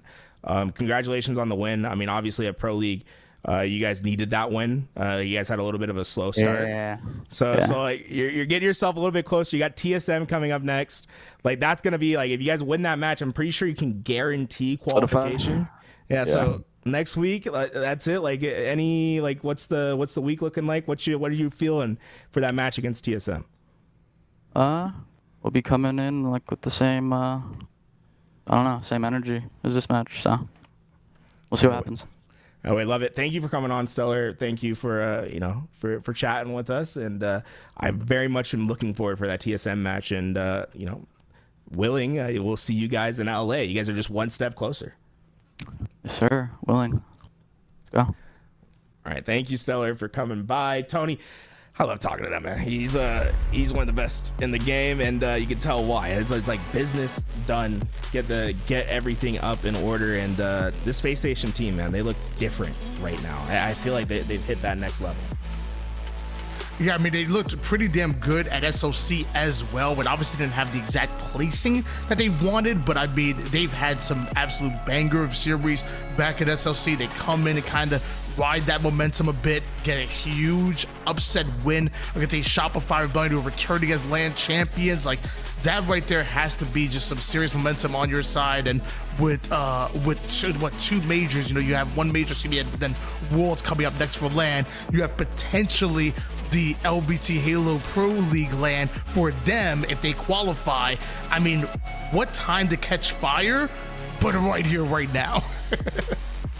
This was a fantastic day at Halo. I think this is the best Pro League day we've had yet when it comes to like quality of matches. The FaZe TSM, the Spacestation, Shopify Rebellion matches, those are instant classics in my opinion. Yeah, I feel like we are seeing some of the best Halo and Halo Infinite's life cycle so far.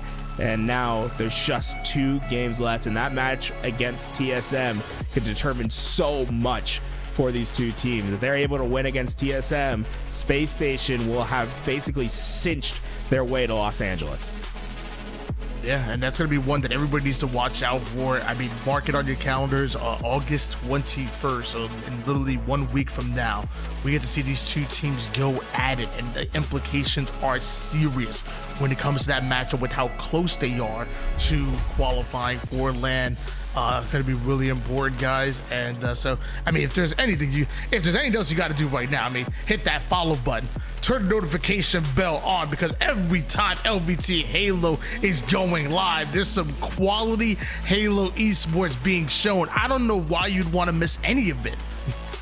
And when you see this weekend, HCS Open Series is back up as we start to get ourselves ready for that Charlotte Major in just a few, I guess like a month and a half. I think we're getting pretty close to that as well. And then we'll be back with more Pro League action, starting with Optic Gaming versus Omit on that Monday. And I'm going to be very excited for these next 2 weeks of Pro League, because it's day after day. Like we're pro Halo every day, basically, for these next 2 weeks. I'm super amped for it.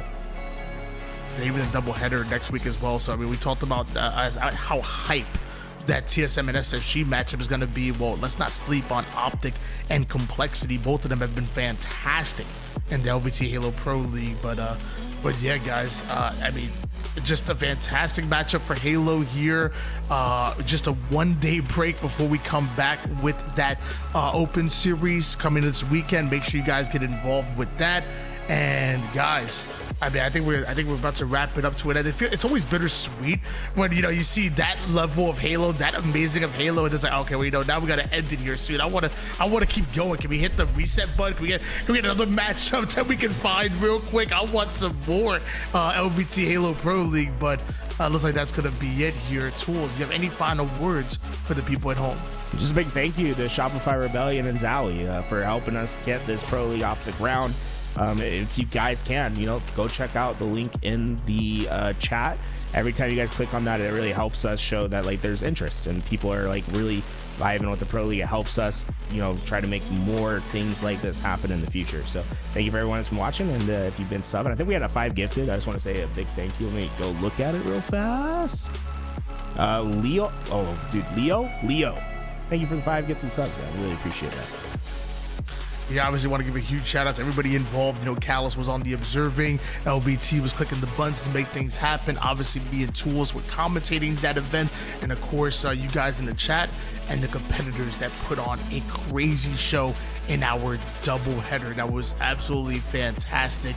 Guys, we're going to take, like I said, a one-day break.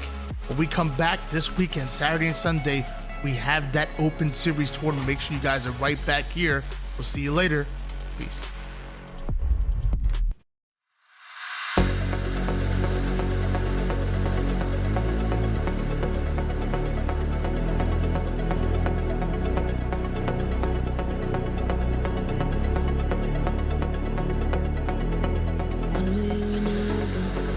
It's alright, I know it slips so easily. Fighters and lovers in your eyes, running around your head. There's 1,000 enemies, but there's a fire. Welcome back, ladies and gentlemen. It is your LVT Halo Pro League, presented in partnership with Shopify Rebellion, presented by LVT Halo. You already know what it is. Why not be reckless? AK, why not be casting? I got my man Tools with me, and man, are you looking good.